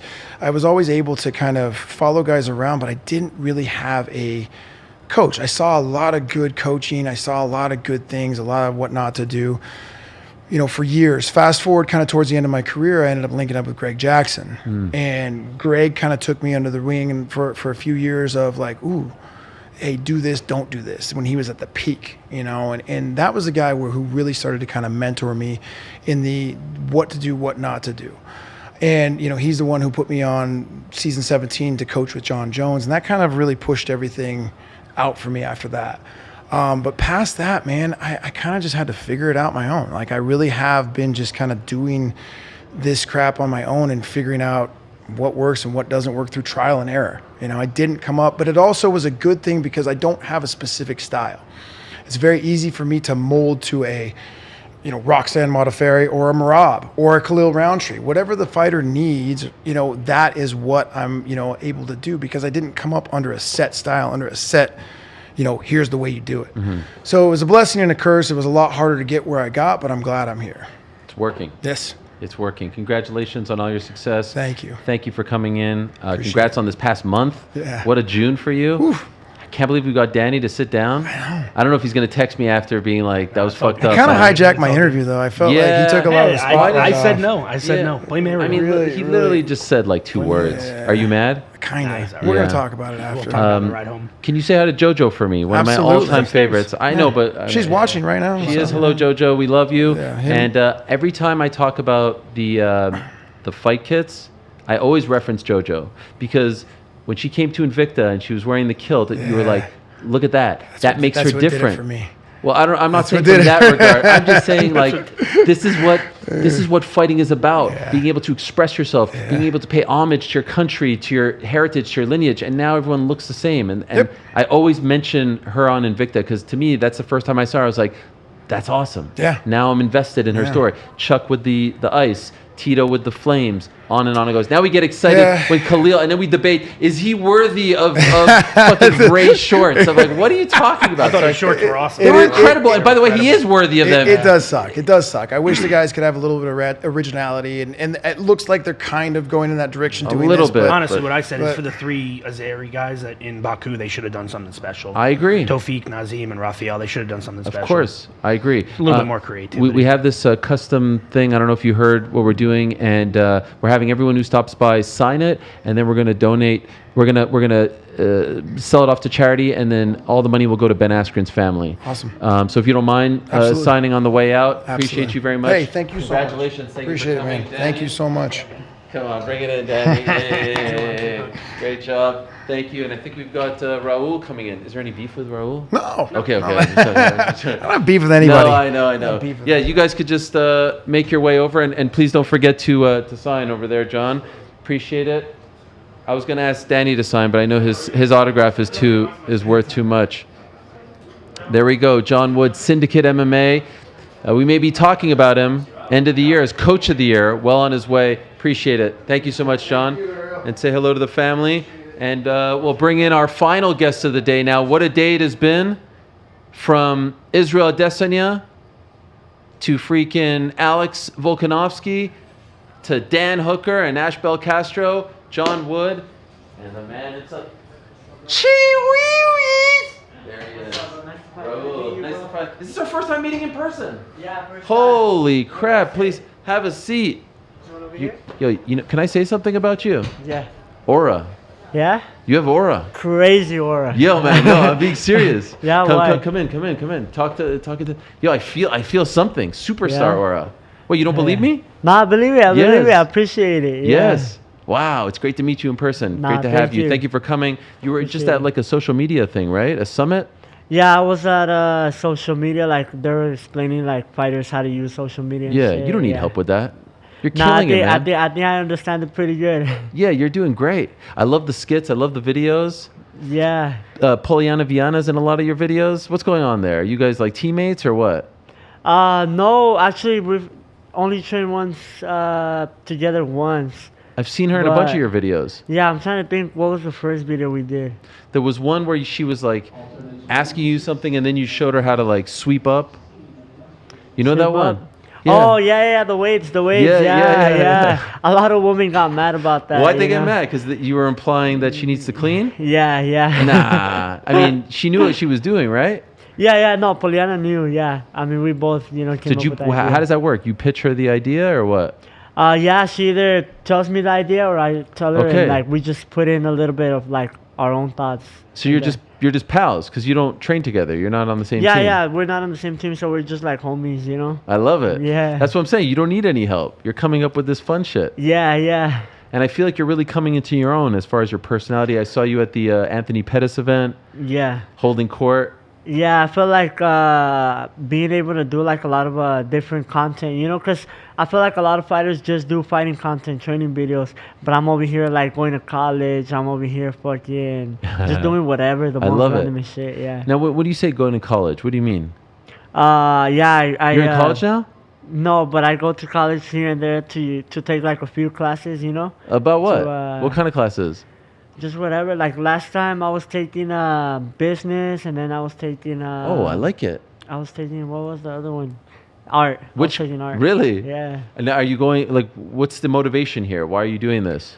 Just to have something to fall back on, like a second career, even though, This career is going pretty it's well. It's going pretty well, but like you never know, like a car crash or Oh no! something, Let's not put that out there. Yeah. But I mean, you never know, so yeah. Did you graduate high school? Yeah. Okay. Yeah. Because I saw you also posted another video where you were like, you dropped out. Oh yeah. and So like some videos, I just to hop on the trend, So you didn't actually drop out. No. No. You made it through. You graduated, but you didn't go to college. Yeah, no. It was really during like the pandemic, right, where you decided like you got to go all in here. Yeah. It was after I fought Mondo, because I was like, fuck. I was like, I'm gonna be fighting these grown men. Because I would look at my opponents now, and they would have babies, family, and shit. And I was like, damn, I'm gonna fight these grown men that are fully into the sport. So I'm like, while they're out there training, I'm over here fucking just sitting in the classroom, just having fun. So I'm like, to make sure that I don't lose the fight, I was like, I gotta go full in too. So I was like, it's time. How do you handle it now? Because like you're very popular, very recognizable. People are coming at you, wanting to be friends with you. How do you deal with all that success, all that fame? I mean, I just keep my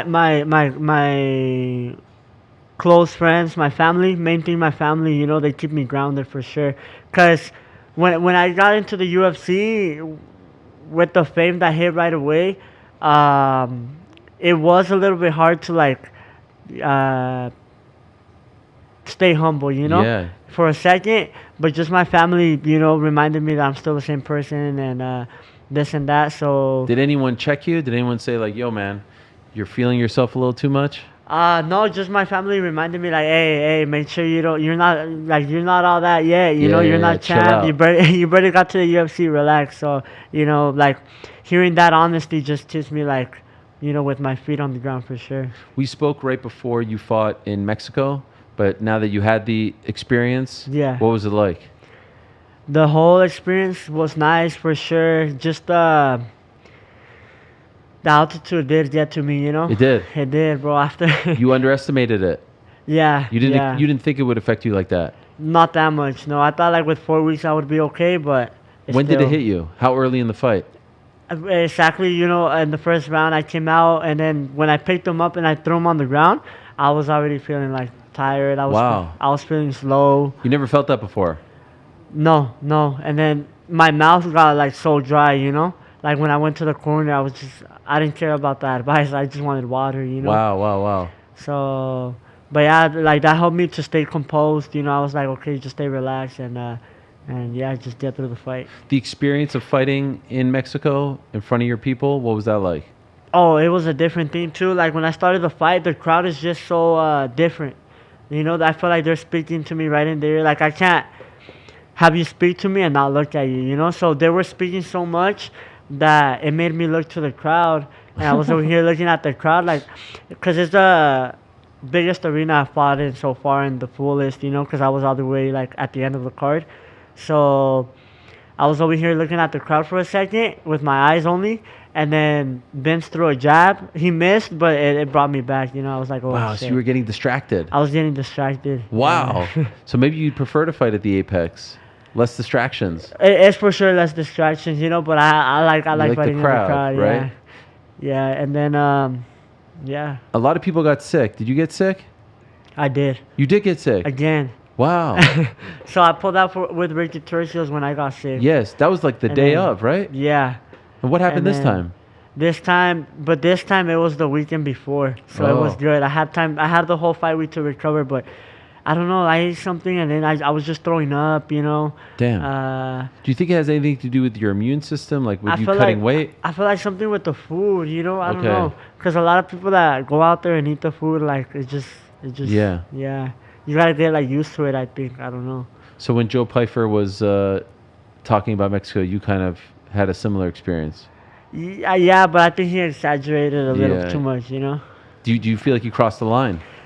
Yeah. I mean, from what I saw, I don't know if it's true because sometimes social media lies. But Yeah. if he talks shit about Mexico, I think you know Yeah. that's something else for sure. I saw on your social media you said fight news is coming. Yeah, You have something. something in the air. I'm not gonna say the opponent. No, I know. But You like it? I like it. I Yeah? like it. It's a step up? It's a step up for sure. It's top 10. For real? Yeah, but hopefully he accepts. You know. Oh, you don't know yet? No, I don't know. Like I'm Okay. saying, it's still on the offer. You know, so hopefully he accepts, and we get it going. You know. Noche UFC. Yeah, September. We're trying to That get it makes for sense, September. right? Yeah. San Antonio? Yeah. Man, top 10, huh? Yeah. Who's the top 10 in the bantamweight division? I'm not going to try to guess. I'm not going to try to guess. I just want to see. We might even have it up there. Maybe we have it. I don't know. Let's see here. I'm looking at it. I'm going to make a guess. Don't tell me if I'm right or wrong, okay? All right. Do we have it, guys? Maybe he can look too. So well, I want to use it as a guide. I'm going to say where is it? Oh yeah, there it is. I'm going to say, wow, imagine you versus Henry. Be crazy. Yeah, that'd be crazy. Mario's on this big streak. Rob, I'm going to say it's Marlon, Rob, or Henry. Yeah, could be one of those. Wow, look at that. I love it. Yo, that's a big jump for you. Yeah, I'm excited. Yeah, Yeah. amazing. And health-wise, you're all good? Yeah, health-wise, actually, well, I'm recovering from my knee right now, but it's feeling better. What happened to the knee? I was sparring the weekend before. When did Ricky Simon fight? Oh, he fought like, He fought Smotherman. a few weeks ago? Yeah, I was gonna offer to step in for that one, but my knee, I got injured the week of because Okay. I was sparring with somebody else. He went for a takedown, and just my knee, you know, something with my knee. Buckled? Yeah, like he twisted because he went for like a low single. Okay. So I thought he wasn't gonna get a takedown, but he did like a weird move, so he twisted like my knee, you know. So it just popped, but it's not too bad, you know. Where is your home gym now? Or do you have a home Um, gym? I'm all over the place. Like in Vegas, I go to a Muay Thai gym. I go to 10 Planet. I go to Extreme for the bodies to spar.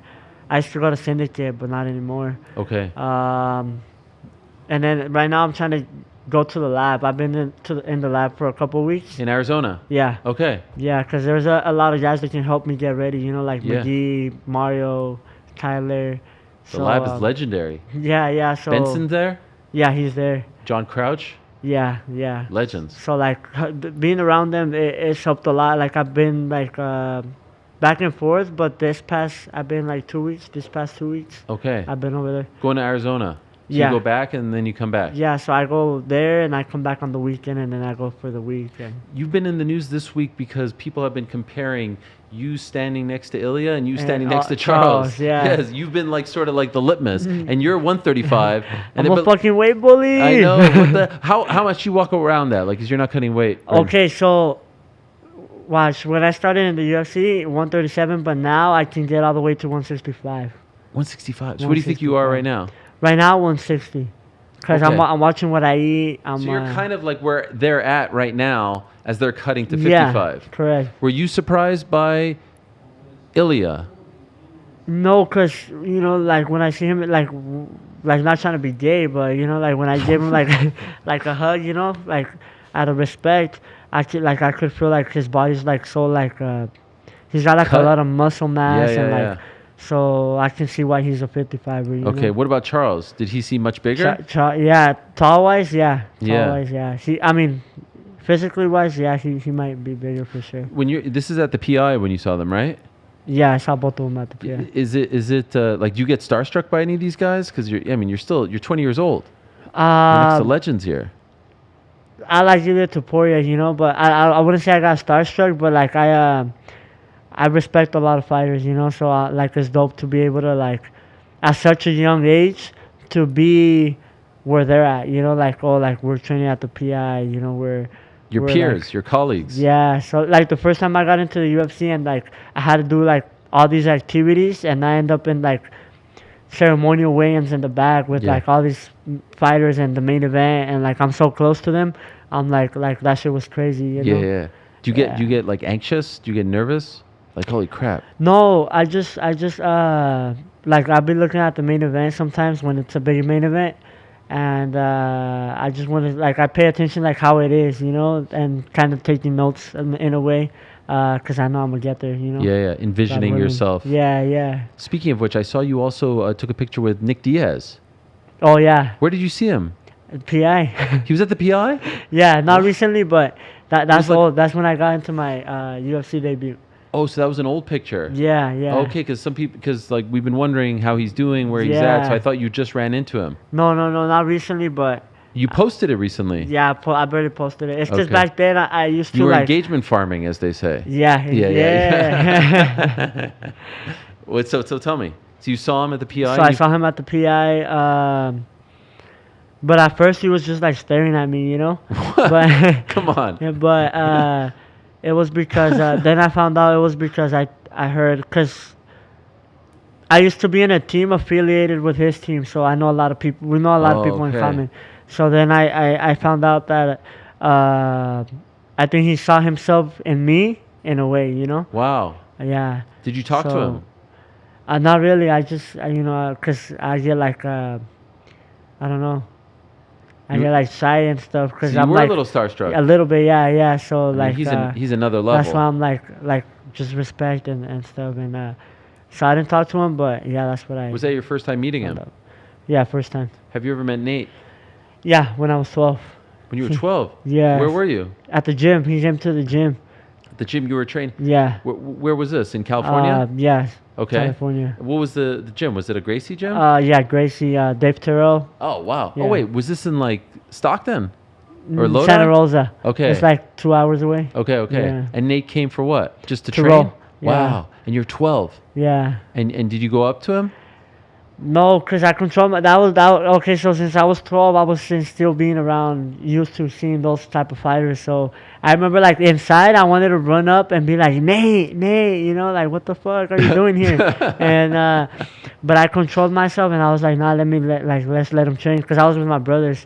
And then we saw him roll and I wanted to roll, but I didn't realize at the moment I was too little, you know. Okay. So, but yeah, Do you remember watching him and being I like, was watching him. He was better than because I never really watched his grappling, you know. Yeah. So he was better than what I thought for so sure. you know what's crazy? So that you were 12. That was 8 years ago only. Yeah. So that was 2017. This is like post Connor. Right. Yeah. Yeah. That's crazy. That's crazy that you were. Did you watch the Connor fights? Yeah. I always watch the So you, Conor fights. no, like Connor versus Nate. Oh yeah, those ones. Yeah. So you were like 11 years old for those fights. Yeah. Crazy. And who were you rooting for? I was rooting for Nate Diaz actually. Yeah. Because he's from your area. Yeah. You Yeah. train at the gym. Was he your favorite fighter? Or were the Diaz's your favorite fighter because of where you lived? During that era, I think I liked watching McGregor, but I don't know who was my favorite fighter.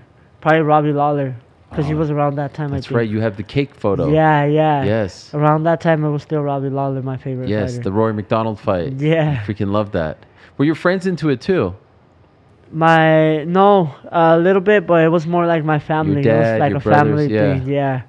And you know Robbie Lawler is getting inducted tonight into the Hall of Fame. Yeah, I saw that. You gonna go? Yeah, I'm gonna try to make it. Yes. Yeah. You got it. That's your guy. Yeah. Have you ever met him?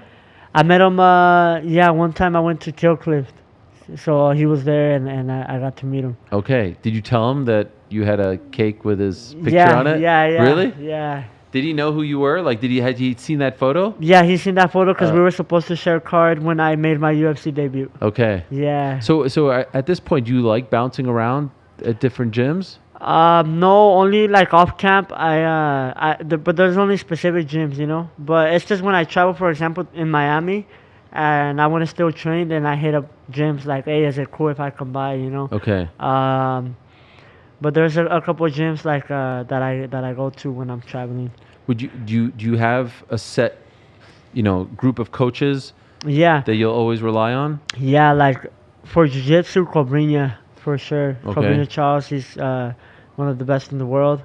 I go to Apostle to box. Okay. I've seen you do some stuff with Vargas. Yeah, yeah. Fernando's son. Yeah, Emiliano. Yeah, Emiliano. Yeah. So you're doing he's like boxing and you're doing like MMA. MMA. Yeah. Is that legit or is that just for? It wasn't a stick, but it was like we were just like we weren't throwing hard, you know. Okay, it was just yeah. like a feel. But you're throwing kicks and stuff. Yeah. But I was just throwing them in the air, but obviously it's a whole different ballgame for them to come to MMA and Sure. us to go to boxing for sure. Do you like boxing? I love it. When you were growing up, were you watching? Like, was your family into it as well? Yeah, we would watch it as well. I did one boxing fight too when I was little, so yeah. How old were you? I was 8. You did a boxing fight when you were 8. Yeah. Your first ever fight. How old were you? 8. 8. Was it that one? No, I did MMA and then I went to go do Jeez. boxing. Yeah. And what were the rules for an 8-year-old for the MMA fight? Everything was legal except no punches to the face. No And then interesting. a boxing fight was a regular boxing fight, but with headgear. When you did the MMA fight, you didn't wear headgear, No. but you couldn't punch to the face. You could punch to the body. Yeah, You could everything. kick. Yeah. You can knee to the body. Yeah. Why no punch to the face in MMA, but punches are allowed in the boxing? I don't know. That was weird to me, but I really didn't get it why they wouldn't let us punch to the face. Okay. And did you win? Yeah. How? Yeah. That time I won by submission. So as a kid I went 24 wins and 2 losses. Wow. Amateur. Or you mean As a kid, as under a kid? 18. Amateur, and then I went amateur. Amateur was like it's already like actually MMA Yeah. with headshots and shit. I went 2-0. Okay. And then I went pro. The 2 losses as a kid, how did you handle them? The first one hurt a little bit because I started with like striking and jiu-jitsu, you know. Jiu-jitsu was for me, if I got taken down, I knew what to do. But so I faced the wrestler and I was trying to strike because I would strike like for every fight because my dad would tell us that going to the ground was for pussies, you know. What? So he was like, the only reason why I'm teaching you guys jiu-jitsu is because if you guys get taken down, you guys know what to do. So then I was striking, and I remember like he would just shoot and take me down. And he couldn't submit me because I knew jiu-jitsu, but he was holding me down, you know. Ah. So after that fight, just because of the fact that it wasn't because of cardio. It wasn't because of nothing. It was because I didn't know what to do. Like, it frustrated me, so I started going into YouTube, and I started watching Cejudo. I started watching Khabib, and I would watch, like, a takedown, repeat it, like, 10 times on the video, and then when I would go to the gym, I would try it, and if it wouldn't work, I would go back to the video, see what I forgot, and that's just how I started. So pretty much the wrestling, I started getting better, like, by myself, until I got a natural coach to help me out. So if you shot, your dad would get mad at you? Yeah.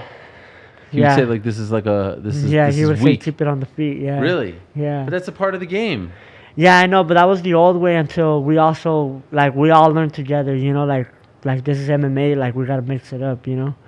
So, like, GSP was an example for us. Right, of course. So where are your brothers at now? There's the two of you, and then there's two other brothers, right? And one sister, yeah. One of the brothers is having a hard time getting fights. Yeah. That's Jesse. He's 6-1. 6-1. But he should be fighting in July. Contenders?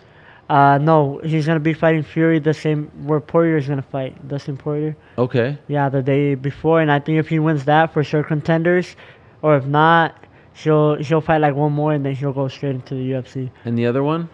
The other one's like 3 fights away. Okay. He's coming up. That's and is that Kevin? Kevin, yeah. Kevin, and then your sister.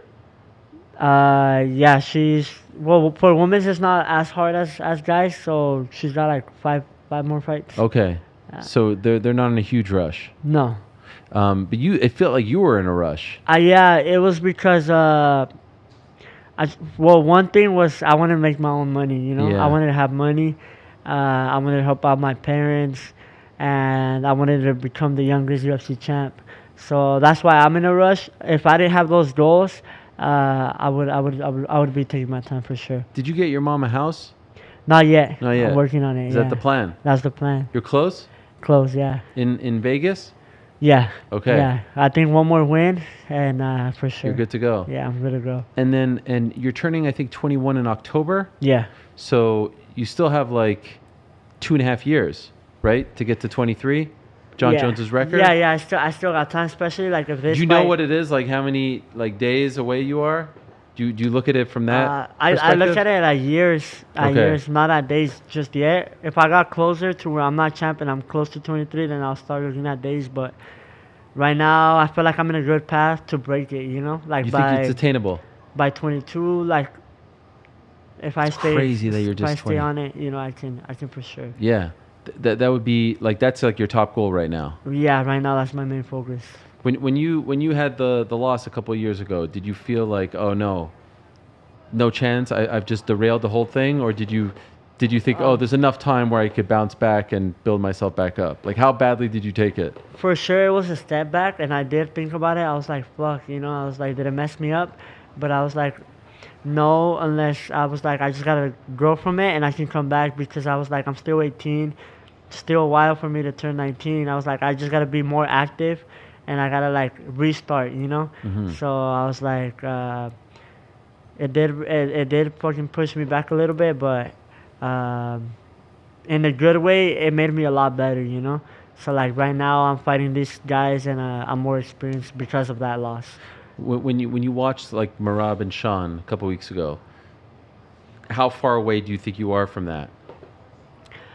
I don't think I'm too far away, especially if this fight that I told you about goes through, and I'm able to go out there and beat the guy. That's like 2 more fights inside the top 15, and I feel like that would earn me a title shot, you know? So realistically, like 3 fights away. Yeah. I'm looking at it 4 fights just in case, Okay, but for that's sure not I too would love bad. 3, you know? But now everyone is must win, because a loss takes you back Yeah. a couple. Of course, all of them is a must win. So I'm excited, and like I said, right now I'm down to fight anybody, because if I get beat, then that means I'm not champion material just yet, you know. Did you watch Merab and Sean? I did. Were you surprised that he finished him? Yeah, because Merab usually doesn't go for submissions, so I was impressed by his performance, like adding submissions, you know, because his game is usually to take you down, you get up, he takes you down, you get up. Right. But this time he added more like control, more patience, and he looked like a better Merab for sure. Do you think Corey can beat him? I don't think so. No. I don't think so. I feel like I don't know who can beat him right now. I feel like Umar can give him the toughest fight, but We just saw it. yeah.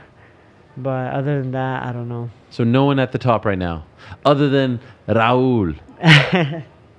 I honestly, if I was to fight for the title, I think I would prefer somebody else to be champ. You know, Why is that? because Merab's always like been a good guy to me and my family. Okay. Like for example, I was 16 training already with like Merab, Wow.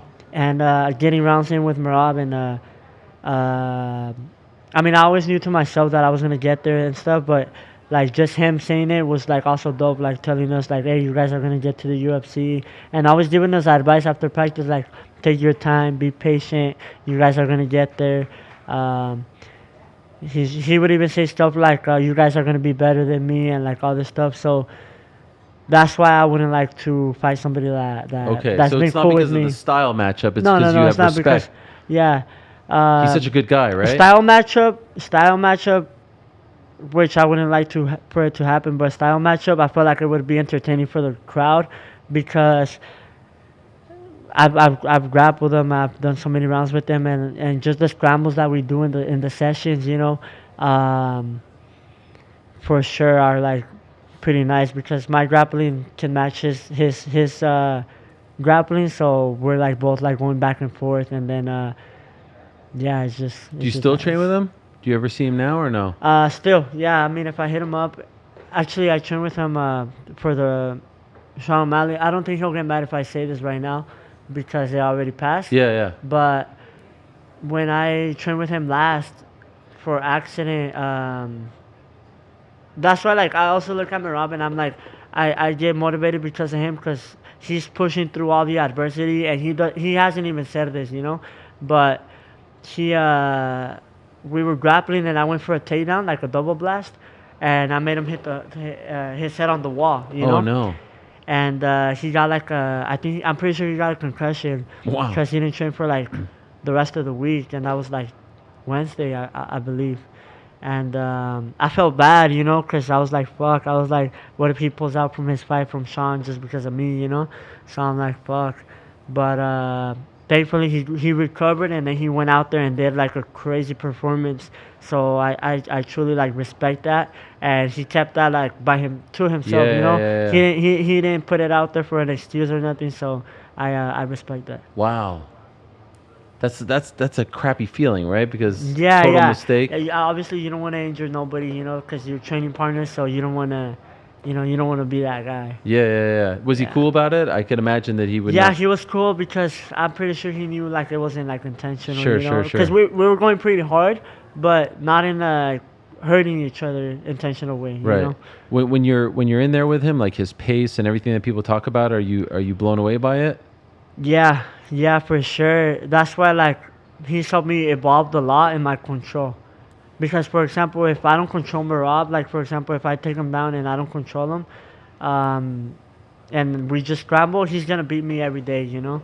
Because I can like scramble with him, but at a point he will out cardio me, you know. So I gotta control him. I got like if I get the back, I gotta keep the back for like the whole round. Cause if I let him get out and we scramble and stuff, by the third round he's already like doing whatever, you know. So. Yo, I'm out here in Vegas. Can I get the Raul burger from Carl's Jr.? Yeah. They sell it out here? It's Because it's a coming- West Coast thing, Carl's Jr. We don't have it on the East Coast. No, it's gonna be worldwide. Worldwide? Yeah, But do they even have Carl's Jr. on the East Coast in New York? Do they have that? Maybe. I think they have at least one. Is it out now? They have some in Mexico. It's gonna come out in July. Oh, July. July. So what they're gonna do is they're gonna have me do a meet and greet in Carl's Jr. They're gonna set up like a boxing ring and all this other stuff. Oh, sick. And then we're gonna release it right there when I do the meet and greet. Wow. Yeah. You gonna make them for the people? Yeah. I'm gonna be like just having fun with the people. Yo, You this know? is a big deal, man. Yeah. It's a huge sponsor. Yeah, that's why like I'm thankful for like everything that the sport has given me besides fighting, you know. Yeah. Like yeah. They reached out to you, or you guys reached out to them? I'm pretty sure they reached out to us. Man, Yeah. because you're blowing up. Yeah. I see. How many followers now on Instagram? 1.5 million. Yo, Yeah. amazing. Are most of them from Mexico or Hispanic countries, or? My number one country is United States. My second is Mexico. I got Brazil. I got Argentina. I don't know why I have India. India. I saw you. Were you at the UFC BJJ event last night? Yeah. With Mackenzie and Pollyanna. I saw you there. Holding Yeah. court. Yeah. Chiwiwi. I love it. Was it good? Yeah, the event was good for sure. Yeah. Mikey Musumeci.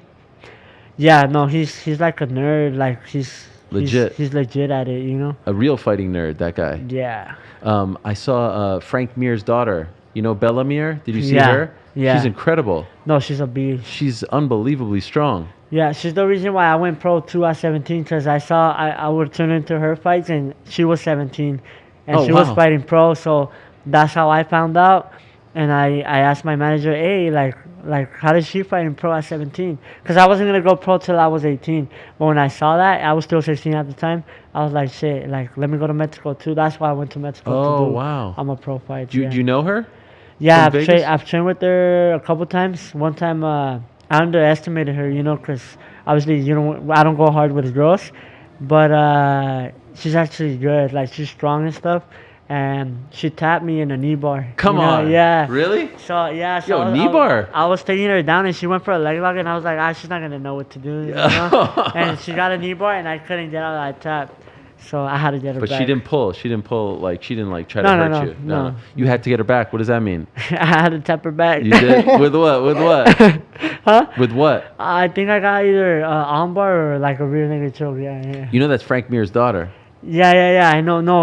No, Frank Mir scary. Like, I think I sparred him one time too. But he sparred my brother, and he did like a double blast, you know? Oh yeah. Like they were sparring MMA, and I didn't think he could move that fast, you know? Like he's over here moving, and out of nowhere, boom, he shoots a double blast and like sends my brother flying, and I was like, fuck that. Yeah. I was like, They're hell no. beasts. Yeah. So are you. Hey, we're doing this thing where we're asking everyone who stopped by to sign our felt poker table here, and we're gonna auction it off and give all the money to Ben Askren's family Oh, because he's fuck going yeah. through a tough time. No, So yeah. if you don't mind doing that, that would Yeah, be yeah, great. yeah. And I really appreciate you coming by. It's great No, to I meet you appreciate in you, person, bro. man. Thank you, bro. You're the freaking man. Keep it up, and I look forward to seeing you September 13th Yeah, let's against go. Top Mr. 10. Top 10 mystery opponent. So where's our? It's right over there. There's a Sharpie right over there. Raul Rosas Jr. Go check out his burger over at Carl's Jr. beginning in July. Yeah, let's see. Does he write Chiwiwis? I didn't even get you to say one chi. Ooh, this is a sick signature you got here. Yo, double R. Yo, who taught you how to do a signature like that? I was just in class, like I would do a lot, and I decided to. Yo, you didn't give us one Chiwiwis while you were here. Into the microphone. Wait, finish it. Finish. Yeah, the fans on our YouTube, we're live right now. Oh, he even writes the Chiwiwis. Yeah. What a stud. You trademarked that? Yeah. I hope so. Yeah, I did it. Give us one into the microphone before we go, because when you do it on Zoom, you know it pops. Yeah, It- I wonder if right here will work. No, here will be good. Here we go. 3, 2. Yeah, the man. Thank you so much. There he is, Raul Rosas Jr. stopping by. What a stud. 2.5 years left before he can break John Jones's record, and he is well on his way. Frank in my ear. What's up? Oh, there she is. Oh my gosh. Surprise Making you hear what? guest, Chocho. Can we hug? Yes. What do you mean, are we hugging? Come, have a seat, please. I'm just dropping. No, you're not just drunk. Just have a quick seat. What are you, just coming in and out? They told me in my ear, surprise guest. One of my all-time favorites. I meant to give this to John and I forgot. Oh so my it's just gosh. a little You have bit to. Okay, you have to go. Shortbread fingers. Is this from Scotland? Yeah. Oh Well, my not like it's Scottish. It's a- Yes, it's shortbread. Thank you so much. Which camera are we on here? There we are. What a saint. I hear you're pretty tough. I don't know if you were listening to them, but they say you cracked the whip. Yes. Is that true? I Yeah. didn't know you had that in you. Yeah, it's just Scottish people are very like straight to the point and honest. So I think that just I is love what it. he's And- meaning. And no one would ever dare push back because you're so nice, but they don't want the wrath. They don't want the Scottish wrath. They can push back, but yeah. Then they'll feel the wrath. Yeah.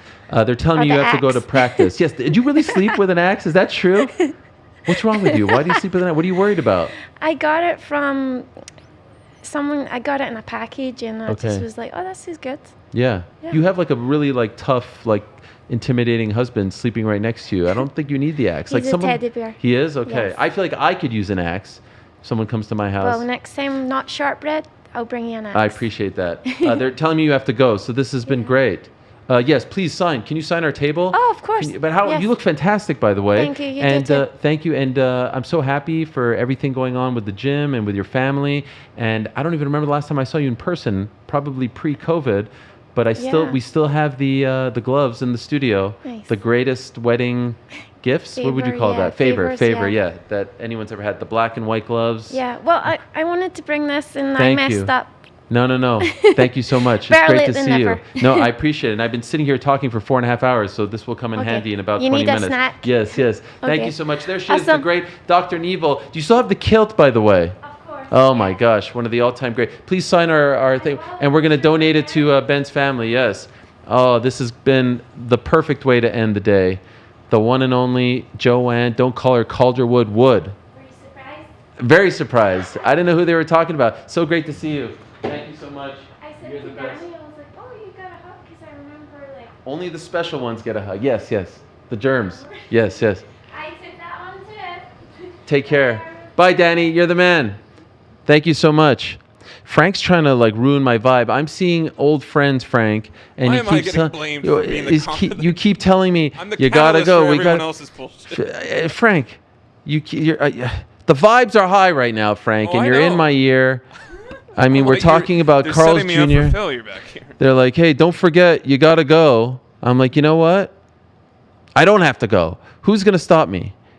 It's really hot in here right now. I think by the way. that's what they're like. The HVAC doesn't Yeah. seem right. We need to close everything down. By the way, is it true that the UFC press conference Was delayed. is waiting for us to end so that That's- they can start? That's what they're saying. Yeah, we have a hard out. Hank the Tank on the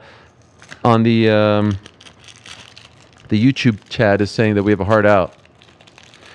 Yeah, all the fighters are here in my studio. That's right. I'm so hungry. Okay, this is going to make a lot of crumbs, so I'm going to save it. Thank you so much, Joanne. Oh, I'm seeing it on There the is delay. a topic bar that you need to look at. Hard out, whatever Ariel wants. Yeah, that's right. We control. Now, can I be critical of the topic bar? It should probably be colon space whatever, right? I feel like the Yeah, colon. he was so excited that he Yeah, forgot to hit the yeah. space bar. No, he thought he was cooking with that one. It should really be colon space. Can we give a shout out to the control room team back there? I mean, everyone back there doing their thing. We even have Big Spence in the house. Unbelievable. Andy just crushing. I mean, Andy sent me an Excel sheet of a whole breakdown of things. And I've already said Ben Hefner, and I was going through it. You know what Frank's doing right now, by the way, guys? Which actually, he deserves a lot of credit. He's going from on air to off air. It's amazing how you're doing this, by the way. Can I give you credit? You even have the drops. As I just spit all over the table. Anyway, shout out to Andy. Unbelievable. Oh, yeah. I don't even know. What am I doing? Why am I staring at Dude, this guy? I'm right there with you, all right? That coffee can't come soon enough. I'm looking at the wrong camera. What does that camera look like if I'm looking at it right now? Let's see camera 3. James Tahuna? Look at this guy.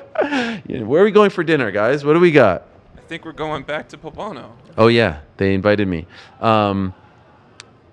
Andy crushing it. Jordan crushing it. Rick has just been on fire. I mean, how many people has he yelled at back there? All of us. Connor crushing it. Spence crushing it. Kayla crushing it. Ben Hefner is the real MVP. You guys don't know Big Ben, but without him, we As can't. opposed to the fake MVPs. No, yeah. I'm saying he's the real MVP. It's a reference to something Kevin Durant said way back in the day. Kevin Durant won the MVP, and he said that his mother was the real MVP. Anyway, what does Jordan is a gooner mean? This is on. What is that? Someone wrote that. What is that? I don't know what that means. Like he's One of the Goonies. He's a Spurs fan. Yeah. Anyway, everyone in New York, everyone who's helping us out. It's not easy to pull these things off, but I love when we get to go on the road. We're going to try to do it more often. I told you, big things. We did Fanatics Fest last week. This week. Staying here till Monday. Come back. Big week of shows. Off for July 4th. Following week, Taylor Serrano. I don't know if you guys saw the announcement. I'm going to be a part of the Netflix team again. Frank, life is good. What do you say? Couldn't be better. So, once again, tomorrow, Demetrius Johnson, Ian Gary, Rico Verhoeven, Tom Aspinall, Andy Aspinall, and maybe one more. There might be one more. Rick would know about this. There might be one more. The channel's on fire. We're at 297,500 subs. Can we get to 300 by the end of this weekend? Everyone watching right now, if you could just hit the sub and give us a thumbs up, goes a long way. Hit the sub, give us a thumbs up, goes a long way. UFC press conference is about to start. We don't want to counter program that, so go watch that. You can hit my music. Officially a YouTuber now. Yeah. Hit the sub. Hit the sub, man. It goes a long way. GC, is this on air or off air? Yeah, it's on air, bro. Bro, welcome back. Thanks, man. Great How's show it been? today. It's been great, man. Hard out 3:30. What time is it? 3. I don't even know what I'm looking at. I mean, it's been a lot of time. When did we start? Clock right next By the way, to you. it says my clock says 6:23. Now About the 4. one to your right. Yeah. What time did we start? 11:30. 11:30. Yeah. So it's been 4 hours, right? If my math is correct. Yeah. Shout out to Kenny Mayne. He's doing a show tomorrow here in Las Vegas. Shout out to the Venetian Resort, Las Vegas. This beautiful room. By the way, Confirmed earlier. Yeah. Venetian, Shanghai. They haven't. Does not exist. Why did I think it existed? Well, we'll work on something. It's been a great day. We started it off with, we started it with GC in studio. That was a big get. Then we went to the last style bender, Israel Adesanya. Then we went to Alex Volkanovski. Then we went to Dan Hooker, Ash Bell Castro, John Wood, Danny Rubenstein, Raul Rosas, and then Joanne Wood. In total, how many people stopped by? That's like 7 or 8 people.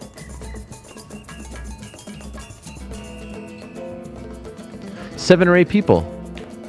And then tomorrow it's going to be the same.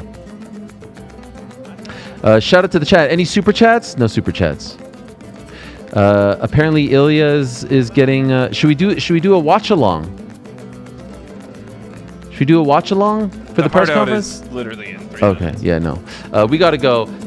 Everyone. Oh, I was looking at the wrong one. Thank you so much. We appreciate you all. We're back tomorrow, same time, 2:30 p.m. Eastern, 11:30 a.m. Pacific, 7:30 in the UK. Thanks to all of you. Thanks to all of them. Thanks to all of them. Back on Friday. Peace.